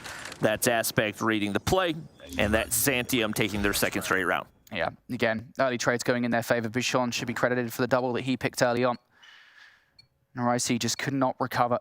Unfortunate 1 versus 2 situation for Kahlo that he's not able to convert. So 2 rounds back-to-back here for Xantium. They're starting to build some momentum. Last offensive effort from Ricey, and it doesn't look that dissimilar to what we've seen before. Unfortunately, Rushes finds himself out of the round via his own means. I like almost never see that happen at all in Search and Destroy. For it to happen 2 times in the same Search and Destroy is somewhat mind-boggling. Great attempt right there for Kahlo, but the shot will not connect. Sushi's got the heady to work with, but Ryu too quick with the movement right there. Slides back, but Kahlo's there for the trade. Now Aspect going to be forced back as he moves into the 1v2. Bomb finally going to go down for Ricey. Haven't been able to make that happen too many times over the past few rounds. It's actually a 1v3 right here, and once again, shots across, really just trying to scare him at this point, and he's going to be forced to find a god shot right here. We've seen a 1v3 with a sniper already today, and actually this is a perfect read. He's really hoping you can shoot him in the hand. That'll kill him. Oh no! Aspect. Oh man. I mean, he saw it at the very least, but it looked like something I would do. I'm gonna be honest. I'm not going to disagree with that, Bobby. That said, you are a significantly better player than I am, for sure. So after seeing on the iPad earlier on, yeah, you know. I know what to expect. Grinding, you know. Regardless, we switch sides now. Xantium got to claw back some rounds here, as they are now on the offense. And once again, a very similar situation. This time, I will say, Ricey, for their first defensive look, have sent 2 players very, very far towards that defensive wall, right on the other side of it. So Xantium have to go for kind of an egotistical chow to make it happen. Yeah, phenomenal map control for them to start the round and really put Xantium in a difficult position. Once again, really just banking on your sniper finding an opening pick, but with that many players pushed that far forward, there's only so much you can do. They are going to be able to find one. Somehow the trade does not go through as Rush able to wrap back around the corner with the R9 in hand. Aspect trying to find an angle, but once again, they're tucked toward that front wall. And in the positions that they're in, they've got to find perfect timing, and they finally found the timing, but couldn't find the shot. Once again, players have been seen, but not an easy head glitch to try to take somebody off of. Xantium still left trying to find a god shot. And the thing is, I will say, Ricey are giving them way too many looks. Like, why? Why do that? Kahlo still walks away with the kill, but they're getting really close to chuckling something here. Ricey now needs to defend the A site. It looks like Xantium have chosen that as their desirable target. B is still a plausible option, though, and Xantium's still juggling those options. I'm not too sure whether Kahlo did just connect there with a potential hit marker, but either way, a warning shot to send away. Certainly did the second time, and Etudes is going to be the player to capitalize on it. There's 2, looking for number 3, runs out of bullets in the magazine. It's okay, though. Kahlo is there to finish things off. And yeah, I mean, if Ricey didn't win that round, I'd have been concerned. Yep, that would have been rough. We definitely got to see a very different look at Xantium, because you can't allow that much map control to be taken without some type of idea of how to counter it. The utility usage has got to be cleaner. We'll see what they can do right here, as naturally Kahlo's going to make his way back on over to the A bomb site, and it is a full send on to B. Not a whole lot of value found out of that one, but they do get the better of the trades, at least initially, but there's Etudes trading the rest of them out, and now all down to Forget right here, 1v2 for him. And with the bomb down over on that B site, not much reason for Ricey to leave the area. Yeah. Kahlo says, how does it feel now to be the 1 versus 2? With no map control whatsoever, and you've got to go get the bomb.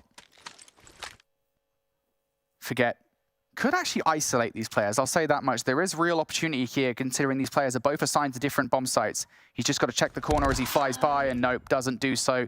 Etudes gets the 6th round here for Ricey. Very close to closing out this S&D now. Looking very likely that we will head to a 1-1. despite a slow game for Rush, only 2 kills on the board. Rest of the squad bringing their A game. Xantium have got to find a different approach here on the offensive side, finding no success, back-to-back round losses. And once again, Ricey, phenomenal discipline to sit back. Maybe a couple overchalls in a few situations, but for the most part, staying at home and capitalizing on the positions that they've had. There has been pretty much no utility value for Xantium, but finally we do see one of their snipers aspect find a first blood right there and potentially an opening for them to find some momentum here on the offense. And that first blood at the very least gives them a chance. But again, the problem here on Slums on offense for any offensive team is the fact that you have to find a follow-up. You have to get the map control. And there are just so many places in which you have to be the aggressor, like, for example, in towards Rushes with the R9. It's very difficult. Rushes, how you doing, mate? Have an R9 shot to the chest, have one to the legs. Not going to be able to take the second one off, but now that Rushes is out of position, there is now a real shot to get this bomb down over by B. And it absolutely should happen right here. I'm not sure why it's completely isolated over on the A side, but it looks like he's finally going to make that wrap back. Question is, can Brinks hit the snipe on the cross? And he cannot. So the bomb absolutely should go down if the kill's not found first, but Bouchon's there to finish the deed. And just like that, Xantium find their first offensive round, definitely benefiting greatly from that opening first blood for the snipe. It's a question of whether or not they can do it again here heading into round 10. The enemy has the bomb. Xantium hanging on by a thread. But we've seen crazy search and destroy comebacks happen today, or almost happen, we'll say. You're going to kick this first round off with the first blood and a second as well. This is pattern aggression coming out from Xantium. You have to convert though, and oh, it was going so well. It's all fallen apart. Let's forget an aspect, all of the aggression that we saw from Xantium right at the start of the round, the progress they made towards the middle of the map, it's all for naught, because now they're stuck in garage side and the bomb is very far away from them. Yep, that's one of the worst spots it could possibly be. Kahlo's going to be able to pick another. That leaves Aspect once again in a 1v whatever situation. We've seen this many times before, and we have not seen any different results. He's going to look to force his way up toward that B side, but greeted by a pre-fire from Sushi, and he should be able to get the information at the bare minimum. Kahlo says, I'll go ahead, make the wrap, and get this finished up nice and quick. Ricey take map number 2, which means we're guaranteed a map number 4 here in EU, the second map 4 and 2 more than we had in all of NA. Crazy, isn't it? It took us, what, like cumulatively 5 games to get a map number 4. Feeling pretty good about it now. We're starting to get some real competitive matches, and I think we kind of knew, we had an instinct that this would be a competitive match, just given the nature of kind of how little there is to go off from these two teams. And sometimes that can equate to, well, we don't have any VOD to review on these guys. You know, they had as much on these teams as we did. We saw the one match in which they played to qualify. I think 2 if you're Ricey, but then what do you take away from their match versus exclusive? Regardless, is leading to a situation like this where Ricey and the Search and Destroy are able to outplay Xantium in a number of different situations. I will say it wasn't perfect. There were moments where maybe Ricey gave away a little bit too much and Xantium were not able to capitalize. But overall, Ricey coming out looking better. Yeah, no question about it, and definitely giving me some faith that both of these teams can potentially compete against the best of EU. Both of them looking very solid at different points in both the maps that we've seen so far, and the region looking competitive, absolutely. So we'll see what they can bring heading into the Control. Kahlo, huge impact on the map, 11 and 4. So many first bloods for him, few double kills as well, and his team can definitely thank him for a number of those rounds. Xantium, I'm going to say that probably a million times this season. Xantium definitely have some work to do, I'd say, especially on the offensive side.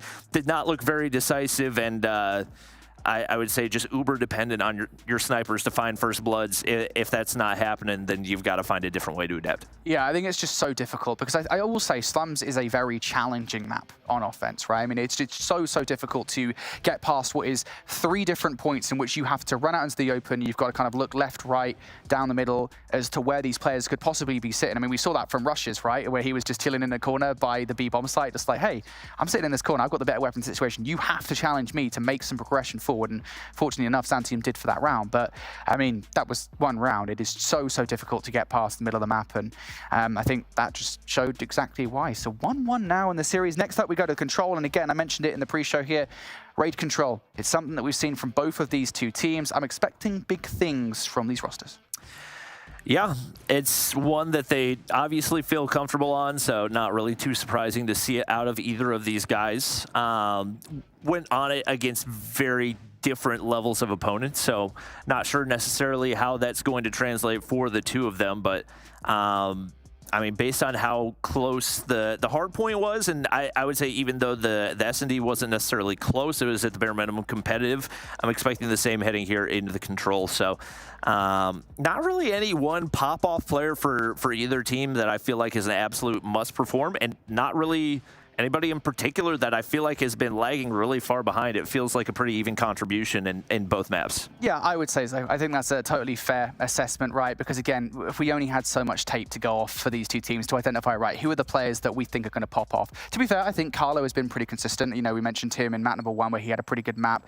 And then obviously in map number 2, part of the 30 kills between 3 players. So solid performance coming out from him. But really, as you say, mate, it's been a team performance from both of these squads. They've all got to be firing on all cylinders here coming into the swing game in the series. It's Raid Control, and Ricey start off on the preferred side on the offense. Well, forget going to be able to find 2 opening kills right there before the trade. Both teams hopped on the objective right here. Crucial gunfights as they try to prevent any early progress, and they're able to do exactly that. So now Ricey forced to reset. They full send it over the A side, and there's nobody there to counter. They get 3 players hopped on the objective, so they're stacking and getting time quickly. Ryu's going to be able to read 1 right here, so they keep the B side clean, but nobody's going to have the read onto Brinks right there. Sushi shots across to do damage and force the players back. And once again, Zantium not really doing anything to prevent this A cap, and not really doing a phenomenal job of dictating the pace of this game to open it up. Yeah, it's just not great positioning, I think, on the whole there from Zantium to not have anybody inside basketball court to deal with what could have been a very quick bait and switch from Ricey, and it was a very quick bait and switch from Ricey. Not great. But Ricey, regardless, making the correct decisions there. Nice little stack to get A done quickly, and now they've got a wealth of time with a 5-life advantage to make B happen. The 2s, that would have been a nice gunfight to win around R, but not able to convert it just yet. So Ricey's still looking to poke some holes here. They've got players all over the map, so could potentially try and go for a little pinch movement, get 2 players on each side, and make a capture happen pretty quickly. Well, right now, the map control looking sizably better for Zantium. They're able to find a few of those cutoff kills, and they keep the B site clear for right now. Obviously, Kitchen control still there for Ricey. And Kahlo's going to be able to do some damage, able to find 1 kill and back up with his life. So Kitchen remains in their control, but they've got to advance forward at some point. Fortunately, Live's still going their way as well. And with that clearance, they should be able to make some progress right there. Another kill goes through, up 9 lives. They hop on the objective right here. They do get shut down. But right now, Ricey in prime position to take this round. Yeah, that life advantage, it feels insurmountable at this point, right? With 60 seconds left on the clock, it feels as if it's very likely that you're going to burn through 8 lives, unless Zantium are super patient with it. But hey, when there's a will, there's a way. Zantium going to make this possible at the very least. They don't have to deal with anybody on the flank. Sushi going to fall. Now burned 15 seconds off that 60 that we were talking about. Zantium holding steadfast. Ricey looking to try and find their way through. They just cannot get it done. And hold on for a second here, Bobby. Zantium, they're looking likely to do is every single kill is going their way. It looked like Ricey had found the clearance that they needed, but the trades were there, and once it hit the reset, Ricey have not been able to make an inch over on this B zone. Finally, a couple trades go through. Rush not going to be able to win that one, though. Sushi has got to clear things out, and time starting to become a factor right here. Only 5 lives, so you know that there's no respawns right here. Everything counts. Ryu's going to be able to find 1 for Zantium. Forget hops on the objective, but Etudes goes big. Those 2 could be enough to clutch the round. 1 more for Sushi, and in a 1v8 aspect with a sniper in hand, not going to be able to make anything of it as Ricey close out the round. Yeah, and again, that just goes to show how important it is on the offense to make sure you take a point right off the rip. The manner in which Ricey did it, yeah, probably helped with the life advantage, but certainly just it was the time, really, right? I mean, 2 whole minutes of just battering Xantium over and over and over again. Really well played from Ricey, and they come out looking pretty good as well because they've got 4 operators in their back pocket. 3 to speak of for Xantium, so a fair bit of utility on both sides. Got to imagine that'll come to a head pretty soon. Xantium now on the offense, trying to make a quick cap on B happen. Got to be careful about 2 potential flanking players, number 1 and number 4. Are they going to be able to do anything? It's going to be operators galore now. 3 coming out from Ricey, and I think at least one of them has fallen. Carlo with the Annihilator in hand. He's not able to connect to any of these shots where he's just keeping his head down. And while that's going on, Xantium, they're capping this point. I mean, he's just playing peekaboo, and it is working perfectly. Kahlo, absolutely 0 value out of that Annihilator aspect. Sniper in hand, going to be able to find one, and now Kahlo all alone tries to push up. He can't find anything there, and Xantium, perfect offense right there as they take B easily. They give themselves 2 minutes to work with. They've given themselves a nice chunk of lives. Unfortunately, trying to make this push on over to A, typically going to be significantly more difficult than finding your way onto B. Sushi should be able to lock down this rock, and he's going to be forced to an entry by Kitchen right here, and actually makes his way on in. They give it up for free right here, and this could be the avenue that Xantium need to get onto the objective. Yeah, I've got to say, this is not all that dissimilar from the last round, right, where Xantium, or rather Ricey, did have a 5-life advantage. They managed to capture a point with 2 minutes on the clock to capture the second one. Xantium, now a good shot at this. Players already down. Ricey on the flank. Still trying to make this one happen. Brink's going to pick up one at the very least. Azuka is going to be down for the count. Xantium being uber cautious about this one. As they start to make these kills happen, they start to make the capture happen. And look at this very late flank coming through from Ricey. This is a big investment for really not that much time. You don't have any control over the point. And literally one gunfight doesn't go your way and the round's over. They don't have a whole lot of time to get clearance right here. Sushi's going to be able to take one down, but still other players left to be dealt with. They do find the kills right there, but you got to keep an eye on those lives. Still down 5. Etudes is going to opt to go ahead and pop the Purifier right there. We'll see what type of damage he can do, but in a little bit of an awkward position, not really an angle for him to work with as he looks to make his way up mid-step. Sushi's going to opt to pop the Gravity Vortex. 4 lives separating the 2, make it 5 as Ryu wins a big one. And he's trying to find an angle, able to do the damage with 1, but still with a minute remaining. You've got to be careful. Fortunately for him, the Pred has been earned. That's going to be information and will be a kill there as well. Well, they've made this manageable now. 9 versus 6, now down to just 0 respawns remaining. To search and destroy scenario. Brink's down permanently for the round. Rasher's looking to find some more kills here. Ricey just trying to puncture some holes in the defense around the backline. The Hunter Killer Drone might well find one, but actually no, just barely misses Zukurs by the Tiki. Ricey now need to do a really difficult thing to do. Not going to be able to get it done. Players on the point there and just playing too cautiously in the moment. Xantium, again, I mean, it felt like for what was a solid, 50 seconds there, they managed to have full control over the A zone. And it did take a while to get it done, but indeed they do. And the good thing for Xantium is not only do you get the round, but you do it without using a single operator. You force multiple operators out of Ricey. So now you can get aggressive off the start of this one and look to spawn trap early if at all possible. They haven't even invested yet, but still winning all the gunfights. 3-0 up until Sushi finds that one right there. And he's going to look to apply pressure from pillars, but Etudes is going to be able to do the damage. They get onto that B objective, and a little bit surprised we have not seen any of these operators come out yet for Xantium. Yeah, I think they're just being kind of cautious of it, right? I mean, why would you give it away for free at this point? Maybe use 1, right? You know, kind of minimize the investment. Regardless, Kylo's going to pick up a couple of kills here. B hasn't fallen just yet. Sushi now trying to help out over by Art's side. You've got to imagine with the amount of space being created by Callow over by Laundry, this should be the B capture done. And I think Xantium know that. They've resigned it. They're like, look, we've lost it. It's okay. Let's not lose the back control as well. All right. Gets locked in right there. Only 1 life separating the 2 teams right here. And we'll see what type of investment we have out of Xantium as they have all the utility in the world to try to ward off this push. They've allowed that capture to happen with still 100 seconds remaining in the round. Kahlo trying his best to earn some streaks right here, so don't expect him to over-aggress. He's actually going to go ahead and back up.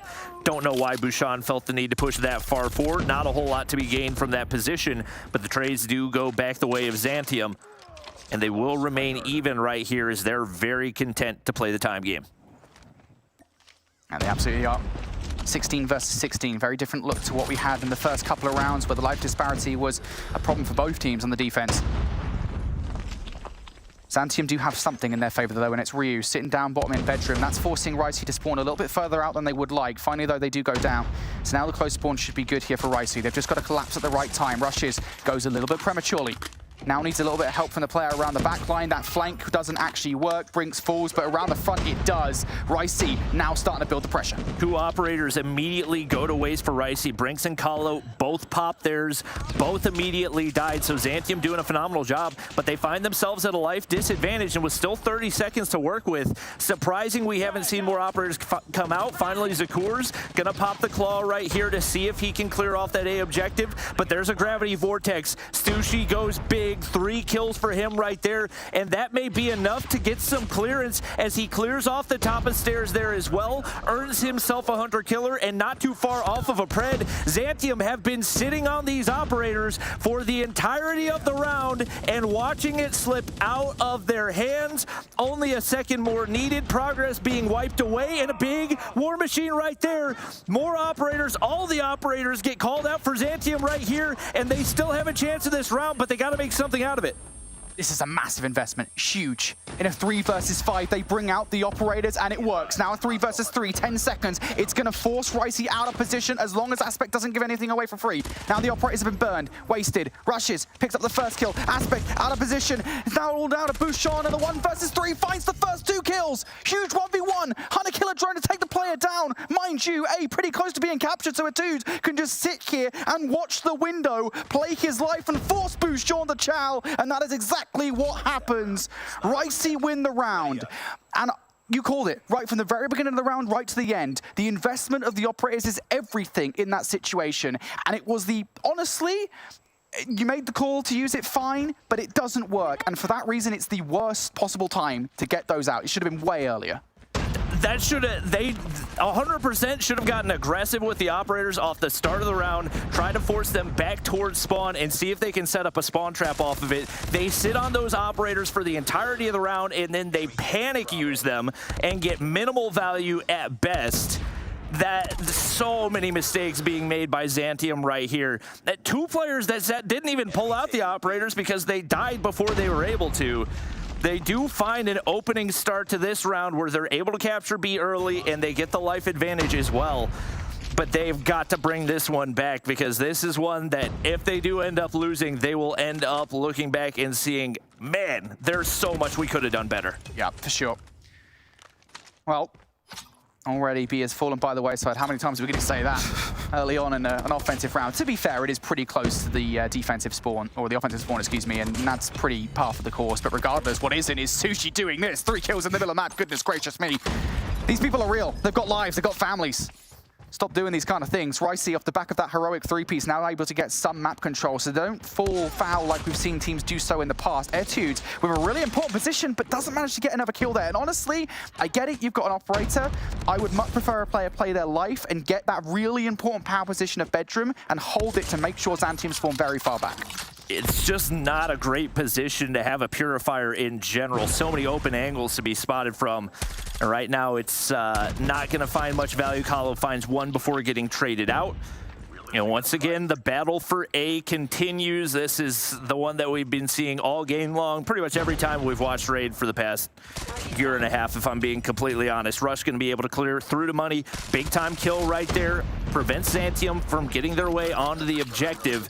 And trades do go their way. So now up in lives, they've got the control they need. Sushi's able to find another. He's sitting on 36 right now. And Rush going to pull out the Sparrow right here. I don't know what Bouchon and Ryu are waiting for with these operators. They've been sitting on them for 2.5 rounds at this point. I don't know what we're looking for, but you're down 7 lives to 11. Yep. You need to get onto that objective. You got to make a move, and there it is. Ryu finally calls out the equalizer. By the way, best operator in the game, and he's been sitting on it for 2 rounds. Yeah, well, finally, he does get a couple of kills, but can't get much more than that.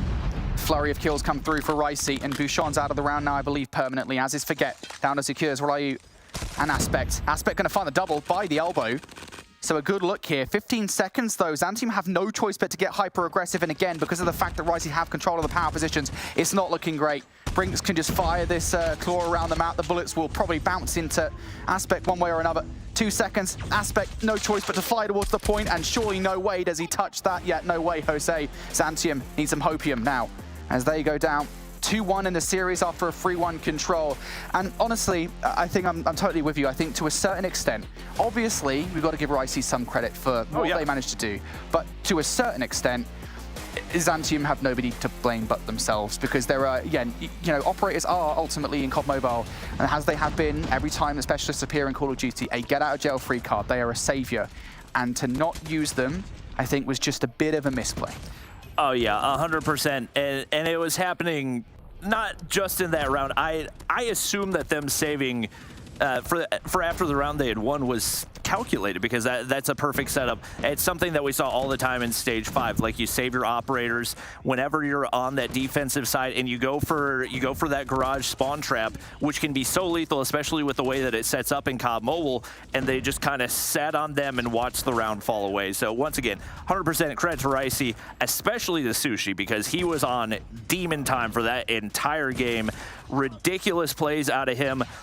Not a type of aggression that you're going to see too very often out of an AR, but he made it look seamless all the way through and was just tearing up the map. The number of 6-7 sprees that he had was absurd. You know, I've just realized, Sushi and Ricey, you know, kind of related names. It would be pretty cool if these guys all had names that were related to, like, dishes that included rice. So it could have, like, curry, burrito on the team. That would be pretty cool. I'd love that. Regardless, great performance coming out from Ricey, and again, we've kind of gone over already kind of how it was also partly not them, but we can credit Sushi, 36 kills at the end of the game. Phenomenal performance from him. The rest of the squad also all pulling their weight. To be honest, I don't think anyone individually is playing badly on Zantium. No one's that negative. It just is great performances coming out of Ricey. Now, putting their noses out in the lead, we go to a map number 4.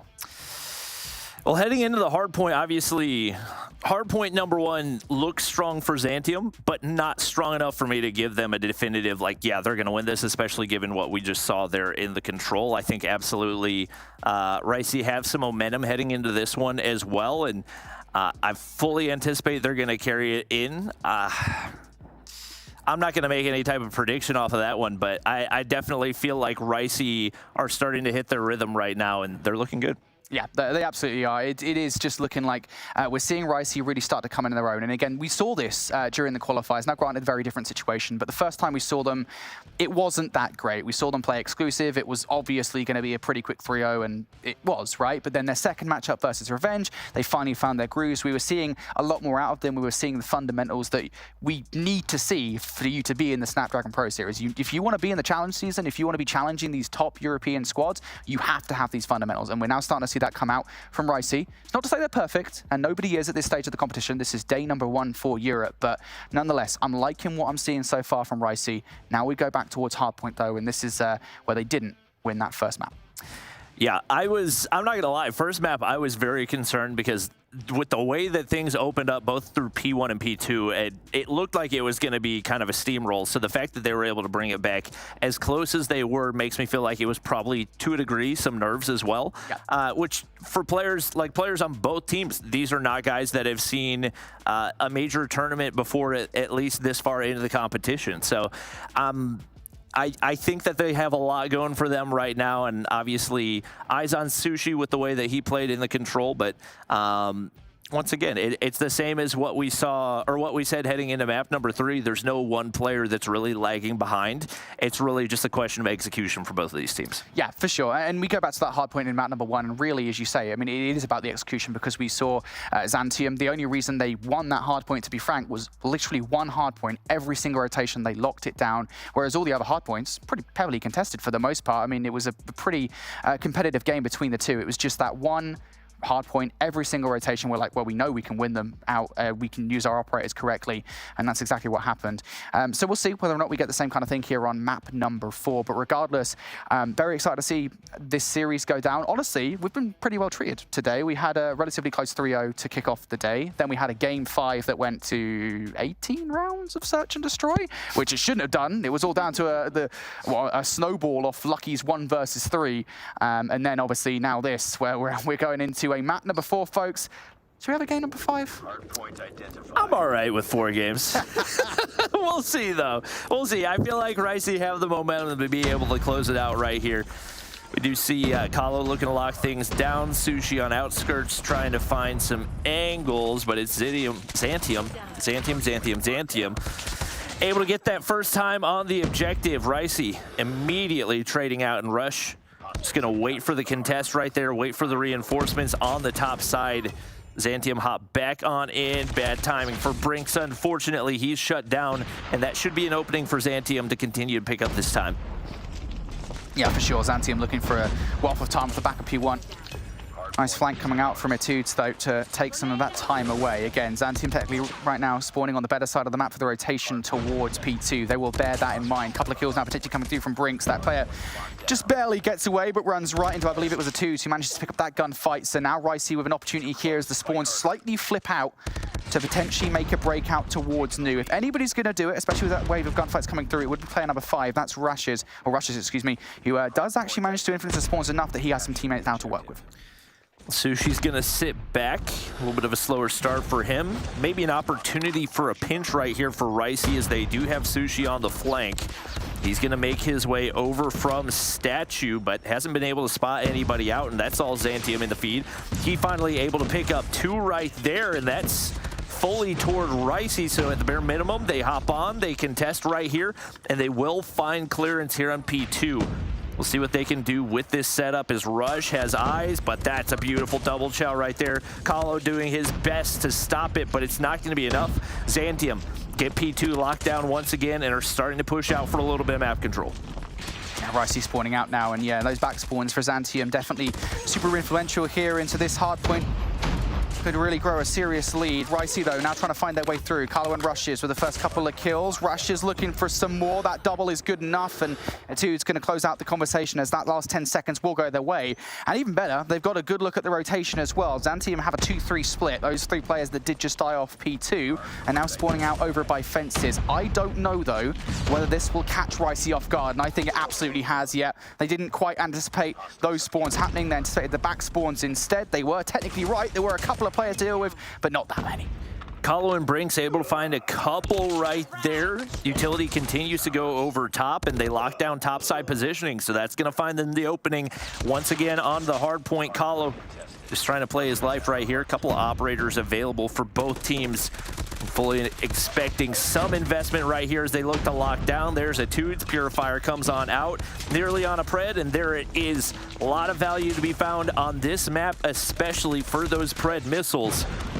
But for the time being, Ricey continue to lock things in right here as they have not given up topside control. Pred does drop and able to find 2. That is a big investment coming out from Ricey, by the way. The Predator missile that they had, and I think it was Etudes who was on it, and the Hunter drone as well. Both of them going into this hill. I'm not sure whether you get that much out of that, to be honest, especially considering Zantium walk away with the scrap time. I don't think you actually get too much out of it, but regardless, they're going to have to walk away satisfied or unsatisfied. It doesn't make a difference. The rotation is at hand. Ricey already over here. Annihilator now out for Kahlo. Couple more operators in the back pocket ready to go if Ricey require them, but Kahlo might not need to. He's already picked up a couple of kills, and it's a real issue that they just cannot deal with. Kahlo still going as well. 4 for Kahlo, and he's on the hunt for more. I don't know if Zantium know what the operators do. They've had 5 charts for the last 30 seconds, and Forget finally pops 1 just to not find any value out of it right there.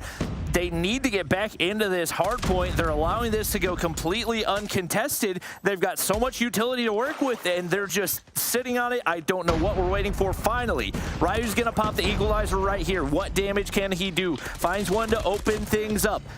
Will he be able to find a full break onto the hard point? It seems like he's just kind of sitting back. Not the operator you do that with, but finally able to take down Brinks. And it looks like some damage done for Zantium to have an opening. This is such a close game between these two teams. Even this 6 seconds could be gold dust for what could potentially be a real close closing to this game. Not much separates them at the moment, just 5 points as we go into the second set. Last time around, it was Zantium who drew first blood on this hill. Ricey had a good fight back, though. Hyper competitive so far. Big performances coming out from the likes of Zukurs and Carlo, unsurprising, and Etudes as well at 18. Big performances all around, regardless. Now, Zantium going to be the first ones to touch here. Big kills coming out. Zukurs, Aspect combining for 3. Trades definitely going in favor of Zantium. They're feeling pretty good for the first 20. Sushi not going to be aware of the player in the corner right there. That's an easy kill for Zukurs as they continue to keep topside locked down. Rush doing his best to find a break on through, but not any success for him either. Etudes, beauty of a 3-piece right there. That's the opening, but Ryu's there for the trade once again. Kalu locking down the top side, but Ricey have not done a good job of hopping the objective here on P1, and it's allowed Zantium to stack a little bit of a lead. They finally clear things out, but still nobody in the hard point. And right now it seems more like they're playing a game to control the spawns and set up toward P2. They get one player there early, but one taken down. Sushi's got to find some value here, and he gets shut down immediately. Again, the story hasn't changed, does it? 6 points. The difference between these two teams is Ricey going to be the first team to touch over by P2. Big money hill opportunity here. Zantium sending all 5 players through one direction. Brute force. Will it work? Trade for the first. Brinks going to find a second. Aspect now looking for more, and unfortunately rushes, I think, car bombs himself out of the play. Bouchon follows up with another one and a second to boot. Looking for the Annihilator kill for number 3. Aspect is going to double up here. Zantium, they managed to hold through the front.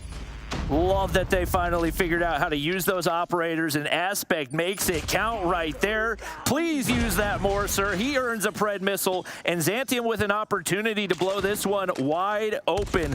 Hops back up. Teammates should be there to reinforce as Bouchon does run out of ammo, but the Deagle shots connect. Ricey do still find a way to break on in, but that allows an avenue for all 5 players of Zantium to rotate and set up early toward P3 right here. Big kill for Zantium. One player in the backline for Ricey, a couple of players pushing fences side, forgetting Aspect on open proceedings with a couple of frags. It's just the one player, mind you, around the flank. Carla going to do a little bit of damage, but no more than that. So this becomes one-dimensional now for Ricey. All along the fences here, Etudes decides this is the time to use the Purifier, and to be honest, it's probably a good time. Opens up with one, gives Ricey a real good look at this one. Brinks now finds the double from the fences, and Zantium pushed all the way back towards the spawn. Predator missile comes down. I don't think he actually picked anything up from Aspect, but it does push the players in towards Tin. Ricey, back and forth we go. Now they're under attack. A lot of investment for both teams right here. No operators remain. And right now it stays contested right here with the amount of smokes going down. With how close the spawns are, I don't know that that's going to change anytime soon. Etudes, big 3-piece right there. Make it 4. He's trying to work on some streaks, and that sends Zantium rotating early. 15 seconds still remain on this hard point, and they don't have much interest in contesting. Aspect will be able to lock down the top side, but maybe some beneficial spawns on the outskirts right here for Ricey to have an opportunity as Brinks able to take down Zukurs, and they will be able to make their way from Lambo. We'll see what type of damage they can do as utility goes out once again. Ricey, biggest lead we've seen for a team so far, really, in any hard point here. 168 to 140. Zantium know, therefore, that this has to be a big kill for them, and there's not really any utility besides Ryu, who has the equalizers. What damage can he do? He's already picked up the first. First is Sushi. Etudes going for a very long flank here, a route that I don't think anybody's going to expect. Does he get some back time against Bouchon? No, that's really the question for me. And yeah, Bouchon going to take him down. Zukurs on the other side for at least one, but rushes inside the hill with the R9. That thing can be really deadly on a hill such as this. It isn't providing that much value for the squad. Carlo, next one up to try and do something here. This is such an incredibly intense game between these two teams. It's full investments and not a whole lot to be gained as both teams stay contested for the majority. Ricey finally find a full break right there, and with them controlling spawns toward Lambo, should be able to keep some clearance right here with the R9 on the inside of the hard point, but he gets shut down right there. Sushi in the top side is going to be able to clear one. Zantium do pick up the scrap time right here and should be able to flood top to clear things out on the bottom side, but Brinks is locking things down right here. Nice little wall bang shots out of Bouchon, but he gets traded immediately, and it is non-stop back and forth between these two. Rushes is just doing so much damage here, not just in the last hill, but in this one as well.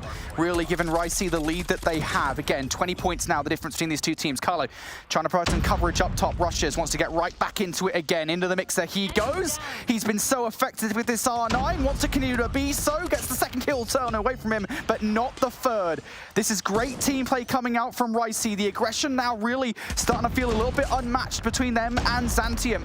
Zantium have to meet them at their pace. They have to get some time away from this hill. This last 20 would really be nice. Is A2's going to allow it though? Well, he tries to stop them, isn't able to do so, and now Ricey might be better served here, just keeping an eye on the rotation, but look at number 2.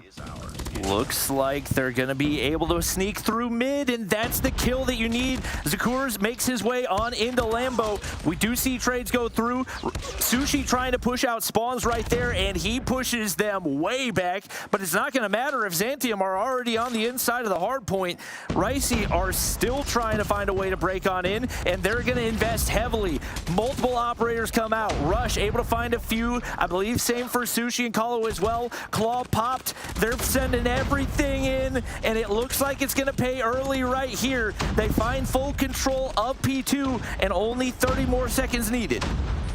Yeah, investment has to come out now from Zantium. It's the War Machine. This thing's been so effective here on Hacienda, specifically on Lamborghini Hardpoint, and it isn't going to be so right now. Ricey can still finish it here, but Ryu and Bouchon combine for 3. Zantium now back in towards his Hardpoint. The spawns have flipped once more, but Rushes wants a taste of their blood. Not going to get it here on this hill, as we now surely are going to be looking towards next. 2 operators still in their pockets for Bouchon and Aspect. Rush doing his best to make sure that they don't get the rest of this time for free. 2 players still there to contest for both teams. That's a heavy investment for Ricey and not a whole lot to be gained out of it. Zantium are already set up with 2 players over on P3. Big opportunity right here for Rushes. He's able to take down 1. Can he find the final player on the inside? And yes, he does, but can't find the kill. Kalo able to shut down 1. The hard point does not remain contested as he's taken down, and the operators go big for Zantium once again. Yeah, still the Predator missile coming out there from Bouchon. Zantium now know where they're spawning. Got to have eyes on up top and around the back of Tin to make sure they don't get anywhere close. This has to be a good team kit. If you're Ricey, you just need 1, to be honest with you, but the close spawn should be in effect for Zantium. Time ticking away now, 235 to 223. In come the players. Rio and Aspect, what can you do? You're surrounded by players, can't see them because of the obscurity, the smoke, and it is Aspect now all on his lonesome for the moment. He finds a crucial double, make that a triple, and Ricey now still looking for the time. Big double for Zakurs. Claw comes out. He's able to get the reinforcements. Pred drops for Aspect. They can't win it on this hard point, though. That is a huge investment. Is it going to be worth it? Atude's trying to cut off on the top side. Able to find 1, make it 2. He has no business winning that gunfight, but he does it anyway. Players hop on the hard point. It's absolute chaos, but it's all Ricey right here. It needs to be a big break for Zantium. Yeah, Grace Period over now. Ricey starting to tack up that time. 10 seconds until they get that victory. A 2v3 for the moment. Is the pinch play good? Etudes all on his lonesome. Not enough HP to make it work. Aspect comes through. Can Brinks win the 1v1? It's Sushi also through. Ricey now looking for the time. Sushi goes huge. That's 4 for Sushi now. Just constantly mowing down these players. The close spawns are good for Zantium, but Sushi is better. And Ricey take it all the way home. An incredibly close hard point here. 250 to 238. Goodness me. Mate, we're getting everything. We're getting everything. This is all bangers today. I can't believe what I'm seeing right now. My gosh. Going down to the wire, I mean, how many ridiculous P4 finishes have we seen in COD Mobile over the past month and a half? Just non-stop going down to the wire. And big-time plays for Ricey. It was looking dicey for a hot minute right there, but they iced things up toward the end of that one, and quite a closeout for them. Once again, Zantium finally bounced back and figured out how to use those operators, and what they did, the value that they found was phenomenal, but just too much teamwork, too much consistency out of that Ricey squad, and once again, huge credit to Sushi. He's going big those last couple of maps. It's just insane. It really is just insane. Just like how crazy these maps have been. Honestly, I think we kind of knew, just given the fact that we didn't really know much about the teams and we kind of expected them to be relatively unseasoned. I think going into it, we kind of expected some kind of close games.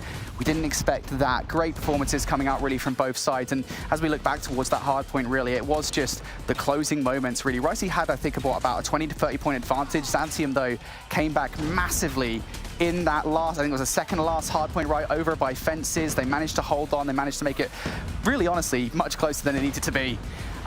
What an incredible finish to that one. When we were sitting in the back, Bobby, you had said that you were like kind of bummed that you didn't get to cast the really close full 5 match between Kings and Omniscient, but then you get this. I mean, this was, like you had both mentioned, we didn't know what to expect out of these two teams, but they really brought it here up against each other, showing a lot of promise, especially out of some individual players as we see some of those KDs. I mean, the clutch at the end from Sushi was impressive. Yeah, he had a huge impact across really the last 2 maps. At every point he was making big plays for his team. So it felt like in NA when we were saying like we don't know what to expect from these teams, it was our way of saying like they're probably not that good, but both of these teams really brought it, and I feel like both of them can at least make a run at our top teams. I'm not sure that they can necessarily take a map or a series off of them, but love seeing the improvement here in EU because I think people have been wanting for a long time to see them progress and see more challengers at the top level, and it feels like we're starting to see that. Definitely an opportunity for some of these newer teams to make a name for themselves in the space, even if at the end of it all they're still falling to some of those top squads. What we just saw right now, Ton, like you're mentioning, is just, it's massive. Yeah, and I think, you know, further to both your points there, like a rising tide raises all ships. So if everybody's playing a little bit better, then, you know, you got your 2 teams at the top who have to be better to beat these teams. And then the higher the level of competition, the better everybody gets. We've seen it historically in Europe and Call of Duty Esports, where, you know, things weren't necessarily too great once upon a time, but then, you know, they started going over and start playing against each other, better competition all the time, and it does raise the level of absolutely everybody. So yeah, absolutely great to see. And now that means for today, for the first day of EU, we've got 2 non-3-0s. I mean, that's boding well for even better and more gameplay as we get through the first week of our challenge season. We still have 1 more match to go. We're going to close things out with Mont versus Big. Brody, just a quick overview before we go to that break. Yeah, this, again, just like Omniscient, this is another squad in Mont that it does feel like they can be competitive with the top teams in Europe. Maybe not so much so last season. I think it was like a 5th or a 6th finish for them, but they've made a couple of roster changes. Really, for us now, it's to see how's that improve the squad. You know, is it going to be a better team this time around, and can they take on the big dogs? Yeah, Mont's definitely a name that we recognize from previous seasons. If you guys have been here before, so it'll be exciting to see what a team with more roster changes can do. So far, a lot of those roster changes for the previous teams that have done them have boded pretty well. But like I said, we still have 1 more break to go before we get into that match 4 action. So don't go anywhere. And when we return, Mont versus Big.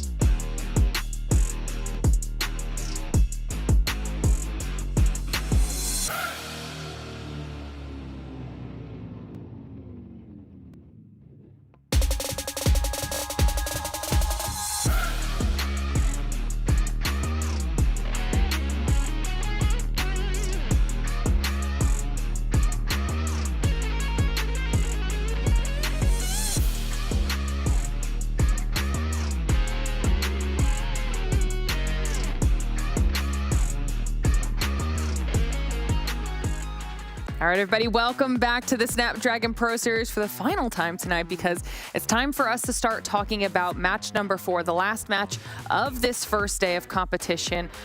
I think it could be a pretty fun one. This time we're going to be talking about Mont versus Big. We gave you a little bit of a preview before the break, but let's start talking about this match for real now. Ton, give me your thoughts. I think, you know, realistically, with how Mont did last season, going up against somebody in a bit of an unknown in Big, if you're Mont, you've been watching these other games and, you know, things have maybe been a little bit tighter than they would have maybe expected. There is very much going to be competition for those top 4 spots, and that's where they're going to want to place themselves. But is it just maybe going to be a little bit more difficult than they thought? Because some of these teams have really come flying out the blocks where we didn't expect them to. So Mont have got a really big task on their hands if they want to find that top 4. Yeah, we'll take a look at Mont's roster because, like we had mentioned before the break, they might have had a roster swap here, Bobby, and that could really prove to be useful for them. Yeah, they already had a super solid roster before. Obviously, they gave multiple Stage 5 teams a decent run for their money, and picking up Lydia, who was arguably the strongest player on 31er last season. Definitely super, super solid. Kirby, a little bit younger, a little bit newer to the scene, but equally talented, I would say. This is a super well-rounded roster. They've been putting in a lot of work, and this is one I'm excited to watch because I feel like they have a little bit more of a chip on their shoulder than any of the other teams that we have in EU, and I think they feel like they have something to prove. Yeah, I agree with that. I think that's a really good point because there's someone we did talk about a lot last season. They were this close to being where they wanted to be, and this might be the season for them to really push their way through those challenge finals. And then on the flip side, like Ton said, we've got Big, a little bit more unknown here. Brody, talk about the roster. Yeah, this is, again, one of those question marks, I think, for us, right? It's like, look, these are guys are new names for all of us here, I think, for the most part. I think Zaka and Rondo might be the only players that we've heard of, and even that, I think, is outside of SPS. So really, for me, what I'm looking for here is for them to make a name for themselves, right? Prove that, hey, look, you're in SPS now, and you deserve to be here. You deserve a shot at the big boys. They've got to get through Mont to do that, and I think this is honestly a really good starting point for them. It's like, look, you've got a team that, what was it, 5th, 6th last season? That's a good starting point. If you guys want to kind of improve from there, great. But take down Mont first, you'll be feeling pretty good. Yeah, I mean, they've got to go up against someone who has experience, but we just saw 2 teams that we didn't know a lot about. I mean, we had a little bit of information from those open finals, but other than that, relatively new rosters that we're talking about, and they put on a show for us. So we'll take a look at these picks and bans as they start to come through, see what our teams have chosen to play on here. Ton, kicking things off with that Arsenal. Yeah, Arsenal, that's a nice one, another one to throw me into. I mean, just keep going backwards and forwards here. No, yeah, Arsenal's a really good hardpoint map got from the Black Ops 4 days, of course, and then it's a takeoff as well. Yeah, should be interesting one. Arsenal's always entertaining, so nice to see that one. Curious on the S&D and control front as well. But yeah, Arsenal, we're always a fan. Always a fan. We'll get the rest of those coming through here. Is there anything you're hoping for to pop up, Bobby? Just to shake things up at all? Not in particular. I was really curious if Big were going to allow Arsenal through, and they did. So that should be pretty much a guaranteed map 1 for Mont. That's one that they have looked more comfortable on than the majority of teams that I've seen. No surprise to see firing range, search, and destroy. That's every EU team's favorite. And then some more standoff control, which I'm fairly confident is a Mont pick as well. So heading into this one, looks like a pretty solid setup for Mont. Not sure about the takeoff and the meltdown, but assuming that they can take care of business on the front end of things, not too much to be worried about. All right. I mean, you sound pretty confident as well there, Bobby, in favor of at least the way this is looking for Mont for now.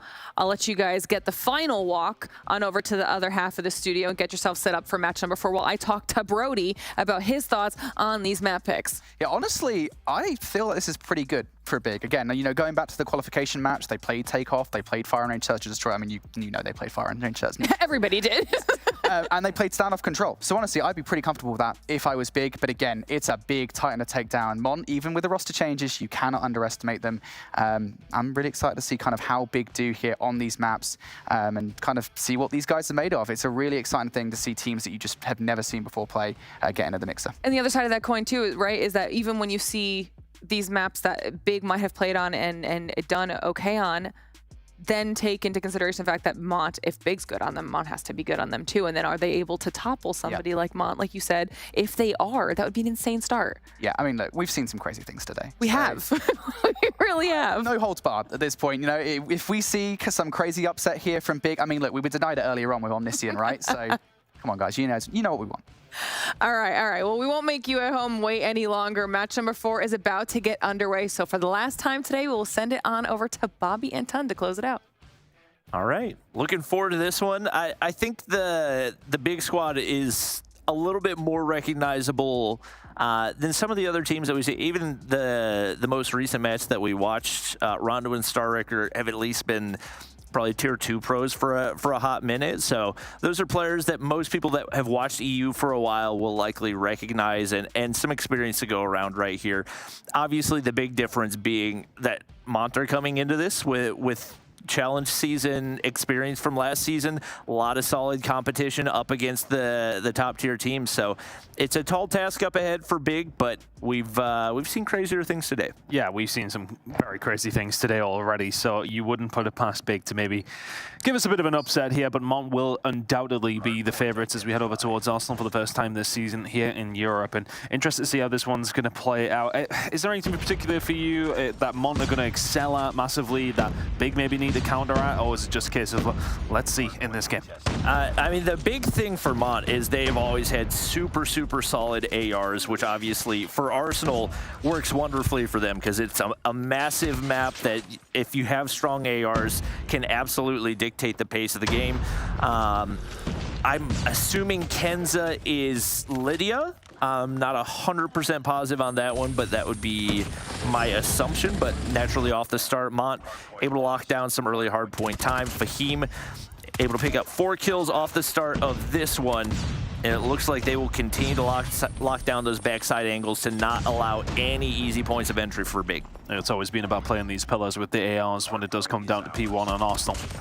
If your AR players can stay alive in and around this area, you're going to pick up a good amount of time. We're going to be heading over towards P2 in just 5 seconds. It looked as if the rotation would be good for Mont, but the push around the outside from Big, they will start to garner some control, but Mont there with the closest spawns. Hunter Killer drone on its way in as well, which is definitely going to help things, but the back spawns for Mont should surely help just that little bit more. Slayer will be back on down. JC trying to find something, gets lit up from the top side, but this is a really nice flank coming in from Etsy. He can clean up there. This should be some good control for Mont. Unfortunate timing right there. Does not see the player fly right past him, but Ken's going to be able to hop into the objective. And once again, Mont move upwards. Surprisingly slow start for JC. Finally picks up his first kill right there. But now it's going to be Daytel pushing for that overlook control and going to be able to take down another with it.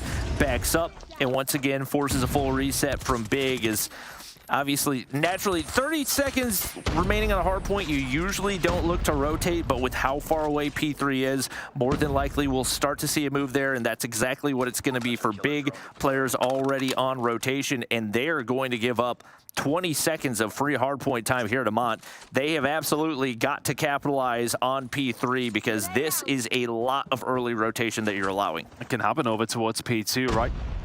Very good rotation comes in from Mont, but now can Big be as resolute in their hold as Mont were over towards P2. First kill is, well, telling you that that might not actually be the question or the answer. Daytel is going to be able to find that first one over towards the backside, though. Slayer and Starrick doing very good work.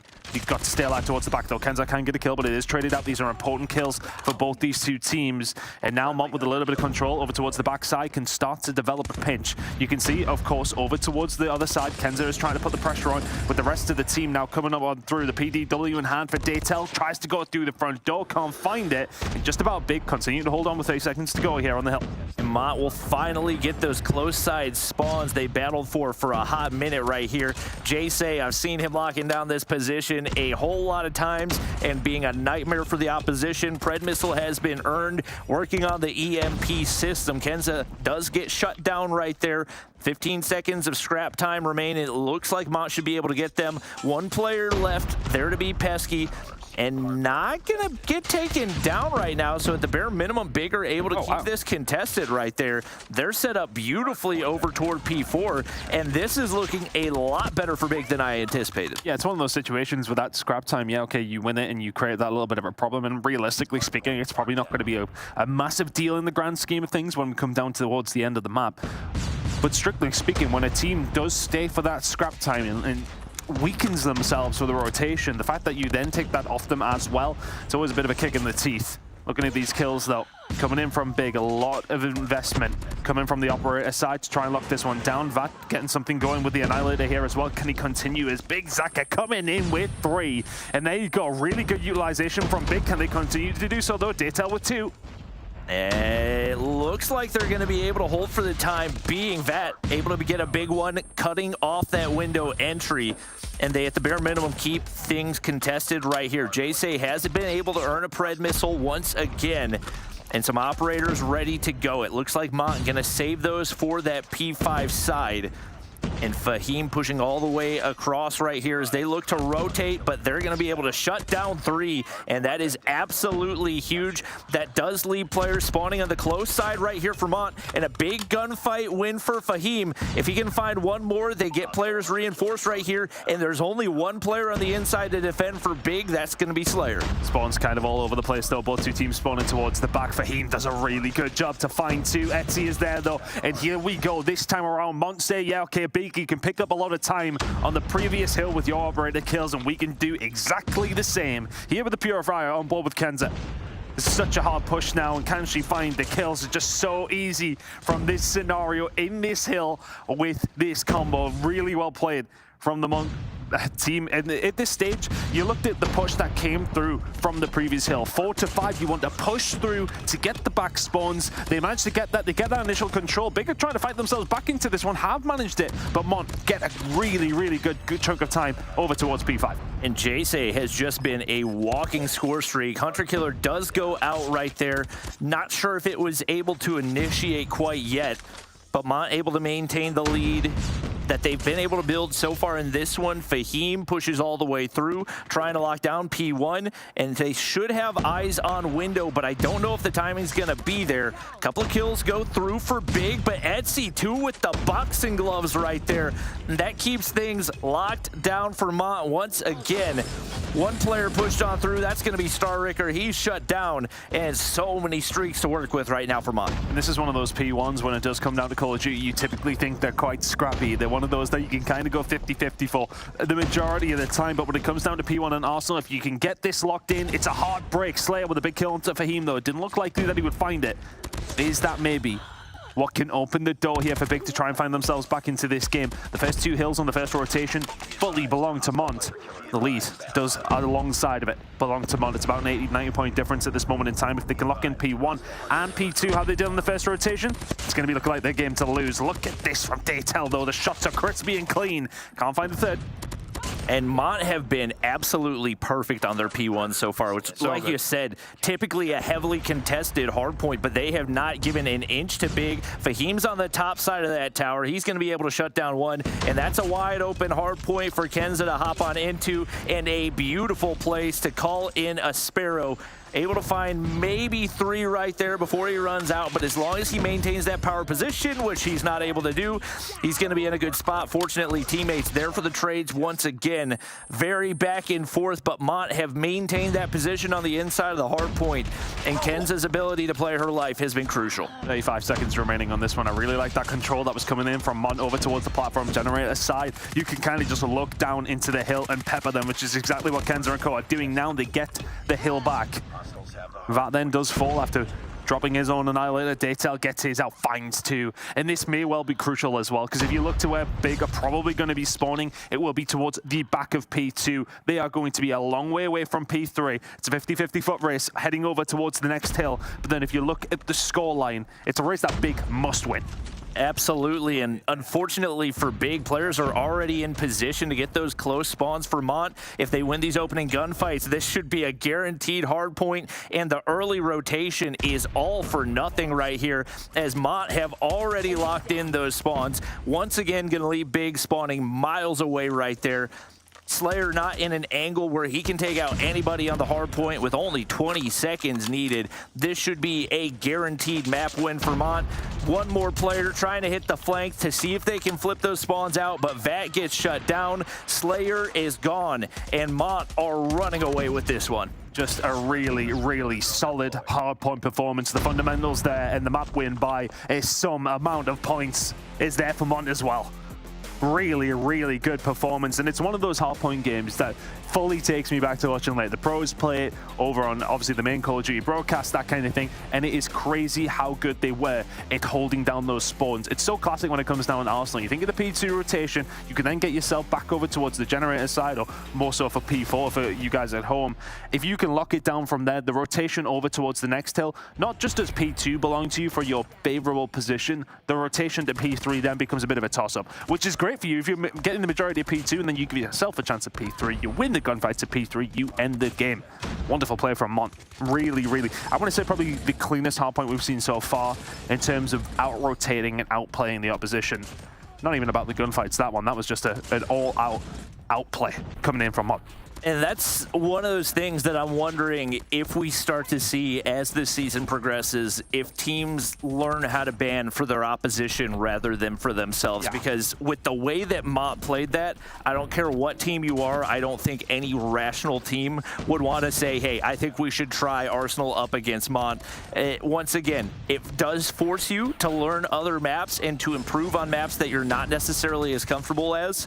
But if this European region wants to have a chance in Masters, if they want to have a chance in Champs, they've got to improve their map pool. And with the way that Mont play Arsenal, they've set themselves up really well for the pick ban process. Yeah, and as far as the slaying performance, obviously it goes in the favor of Mont, Fahim really being the standout by, well, quite some distance in the end. 35 and 20 out of him, a very, very good game. But ultimately, it really does come down to those rotations. JC was fantastic at it. You can see everybody's kind of chipping in, mainly coming from JC inside of the hill. A really, really good performance from Mont. And I want to say that was like kind of the biggest gap we've probably seen all day long. It very much seen a night and day performance from both these two teams. It seemed like the understanding from Mont was just that level higher than what we've seen from Big, which we said, you know, like we don't really know a huge deal about this Big team, how good they're going to be. We've got a couple of semi-recognizable names on the roster.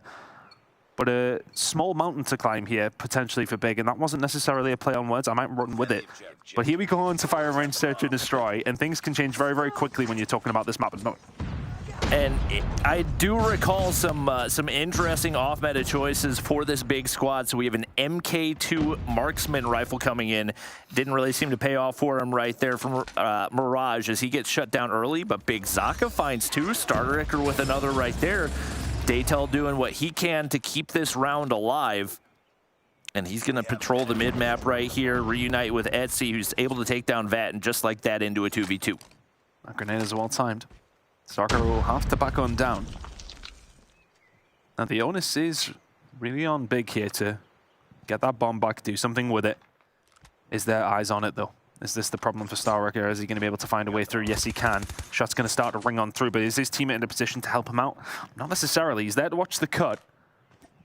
But you would like to think it's not necessarily the easiest gunfight. So now if you're Starwrecker, what's the plan? Do you go for the plan over towards A? You hope that you get the timing. Well, now you only have one player to deal with. His Daytel will fall. Now Etsy left in a 1 versus 2.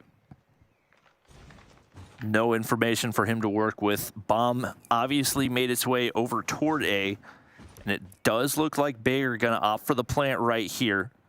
Got Slayer to overwatch with a sniper in hand. And once again, Etsy has no information until he hears the shot behind. And by that time, it's too late. Big take the opening round right there. And nice little start for a bounce back from a rough hard point on map 1. And I think, you know, the kill onto Daytel from coming in for a top wood, that probably just really puts it off for the final player for Mont there. You're really not sure what's going on. Could they have rotated back over towards B? Are they still sticking with A? Haven't a clue. So for Big now, the all-out attack, the all-out assault over towards A is something that worked out very, very nicely for you. What's not going to work out nicely, though, is the sniper that finds your head. Maraglia taking down Slayer's there to answer back for. This is fault.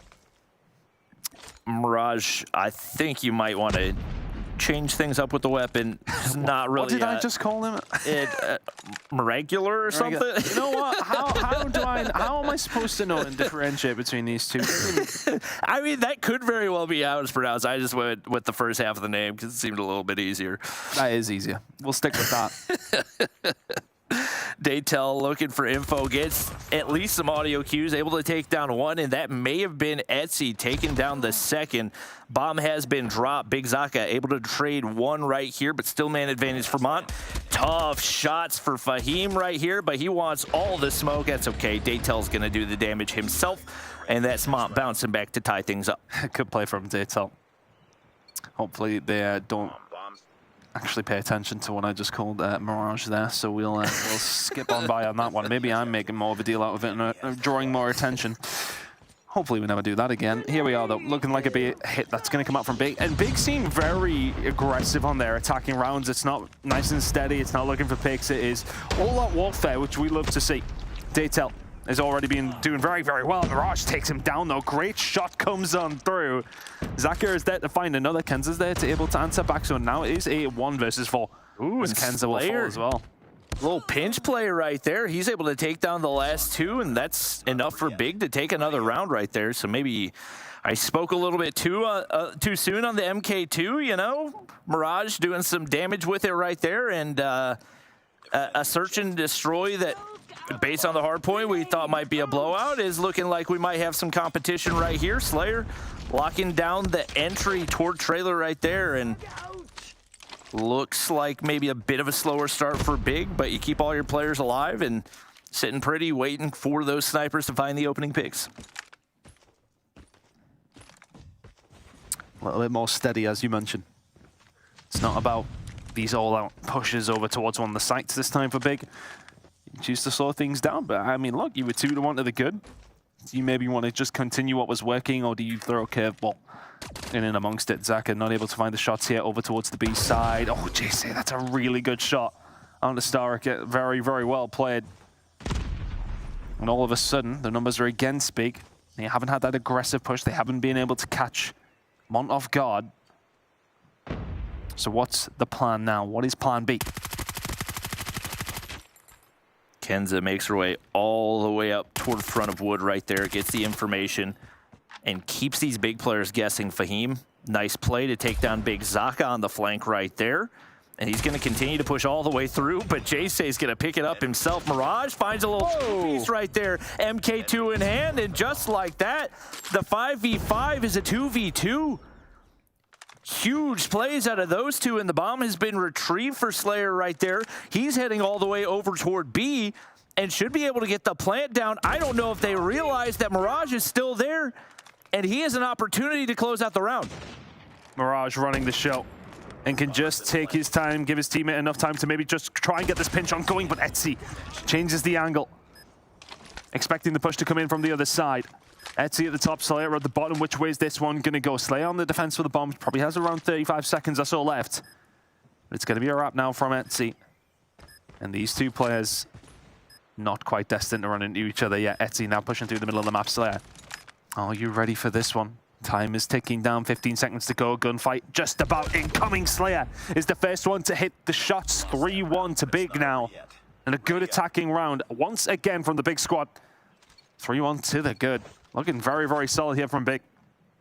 Etsy putting himself in a really tough spot, trying to walk from mid-map all the way around jungle with that little time left, and just forced himself into a really tough position. Mirage just full sending it up the middle, and unfortunately for him, Jayce reads it like a book. Beauty of a two-piece right there is Mont looking to bounce back right here. Zaka, will he be able to find the kill? Had to hit the reload instead. Nades connect over the top, and just like that, it's all down to Starricker. Etsy, Daytel still alive, info given away. I swear that trigger discipline is just non-existent for the entire day today. And he gives away that remaining information, so maybe an opportunity for a wrap back toward A. But it looks like there should be one player inside Wood to greet him. We've already seen some 1v3s on firearm range today. Will we get to see another? Has he actually slipped the net here? How on earth has he found the timing to get out here? Because you can see on the minimap in the bottom left corner, Monto, like, oh yeah, okay, he's definitely over towards A. Yeah, psych. He's found a way out. So unfortunately for Mont, they maybe get a little bit of bad timing on one of the crosses. And you can already see Kenza is spinning around, but here we go. They start to line up for him, and I wonder if a bomb plant there would have probably just been suffice. And now all of a sudden, 35 seconds to go. Running into mid-map. I don't know if this is the play. It's just non-stop indecision right now. Starricker doesn't know where he wants to go, doesn't know what he wants to do. Daytel should get the audio cue off of that, and that should be enough to go ahead and end the round right here. I think maybe like a 360 hipfire spray out of the sky or something, but Mont once again closed the gap. And this is a series that they would absolutely like to win 3-0. You do have to give credit to Slayer. I believe played champs in 2020 or 2021, so has some level of experience, but last time we saw him in opens, wasn't super consistent. He's bringing his A game, and so is Mirage. That should open up a free plant right here. Is nobody on the inside of American, and a beautiful opening for Big. And I think, you know, for me, when we look over towards that previous round, that's just the kind of moment where if you're Starrick, you want to get that bomb down, so you're inviting them in to you, right? You don't have to go searching for them. In that scenario, just a little bit more experience. Mirage has been an absolute demon. Over towards this side of the map. It really has been his playground, but now the numbers just about in the favor of Mont. Bat and Starricker are now in the position of trying to plant that bomb. They were going for that there, but jump off. And now 2 versus 3 still in the favor of Mont. Well, Kenza's got a nice flank set up right here. No easy avenue for Big to get this bomb down with the way that Mont are positioned. The question is, will they have the patience to let them make their way out of trailer? Or will they over-aggress? Fahim able to punish Starricker right there. That leaves that all alone. Bit of a fish in a barrel situation right there. Etsy gonna go ahead and close out the round, and that's enough for Mont to tie things up. I'll tie things up at the halfway point. So all even as you now head on towards the attack yourselves. Defend the objective. Is Mont's attack just that little bit more squeaky clean? You can see the big hit over already coming towards the A site.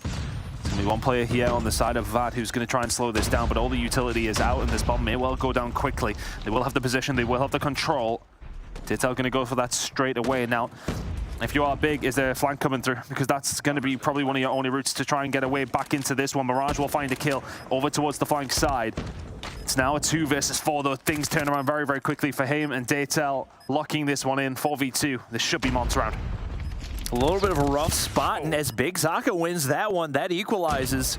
Etsy's going to be able to take down 1 to give the advantage back to Mont, and now all down to Slayer. He's been good for them so far, but maybe not 1v3 good with that positioning right there. Mont, I believe 3 straight rounds now, and definitely starting to build some momentum as maybe that lead that Big had built had been on a little bit of a flow state run for Slayer. Obviously 9 kills early, but has slowed down significantly. He and Mirage doing the bulk of the work, and Vat still on a goose egg. He has got to pick things up. Etsy picking them apart, nearly had a 2-piece with the Deagle right there. Big Zaka able to trade, but there's Kenza trading right back. Nicely done. Made sure to pick them off whilst they were still weak. This bomb is down, now in a 3v3 situation. Kills being traded though. Mirage was able to find one, now a 3 versus 2. This is going to be a big kill though if Vat can find it, and then all of a sudden there's a potential flank on the cards. This is a huge kill. Mirage, is he not going to wait for his teammate? No, he is not. Fahim just goes for the easy kill, and Vat's in no man's land with 20 seconds to go. Fahim's got eyes on. You can already see the push coming around from Kenza. They know exactly what's going on. I just don't see a world where Vat wins this one. Big put themselves in a good position, that 2v2, and it just felt like Mirage is like pushing the issue whilst his teammates still trying to find himself in a position where he can help him out. Maybe a little bit haphazard from one player, maybe a little bit too aggressive from the other. 5-3 now for Mont, 2 rounds away from going 2-0 up. Yeah, they've bounced back really well. Their offense has been much more decisive, and it looks like they're going to get aggressive over toward A right here. And Mirage, are we going to watch trailer at all? Looks like he's actually, I don't know what's happening. Okay, so Mirage does find the pick right there. A little back and forth between the 2 teams right here. Kenza able to find 1. And it looks like with the bomb down, Daytel should be able to retrieve it. Bomb acquired. 4 versus 3. Maybe just a problem with one of the OBS cameras there in that instance. We're back up and running. It's looking like Mont may well get this bomb down. Now looking over towards what Big have got left to kind of fight with yet. You've got Vat here, you've got Mirage here. Mirage could do with finding the head on one of the players if he possibly could. It's not going to happen though, and Vat is going to take down Daytel. JC takes down Vat, and now this is an important kill. Kenza finding that under Starricker may well just be the final nail, but Mirage makes it a 1 versus 2. Kenza has done a phenomenal job of just playing out of position and constantly keeping these big players guessing.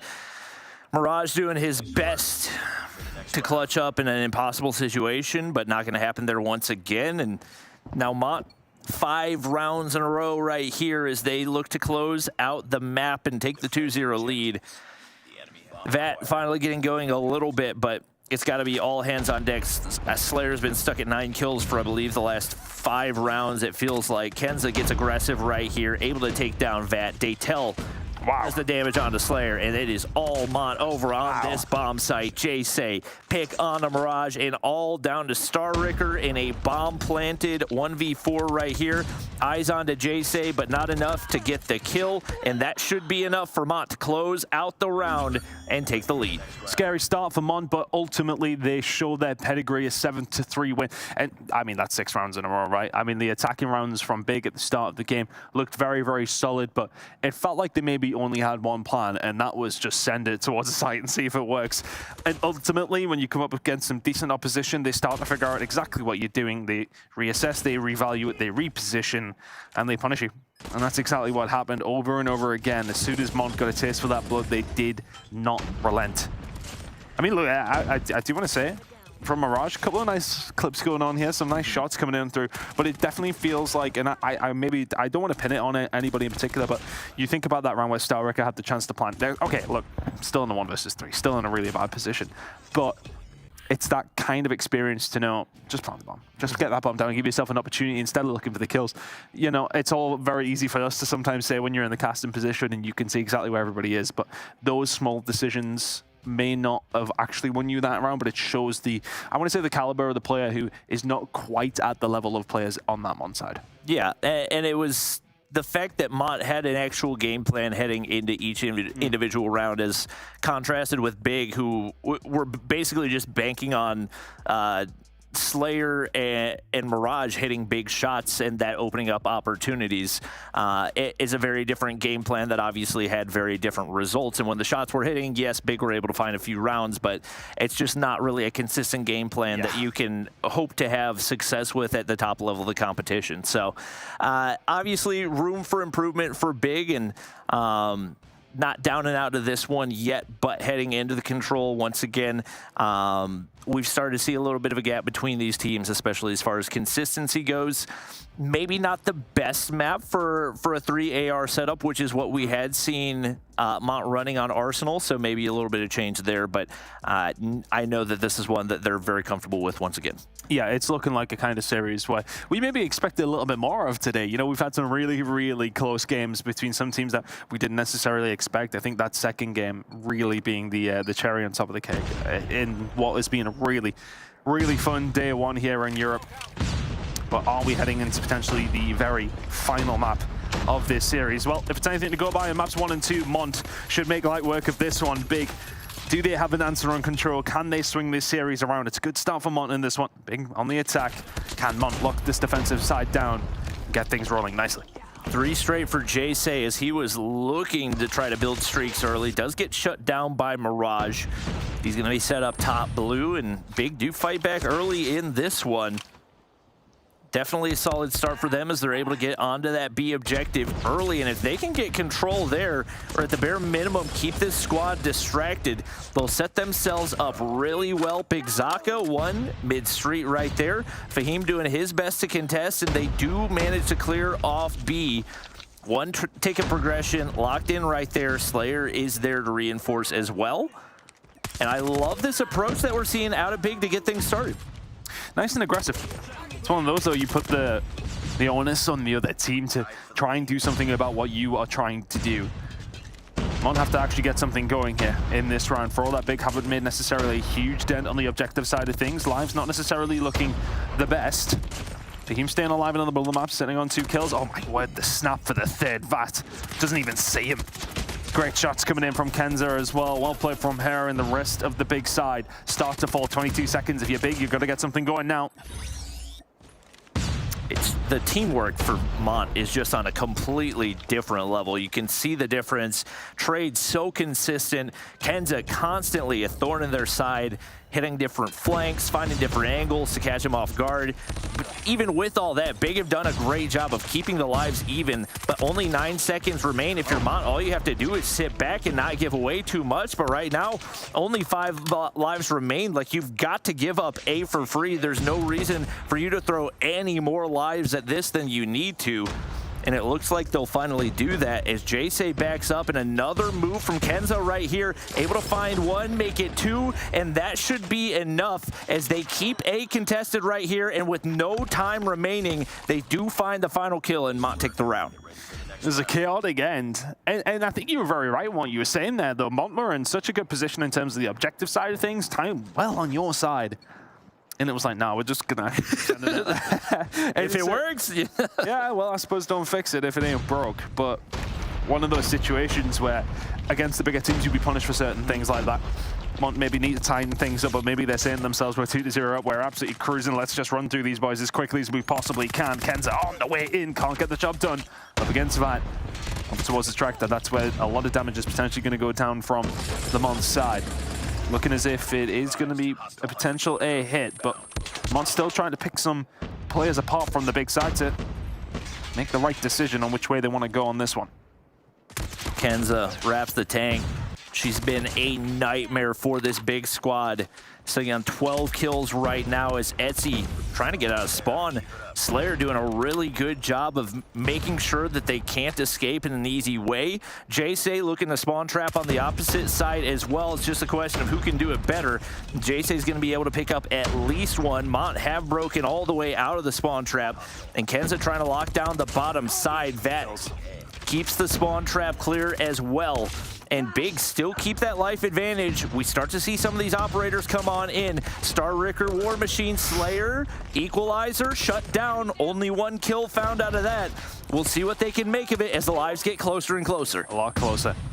Mont now down to 12, but there hasn't really been a lot of objective action going on. But have they finally broken free? But you can already see Slayer, he has been the one that has been a constant thorn in the side. He's going to find the kill on Etsy. Now he's going to have some backup as well off the top of the roof. Fantastic work from Big to try and keep this one going. Slayer with another kill. He's now up to 17 in the game. Needs the rest of his team to help alongside of it. Now only 3 lives separate the side of Mont and Big, but Mont are the ones that have to actually start making the move here. Just stopping the time. If you Kenza can't find the kill, what's going on over towards A? They need to get something going. It's now a 5 versus 9, achievable. 4 versus 9 gets a little bit harder. We're Mont. We have no lives remaining. What are we doing trying to set up a spawn trap right there? Get on the objective. There's 5 seconds on the clock. Get something captured. And that was a 9v5 that finished 8v0. That could have gone very, very differently, but hyper-focused on setting up that spawn trap rather than playing the control game mode. And that's something that they probably wish could have gone a little bit differently. Vat's going to pull out the Annihilator off spawn right here and see what type of pressure they can apply. He finds 1 onto Jayce to open things up, and it is all Big to get things started. But what can they do with these 3 kills? Make it 4 and 5. Everybody wiped out from the side of Mont and Big. Maybe just starting to get something going here. Jayce managed to find a kill, but there's a couple of operators being here used left, right, and center, and I don't think either team is really benefiting from them. Starrick over towards the B side, going to try and keep himself alive. The Predator missile in to defend himself as well. Starrick, can he keep this one going? Not quite going to happen. That will be there to pick up 2, so the pressure is still on over towards this B side. And look at the kill difference. How much is being invested from Big in comparison to Mont is a question you can answer yourselves, but that is a huge lead for the side of Big to kick things off. Yeah, they may well take the lead. It's looking like they should. That is a nightmare of a spawn trap. Starraker timing does not go his way. Somehow stays alive and gets the kill.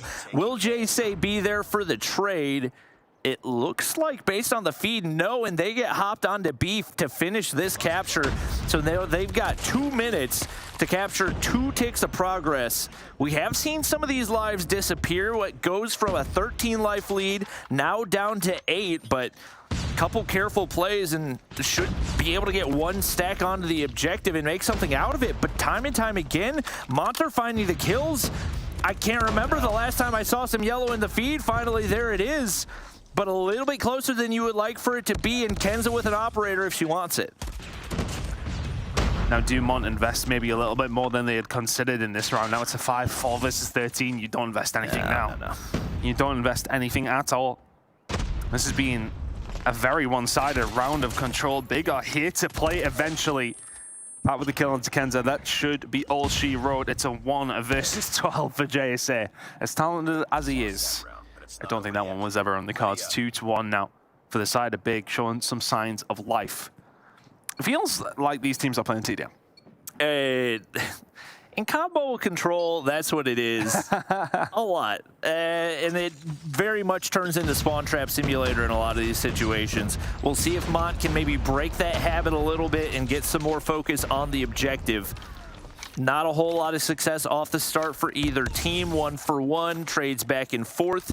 Kenza does get pushed up toward tank, and if you can get onto this B objective, maybe keep that big squad distracted. Slayer's trying to spawn trap, but once again, only 1 kill off the equalizer before he's taken down, and Kenza has not been dealt with. There it is, the flashbang to take her down, but Fahim's there to reinforce, and he's going to be able to zone with that Sparrow to hopefully secure at least 1 more tick of progression. They could do with getting rid of Slayer. That's a few kills that go their way, as well as B control. It's looking really good. And now if you are Big, you have to retreat over towards A. You got to give that B side up. But JC over towards that A side, going to try and get something going. It's Daytel alongside. JC over towards B. Daytel does get dealt with. But Etsy now, equalizer in hand, is going to try and get some pressure over towards the spawn side.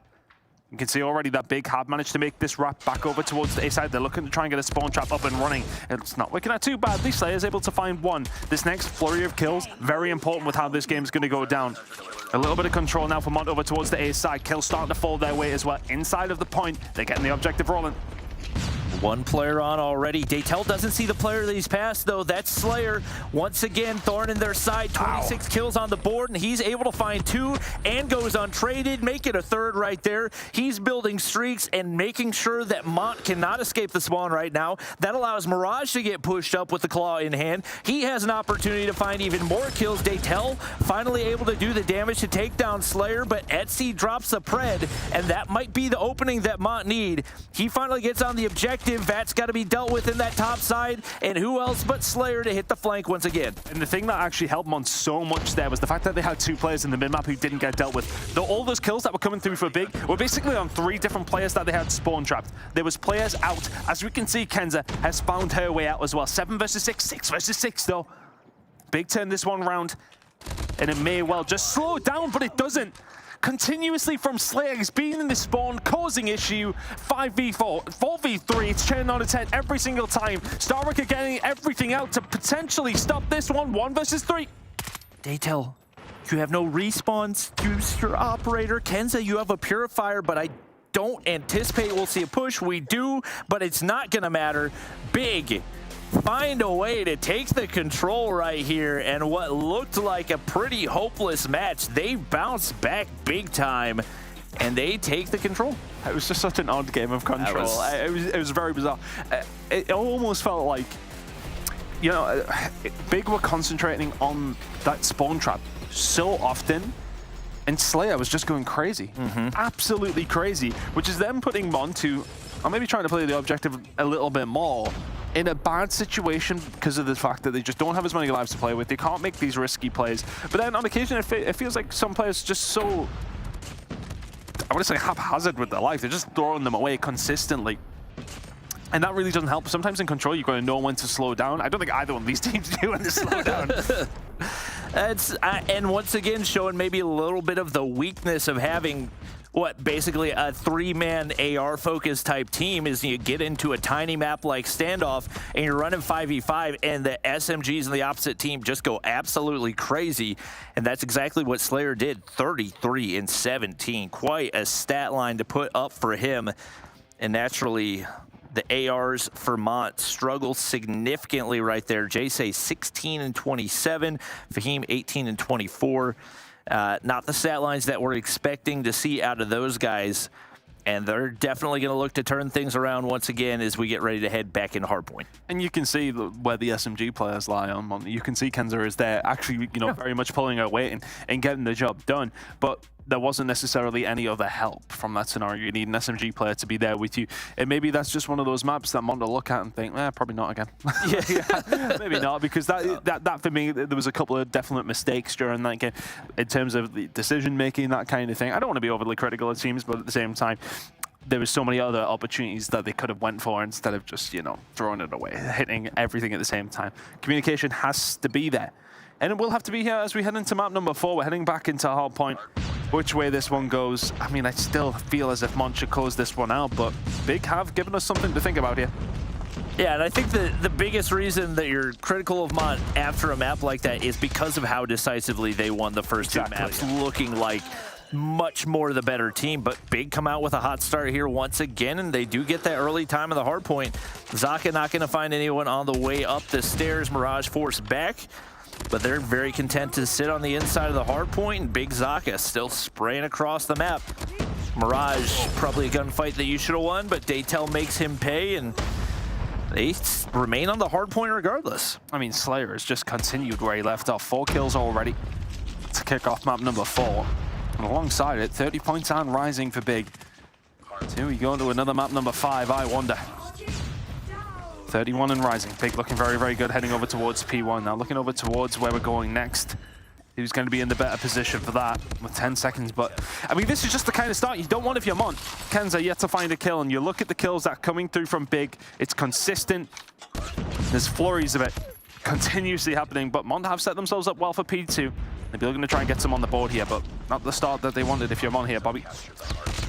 Yeah, and I do feel like Mont are maybe a little bit more of a traditional team based on their setups, and it's more of a fluid play style for Big that I feel like, especially around P1, worked wonders for them. We'll see if it works here heading into P2 as well. Etsy able to shut down one and keep things contested right here. Not going to afford any time to Big, or at least not any more than he has to. Finally, Mont going to be able to push across the top side. One more to be dealt with. Slayer finally gets shut down, and they finally get a chance to sack some hard point time. Looking to flip out the spawn, still spawning close side toward P2. They will get one player pushed out in J-Say, but he gets shut down as well, and they will still be spawning on that far side. Not where they want to be heading into P3. Some good time for Mont. Over towards P2. Looks like Big are just going to try and punish them as best as they can on that scrap time, and do so. Big are going to be the first ones here over towards P3, as you point out. Hunter Killer drone is now sent out as well, but you are miles away. It's a hard gauntlet to run here for Mont now. And it's felt like they've been on the back foot from the word go. It really has. I wonder if that control has just messed with them a little bit. And now they need to find a route through. Mirage, just 2 easy kills.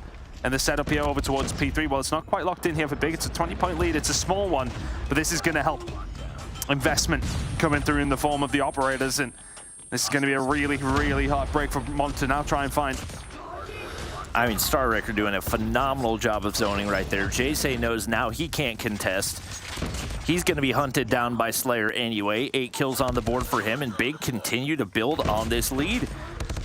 Right now, looking like absolutely clinical hardpoint, completely different from what we saw in the Arsenal. And maybe another point back to teams learning how to ban based on who they're playing against rather than for themselves, as Mont don't really seem too terribly comfortable on this map. Still plenty of time for them to turn it around, but if you look at the kill count, it just looks like night and day. And I think for me, they're the only caveat I would say for Mont in that scenario. Big have locked down nearly every single second of that third hill, but they invested 4 different operators into that one. So for Mont, you now have your operators of your own.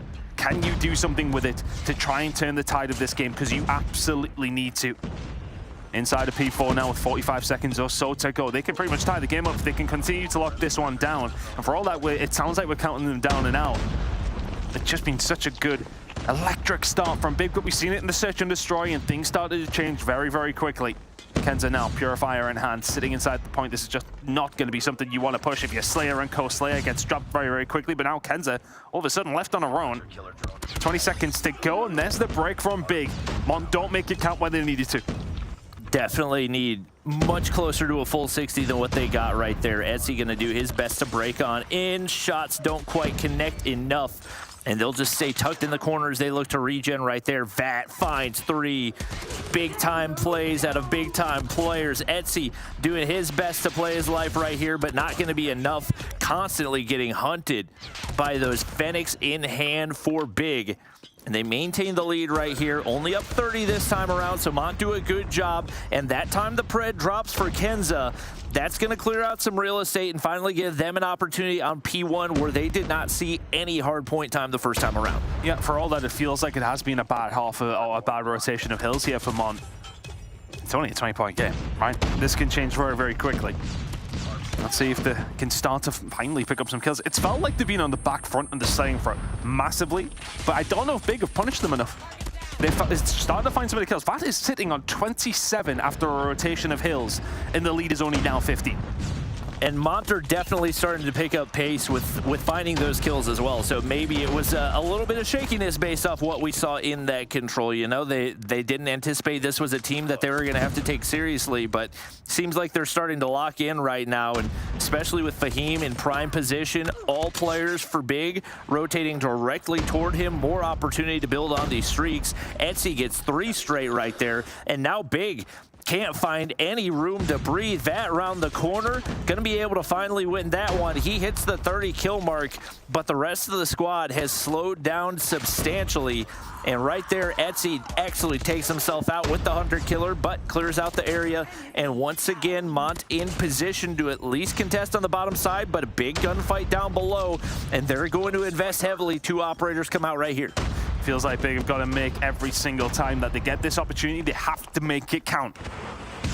Mont very much back into this game now, and as said, the slaying performance from Big, you cannot fault whatsoever. Vat is having a hell of a game now. Currently has the Annihilator out, sitting at 32 kills. Daytel, though, will find 2 of his own. Kenza with another. And these kills start to just fly on through for Mont at the wrong time for Big. It was a huge investment from them, and they haven't really found a great deal for it. Okay, yes, they still have 3 of the operators available, but Mont are taking a lead. They did so over towards P1. They continue to be in the lead as they were going to leave P2. But heading over towards P3 now, the kills are starting to flow for Mont. It feels like they're starting to get into their rhythm just a little bit. And now can they find the break? Looking over towards what is available from the operator side. 3-piece from both 2 teams. Are Mont going to invest this to get themselves inside of P3 and try to take some time? One Mont player waiting in the backside, trying to flood through Secret. Will be able to find the kill there. That's going to be Etsy, and now an opportunity to push through with the equalizer. Can he find any value? Fahim goes big. Sparrow in hand to take down Vat, and right now a lot of operators out, but not a lot of kills to be found. There it is. Jayce with the War Machine does the damage, and that's 5 man down for Big. Mont have found their way on into the hard point. Zaka doing everything he can to stay alive right here, and fortunately for Big, they do get close spawns. So able to keep things tight right here with the amount that was invested for Mont. Not really a whole lot to be gained. I think Big actually probably put 2 in themselves there, though. We did see over towards the left-hand side, they had stuff available, and I think they rebuffed it with their own operators coming on through. Slayer finding 2, Zaka finding 1 of his own as well. Really good performance, resolute from Big. 150 and rising for them, a slight lead now to the side of Big, but can Mont now turn this round again? Jayce does have that operator available. Is it going to be something he's thinking about using shortly? So we're heading over towards the next hill. It is going to be Big in control momentarily. The spawns are there for them as well, but these next couple of kills are absolutely crucial. Can't find the shots. Daytel and Co going to have to find a route through. Big are starting to run into the lead at once more. Cheeky little spot for Vat. Fahim actually sneaks his way all the way up through the top side and might be able to play through. Shuts down 1 right there. Vat's just going to enter straight through the front side. Able to find 1, instantly traded out, and Mont back in control of this hard point. Bad timing, but Jayce is there to keep things clear. Mont trying to play their best through the flashes, through the smokes. And for the time being, they'll stay alive. They pick up the kills. Jayce with the cutoff right there. Couple trades back the other way, but Mont have done the damage. They've taken the lead right here, and not much reason for Big to continue pushing as they get shut down. The battle back toward P1 once again. Fahim looking to shut down Starricker on the top side. He does exactly that, and Mont look to continue to push toward the outskirts. So Vat picking up nearly 30 kills on the first rotation, only picks up 12 on the second. Is that maybe the difference maker now as Mont starting to extend into a lead? Operator is out now for that. We're going to try and invest quite a lot into a P1 hill that can be quite scrappy, but you're really starting to think about those P2 rotations already with 45 seconds remaining. It's something you want to think about. But Vat has invested this. They have thrown quite a lot at it Big for zero control so far. Definitely looking like a reactionary operator there is. They do finally find a breakthrough right there, and Slayer just beaming with an SMG from the low ground. Kenza doing everything she can, and just so crafty on the objective. Now 120 seconds already gained by her. Does get taken down from the top side. That's going to be Slayer doing the damage once again.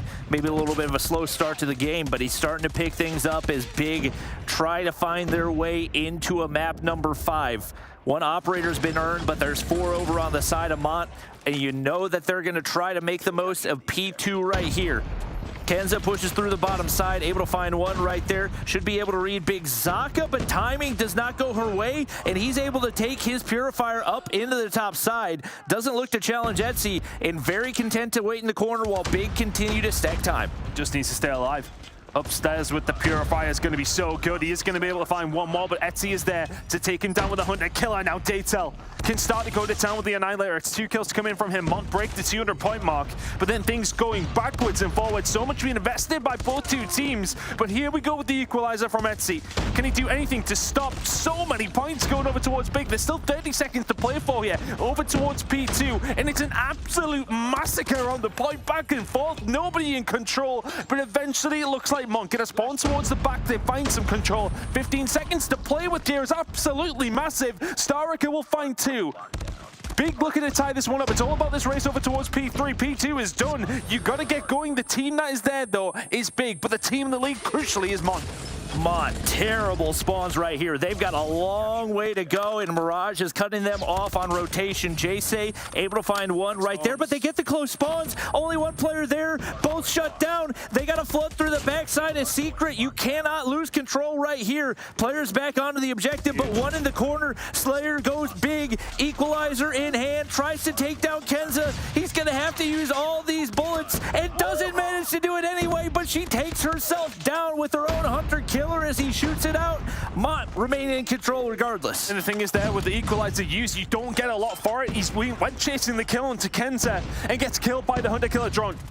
3 kills now starting to come through from Mont. It's been a much better performance from Big in this Hardpoint, but is it going to be enough? 10 seconds away now for Mont in complete control. There needs to be something from Big, but we're just seeing kill feed lighting up yellow. Mont will get the job done in 4 unless Starricker can get himself inside. 2 seconds away, eventually get it done. Mont will close us out here in day number 1 in Europe with a 3-1 win.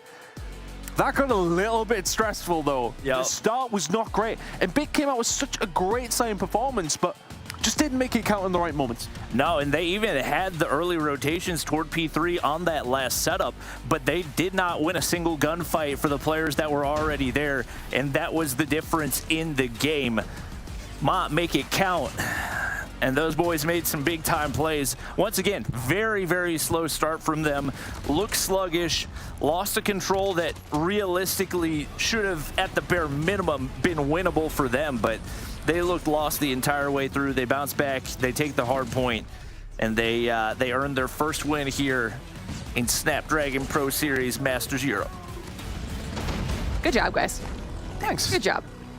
Way to close out the day. I mean, a little bit of a showing there from Big, even just taking a map off of Mont, and I think we were talking about this a little bit in the back, Brody. It's just showing how level the playing field is in general in the region. Yeah, it is at the moment. And again, I think we went in with pretty low expectations. I think we were saying that we kind of expected this one to be a 3-0 for good reason, because Mont, again, were a consistent performer last season. You described them as always the bridesmaid, never the bride. And I think that's a good description for Mont. Coming out here, feels like they might have their wedding day soon. They're looking pretty good, but I am impressed with Big. I really am. I think Big looked really, really good. The fact they were able to take the control, they seemed like they had control of the map for what was round number 3 offense. I think they managed to take away. They look pretty good. I mean, the only complaint I would maybe have for Big is like the slaying ability is clearly them. But look, I mean, Vat just dropped 54 kills and they lost the game. Like that hurts. That's going to be, it's one that's going to hurt for him. But at the same time, they then have to look at that and say, right, okay, well, are we doing enough with these kills? It's the same thing when it came down to control. I think they won it because it was a complete slaying battle. Everyone was just going at each other. But ultimately, I think what really told for me to show how good Mont are in comparison was map number 1. Like, the slaying department, it didn't even matter. They just out-rotated them, outplayed them. And I think that showed the level between these two teams. I think Big have the ability, but maybe just need to tighten up on a few fundamentals, really. And honestly, that was a really good learning experience, I feel like, for Big to at least start off this challenge season, because now they went up against, like you guys had mentioned before we even went into that match, they went up against a team that is a really good test for where they need to be ability-wise, and they can definitely use that and apply that to tomorrow, because today was only day 1 of this week's worth of challenge season competition for EU. We still have 4 more matches tomorrow to go, so they're not done yet. They still have to get some sleep, reset for tomorrow. Tell me what you're looking forward to for tomorrow. Ooh, I'm not too sure what the matches are yet. I haven't had a chance to look. But again, I think today has been a real surprise, right? I think just to see all of the teams be as competitive they are, even in that last match where we did not expect that. I think regardless of what tomorrow's matches looks like, it could throw a real curveball. We could finally see the upset. We were so close to seeing that upset today with like the second series. I really do feel like we're going to see a serious shake-up here in Europe, and I expect that tomorrow, and here is actually that schedule. So really excited to see some of these matches. You ask and you shall receive. You've got the whole thing laid out here. Bobby, what is your match of the day? Looking at this, that's a tough question. I think Mont versus Nexus is going to be good, especially given the showing that Nexus made up against Exclusive. Obviously, that was our only 3-0, but it was a tight 3-0. I think that can absolutely be a competitive one. I mean, yeah, that's the only one that really sticks out to me. All right, I like it. And if any of these teams are fan favorites for all of you watching in chat, make sure you mark down when those times are so you can be here in the stream tomorrow to catch those matches and see how things play out. Because then we'll end up with a leaderboard at the end of the week to see which teams start off at the top of the table, which teams start down at the bottom and need to do a little bit of a pickup from there. And I think that top 4 is going to be really even ton. Yeah, I mean, realistically, from some of the games we've seen already today, you know, we had our expectations coming into this, thinking, right, okay, we know the top 2 teams, who else is there with them? But now we're like, is that really the case still? Like, we do seem to have some teams in there who are going to be in and around the mix. It may well still be the normal 2 teams that we do see towards the top side, but realistically speaking, there was definitely some competition there today. It's very much up in the air for me. No idea. You know, I like that because we also do have Ricey going up against Exclusive too. Yeah. And I think people will make assumptions about what the expected outcome of that should be, but we also saw Team Ricey do some pretty decent work in the 3-1 against Xantium. So that could be another one that if they can catch Exclusive on the back foot, maybe underestimating them, an opportunity for Ricey to do something cool too, Bobby? Yeah, I mean, I think that's the really fun thing about Europe. And part of the reason I'm glad that we get 2 days of Europe is because, like in NA, I feel like it's pretty clear-cut top 4. And in Europe, I don't know who top 2 are. I don't know who bottom 2 are. I don't know who the middle 4 are. Like, it's very much up in the air right now, and all the teams gave us super solid competition today. So I think tomorrow's going to be fun, and I'm definitely looking forward to that 3rd matchup.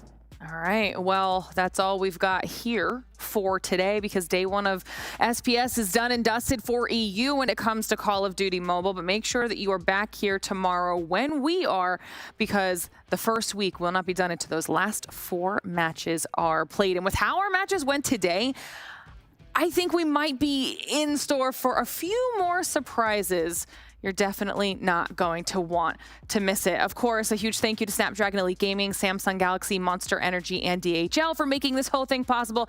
And thank you to everybody in chat for hanging out with us and watching. We'll see you tomorrow. Ain't got no time for no fear. I work too hard to get here. Ain't got no time for no fear. I work too hard to get here.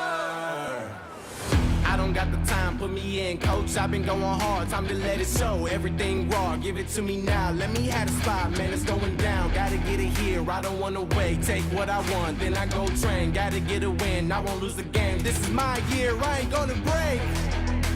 Strap in, cause it's gonna be a long ride. Working on me every single day and night. There comes a time when your worlds will collide.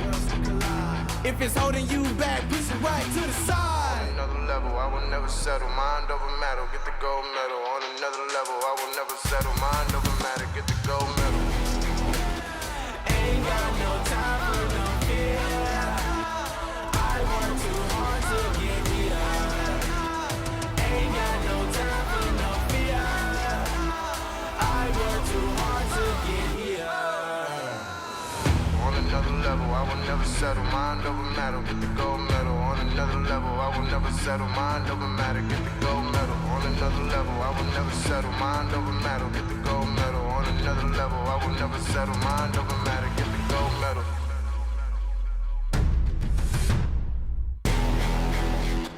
Ain't got no time for no fear. I work too hard to get here. Ain't got no time for no fear. I work too hard to get here. Ain't got no time for no fear. I work too hard to get here. Ain't got no time for no fear. I work too hard to get here. Ain't got no time for no fear. I work too hard to get here. I don't got the time, put me in, coach. I've been going hard, time to let it show. Everything raw, give it to me now. Let me have the spot, man, it's going down. Gotta get it here, I don't wanna wait. The Snapdragon Pro Series powered by Samsung Galaxy is brought to you by Snapdragon Elite Gaming, Samsung Galaxy S23 Ultra, Monster Energy, and DHL.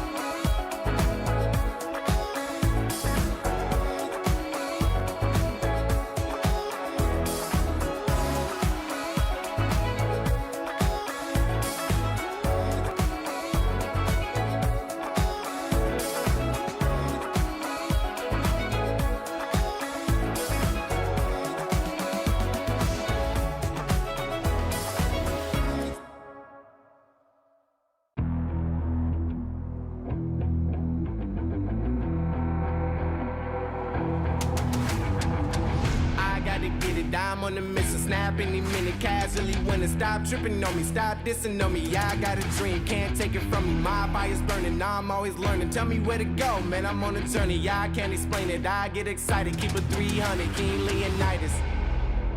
Strap in, cause it's gonna be a long ride. Working on me every single day and night. There comes a time when your worlds will collide. If it's holding you back, push it right to the side. Ain't got no time for no fear. I work too hard to get here. Ain't got no time for no fear. I work too hard to get here. I don't got the time, put me in, coach. I've been going hard, time to let it show. Everything raw, give it to me now. Let me have the spot, man, it's going down. Gotta get it here, I don't wanna wait. Take what I want, then I go train. Gotta get a win, I won't lose the game. This is my year, I ain't gonna break.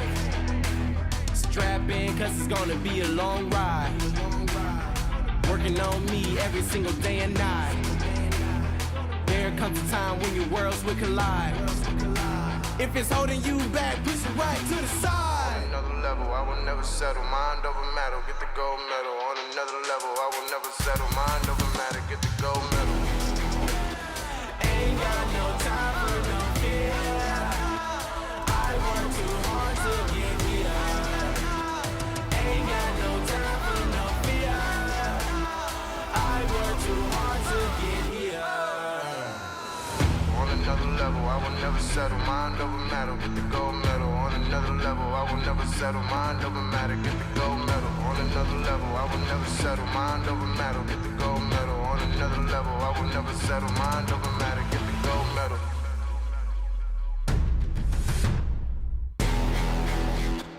Ain't got no time for no fear. I work too hard to get here. Ain't got no time for no fear. I work too hard to get here. Ain't got no time for no fear. I work too hard to get here. Ain't got no time for no fear. I work too hard to get here.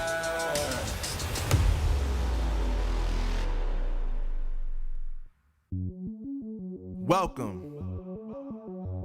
to the place where dreams come true. Where everything you want can be yours. If and only if you're willing to work for them. You're willing to hurt for them. But most of all, you're willing to be first for them. Ha! Look, I'm going straight to the top. I don't know how I would stop, like it or not. I got some goals that I'm hitting. You hear what I'm spitting, it's hot. Look what I got, whole lot of passion and pain. The road to success is insane. Stay out my lane, cause I'm on a mission. I'm getting what stands in my way. Yeah, I'm a beast, I wouldn't play with me, baby. The way that I'm training is crazy and I do it daily. You wanna talk about drive? I got more drive than Mercedes, I've never been lazy. I'm in the room, it's a red alert. You wanna compete, well get better first. I got 10 toes in the dirt, push through the hurt just to show them my worth. I'm the best. Yeah, I'm the best. I never stress. I know what's next. I'm who they test, like we playing chess. But I'm unimpressed, so now let me flex. Ha, yeah, I'ma work through the struggle and hurt, cause I know my worth, and I gotta be first. Ha, yeah, I gotta be first. Look, I don't want anyone's sympathy. I understand what it's meant for me. I give my focus and energy. If it's meant to be, then it's meant to be. But mentally, I'm undefeated. They hear that and say I'm conceited. Like there's no reason. Like I don't beat them and come back again just to teach them that when you work under pressure, you reach higher measures. They'll try and bring you down, but you cannot let them, and only get better and focus on cheddar. Eye on the prize and you'll become a legend. Like, when I'm in the room, it's a red alert. You wanna compete, well get better first. I got 10 toes in the dirt, push through the hurt just to show them my worth. I'm the best. Yeah, I'm the best. I never stress. I know what's next. I'm who they test, like we playing chess. But I'm unimpressed, so now let me flex. Ha, yeah, I'ma work through the struggle and hurt, cause I know my worth, and I gotta be first. Yeah, I gotta be first. They don't know what's gotten into me, how'd I turn pain into energy. Through all the struggle and hurt, remember my worth, and that's why I gotta be first.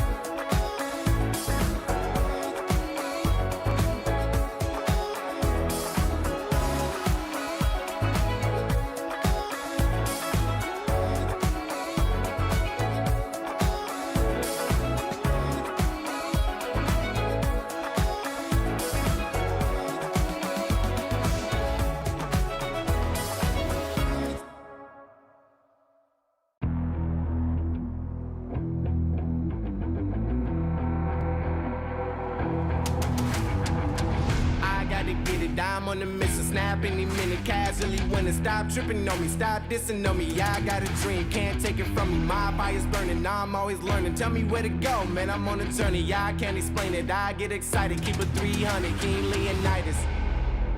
Strap in, cause it's gonna be a long ride. Working on me every single day and night. There comes a time when your worlds will collide. If it's holding you back, push it right to the side. Ain't got no time for no fear. I work too hard to get here. Ain't got no time for no fear. I work too hard to get here. I don't got the time, put me in, coach. I've been going hard, time to let it show. Everything raw, give it to me now. Let me have the spot, man, it's going down. Gotta get it here, I don't wanna wait. Take what I want, then I go train. Gotta get a win, I won't lose the game. This is my year, I ain't gonna break. Strap in, cause it's gonna be a long ride. Working on me every single day and night. There comes a time when your worlds will collide. If it's holding you back, push it right to the side. On another level, I will never settle. Mind over matter, get the gold medal. On another level, I will never settle. Mind over matter, get the gold medal. Ain't got no time for no fear. I work too hard to get here. Ain't got no time for no fear. I work too hard to get here. On another level, I will never settle. Mind over matter, get the gold medal. On another level, I will never settle. Mind over matter, get the gold medal. On another level, I will never settle. Mind over matter, get the gold medal. On another level, I will never settle. Mind over matter, get the gold medal.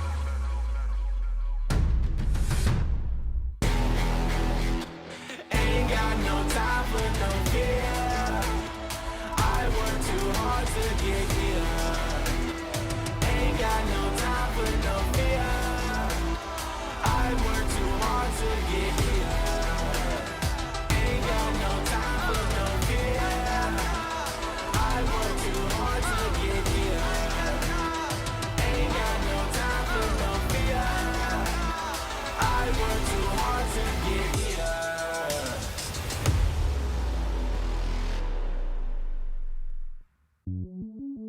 Welcome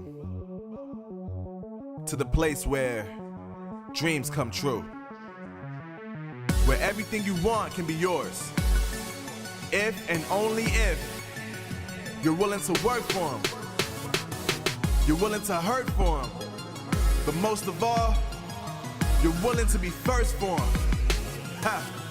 Look, I'm going straight to the top. I don't know how I would stop, like it or not. I got some goals that I'm hitting. You hear what I'm spitting, it's hot. Look what I got, whole lot of passion and pain. The road to success is insane. Stay out my lane, cause I'm on a mission. I'm getting what stands in my way. Yeah, I'm a beast, I wouldn't play with me, baby. The way that I'm training is crazy and I do it daily. You wanna talk about drive? I got more drive than Mercedes, I've never been lazy. I'm in the room, it's a red alert. You wanna compete, well get better first. I got 10 toes in the dirt, push through the hurt just to show them my worth. I'm the best. Yeah, I'm the best. I never stress. I know what's next. I'm who they test, like we playing chess. But I'm unimpressed, so now let me flex. Ha, yeah, I'ma work through the struggle and hurt, cause I know my worth, and I gotta be first. Ha, yeah, I gotta be first. Look, I don't want anyone's sympathy. I understand what it's meant for me. I give my focus and energy. If it's meant to be, then it's meant to be. But mentally, I'm undefeated. They hear that and say I'm conceited. Like there's no reason. Like I don't beat them and come back again just to teach them that when you work under pressure, you reach higher measures. They'll try and bring you down, but you cannot let them, and only get better and focus on cheddar. Eye on the prize and you'll become a legend. Like, when I'm in the room, it's a red alert. You wanna compete, well get better first. I got 10 toes in the dirt, push through the hurt just to show them my worth. I'm the best. Yeah, I'm the best. I never stress. I know what's next. I'm who they test, like we playing chess. But I'm unimpressed, so now let me flex. Ha, yeah, I'ma work through the struggle and hurt, cause I know my worth, and I gotta be first. Yeah, I gotta be first. They don't know what's gotten into me, how'd I turn pain into energy. Through all the struggle and hurt, remember my worth, and that's why I gotta be first.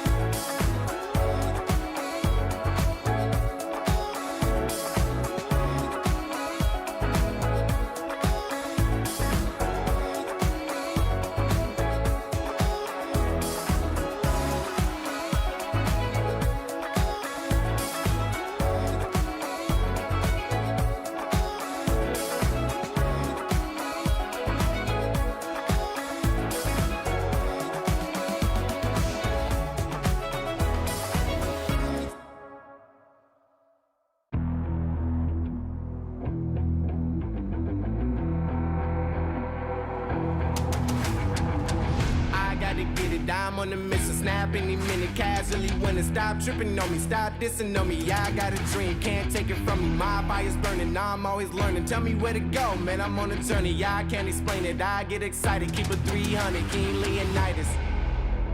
Strap in, cause it's gonna be a long ride. Working on me every single day and night. There comes a time when your worlds will collide. If it's holding you back, push it right to the side. Ain't got no time for no fear. I work too hard to get here. Ain't got no time for no fear. I work too hard to get here. I don't got the time, put me in, coach. I've been going hard, time to let it show. Everything raw, give it to me now. Let me have the spot, man, it's going down. Gotta get it here, I don't wanna wait. Take what I want, then I go train. Gotta get a win, I won't lose the game. This is my year, I ain't gonna break. Strap in, cause it's gonna be a long ride. Working on me every single day and night. There comes a time when your worlds will collide. If it's holding you back, push it right to the side. Another level, I will never settle. Mind over matter, get the gold medal. On another level, I will never settle. Mind over matter, get the gold medal. Ain't got no time for no fear. I work too hard to get here. Ain't got no time for no fear. I work too hard to get here. On another level, I will never settle. Mind over matter, get the gold medal. On another level, I will never settle. Mind over matter, get the gold medal. On another level, I will never settle. Mind over matter, get the gold medal. On another level, I will never settle. Mind over matter, get the gold medal.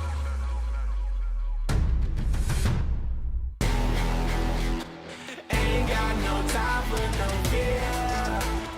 I work too hard to get here. Ain't got no time for no fear. I work too hard to get here.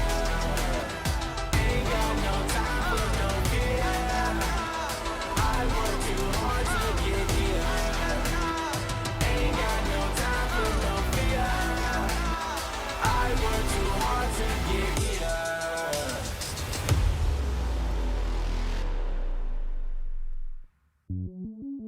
Welcome to the place where dreams come true, where everything you want can be yours, if and only if you're willing to work for them, you're willing to hurt for them, but most of all, you're willing to be first for them. Ha!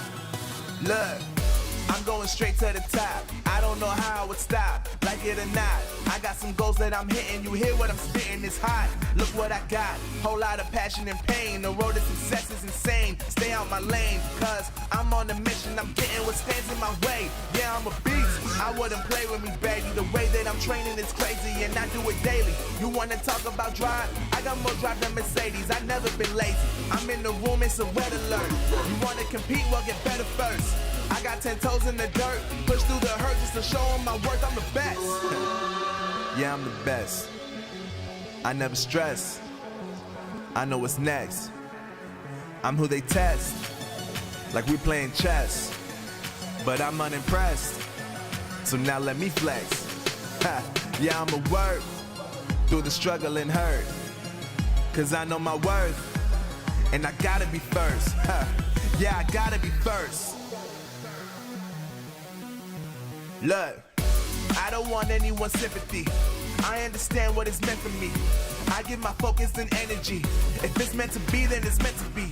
But mentally, I'm undefeated. They hear that and say I'm conceited. Like there's no reason. Like I don't beat them and come back again just to teach them that when you work under pressure, you reach higher measures. They'll try and bring you down, but you cannot let them, and only get better and focus on cheddar. Eye on the prize and you'll become a legend. Like, when I'm in the room, it's a red alert.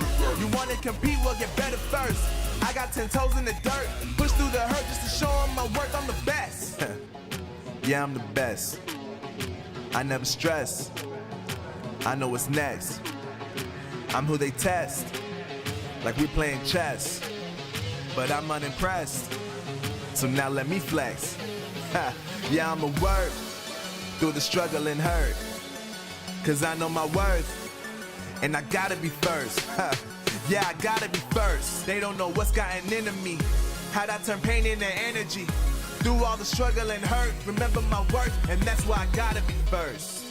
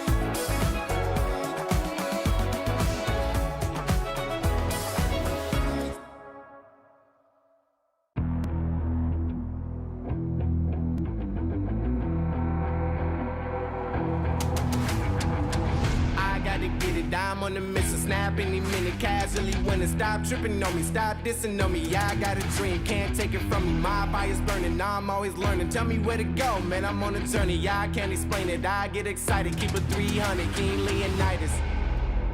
Strap in, cause it's gonna be a long ride. Working on me every single day and night. There comes a time when your worlds will collide. If it's holding you back, push it right to the side. Ain't got no time for no fear. I work too hard to get here. Ain't got no time for no fear. I work too hard to get here. I don't got the time, put me in, coach. I've been going hard, time to let it show. Everything raw, give it to me now. Let me have the spot, man, it's going down. Gotta get it here, I don't wanna wait. Take what I want, then I go train. Gotta get a win, I won't lose the game. This is my year, I ain't gonna break.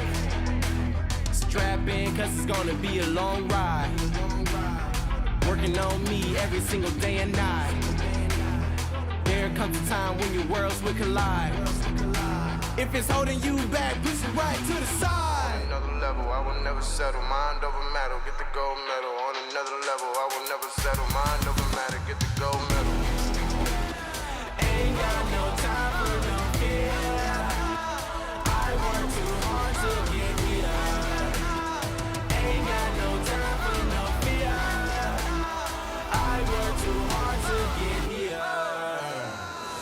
On another level, I will never settle. Mind over matter, get the gold medal. On another level, I will never settle. Mind over matter, get the gold medal. On another level, I will never settle. Mind over matter, get the gold medal. On another level, I will never settle. Mind over matter, get the gold medal.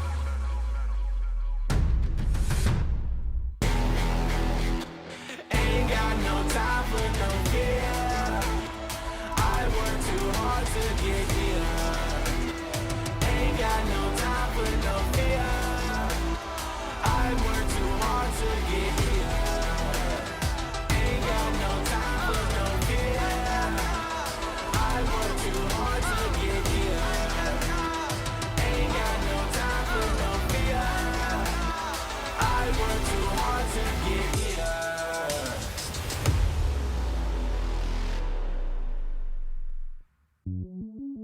Welcome to the place where dreams come true, where everything you want can be yours, if and only if you're willing to work for them, you're willing to hurt for them, but most of all, you're willing to be first for them. Ha! Look, I'm going straight to the top. I don't know how I would stop, like it or not. I got some goals that I'm hitting. You hear what I'm spitting? It's hot. Look what I got. Whole lot of passion and pain. The road to success is insane. Stay out my lane, cause I'm on a mission. I'm getting what stands in my way. Yeah, I'm a beast. I wouldn't play with me, baby. The way that I'm training is crazy, and I do it daily. You wanna talk about drive? I got more drive than Mercedes. I've never been lazy. I'm in the room, it's a red alert. You wanna compete? Well, get better first. I got 10 toes in the dirt, push through the hurt just to show them my worth. I'm the best. Yeah, I'm the best. I never stress. I know what's next. I'm who they test, like we playing chess. But I'm unimpressed, so now let me flex. Ha. Yeah, I'ma work through the struggle and hurt, cause I know my worth, and I gotta be first. Ha. Yeah, I gotta be first. Look, I don't want anyone's sympathy. I understand what it's meant for me. I give my focus and energy. If it's meant to be, then it's meant to be. But mentally, I'm undefeated. They hear that and say I'm conceited. Like there's no reason. Like I don't beat them and come back again just to teach them that when you work under pressure, you reach higher measures. They'll try and bring you down, but you cannot let them, and only get better and focus on cheddar. Eye on the prize and you'll become a legend. Like, when I'm in the room, it's a red alert. You wanna compete, well, get better first. I got 10 toes in the dirt, push through the hurt just to show them my worth. I'm the best. Yeah, I'm the best. I never stress. I know what's next. I'm who they test, like we playing chess. But I'm unimpressed, so now let me flex. Ha. Yeah, I'ma work through the struggle and hurt, cause I know my worth, and I gotta be first. Yeah, I gotta be first. They don't know what's gotten into me, how'd I turn pain into energy. Through all the struggle and hurt, remember my worth, and that's why I gotta be first.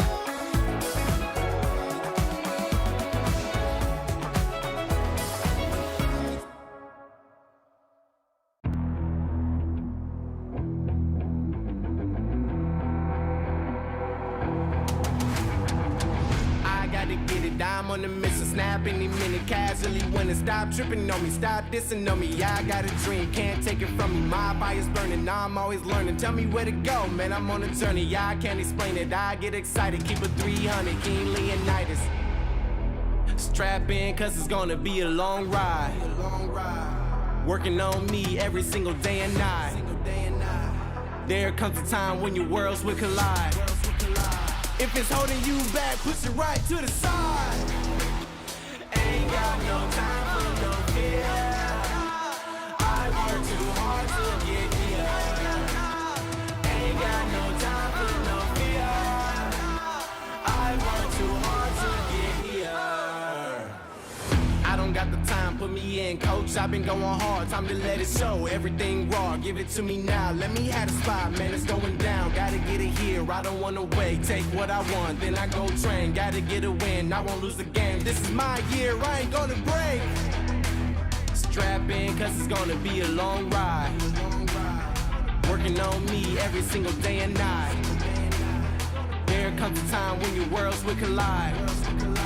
If it's holding you back, push it right to the side. On another level, I will never settle. Mind over matter, get the gold medal. On another level, I will never settle. Mind over matter, get the gold medal. Ain't got no time for no fear. I work too hard to get here. Ain't got no time for no fear. I work too hard to get here. On another level, I will never settle. Mind over matter, get the gold medal. On another level, I will never settle. Mind over matter, get the gold medal. On another level, I will never settle. Mind over matter, get the gold medal. On another level, I will never settle. Mind over matter, get the gold medal.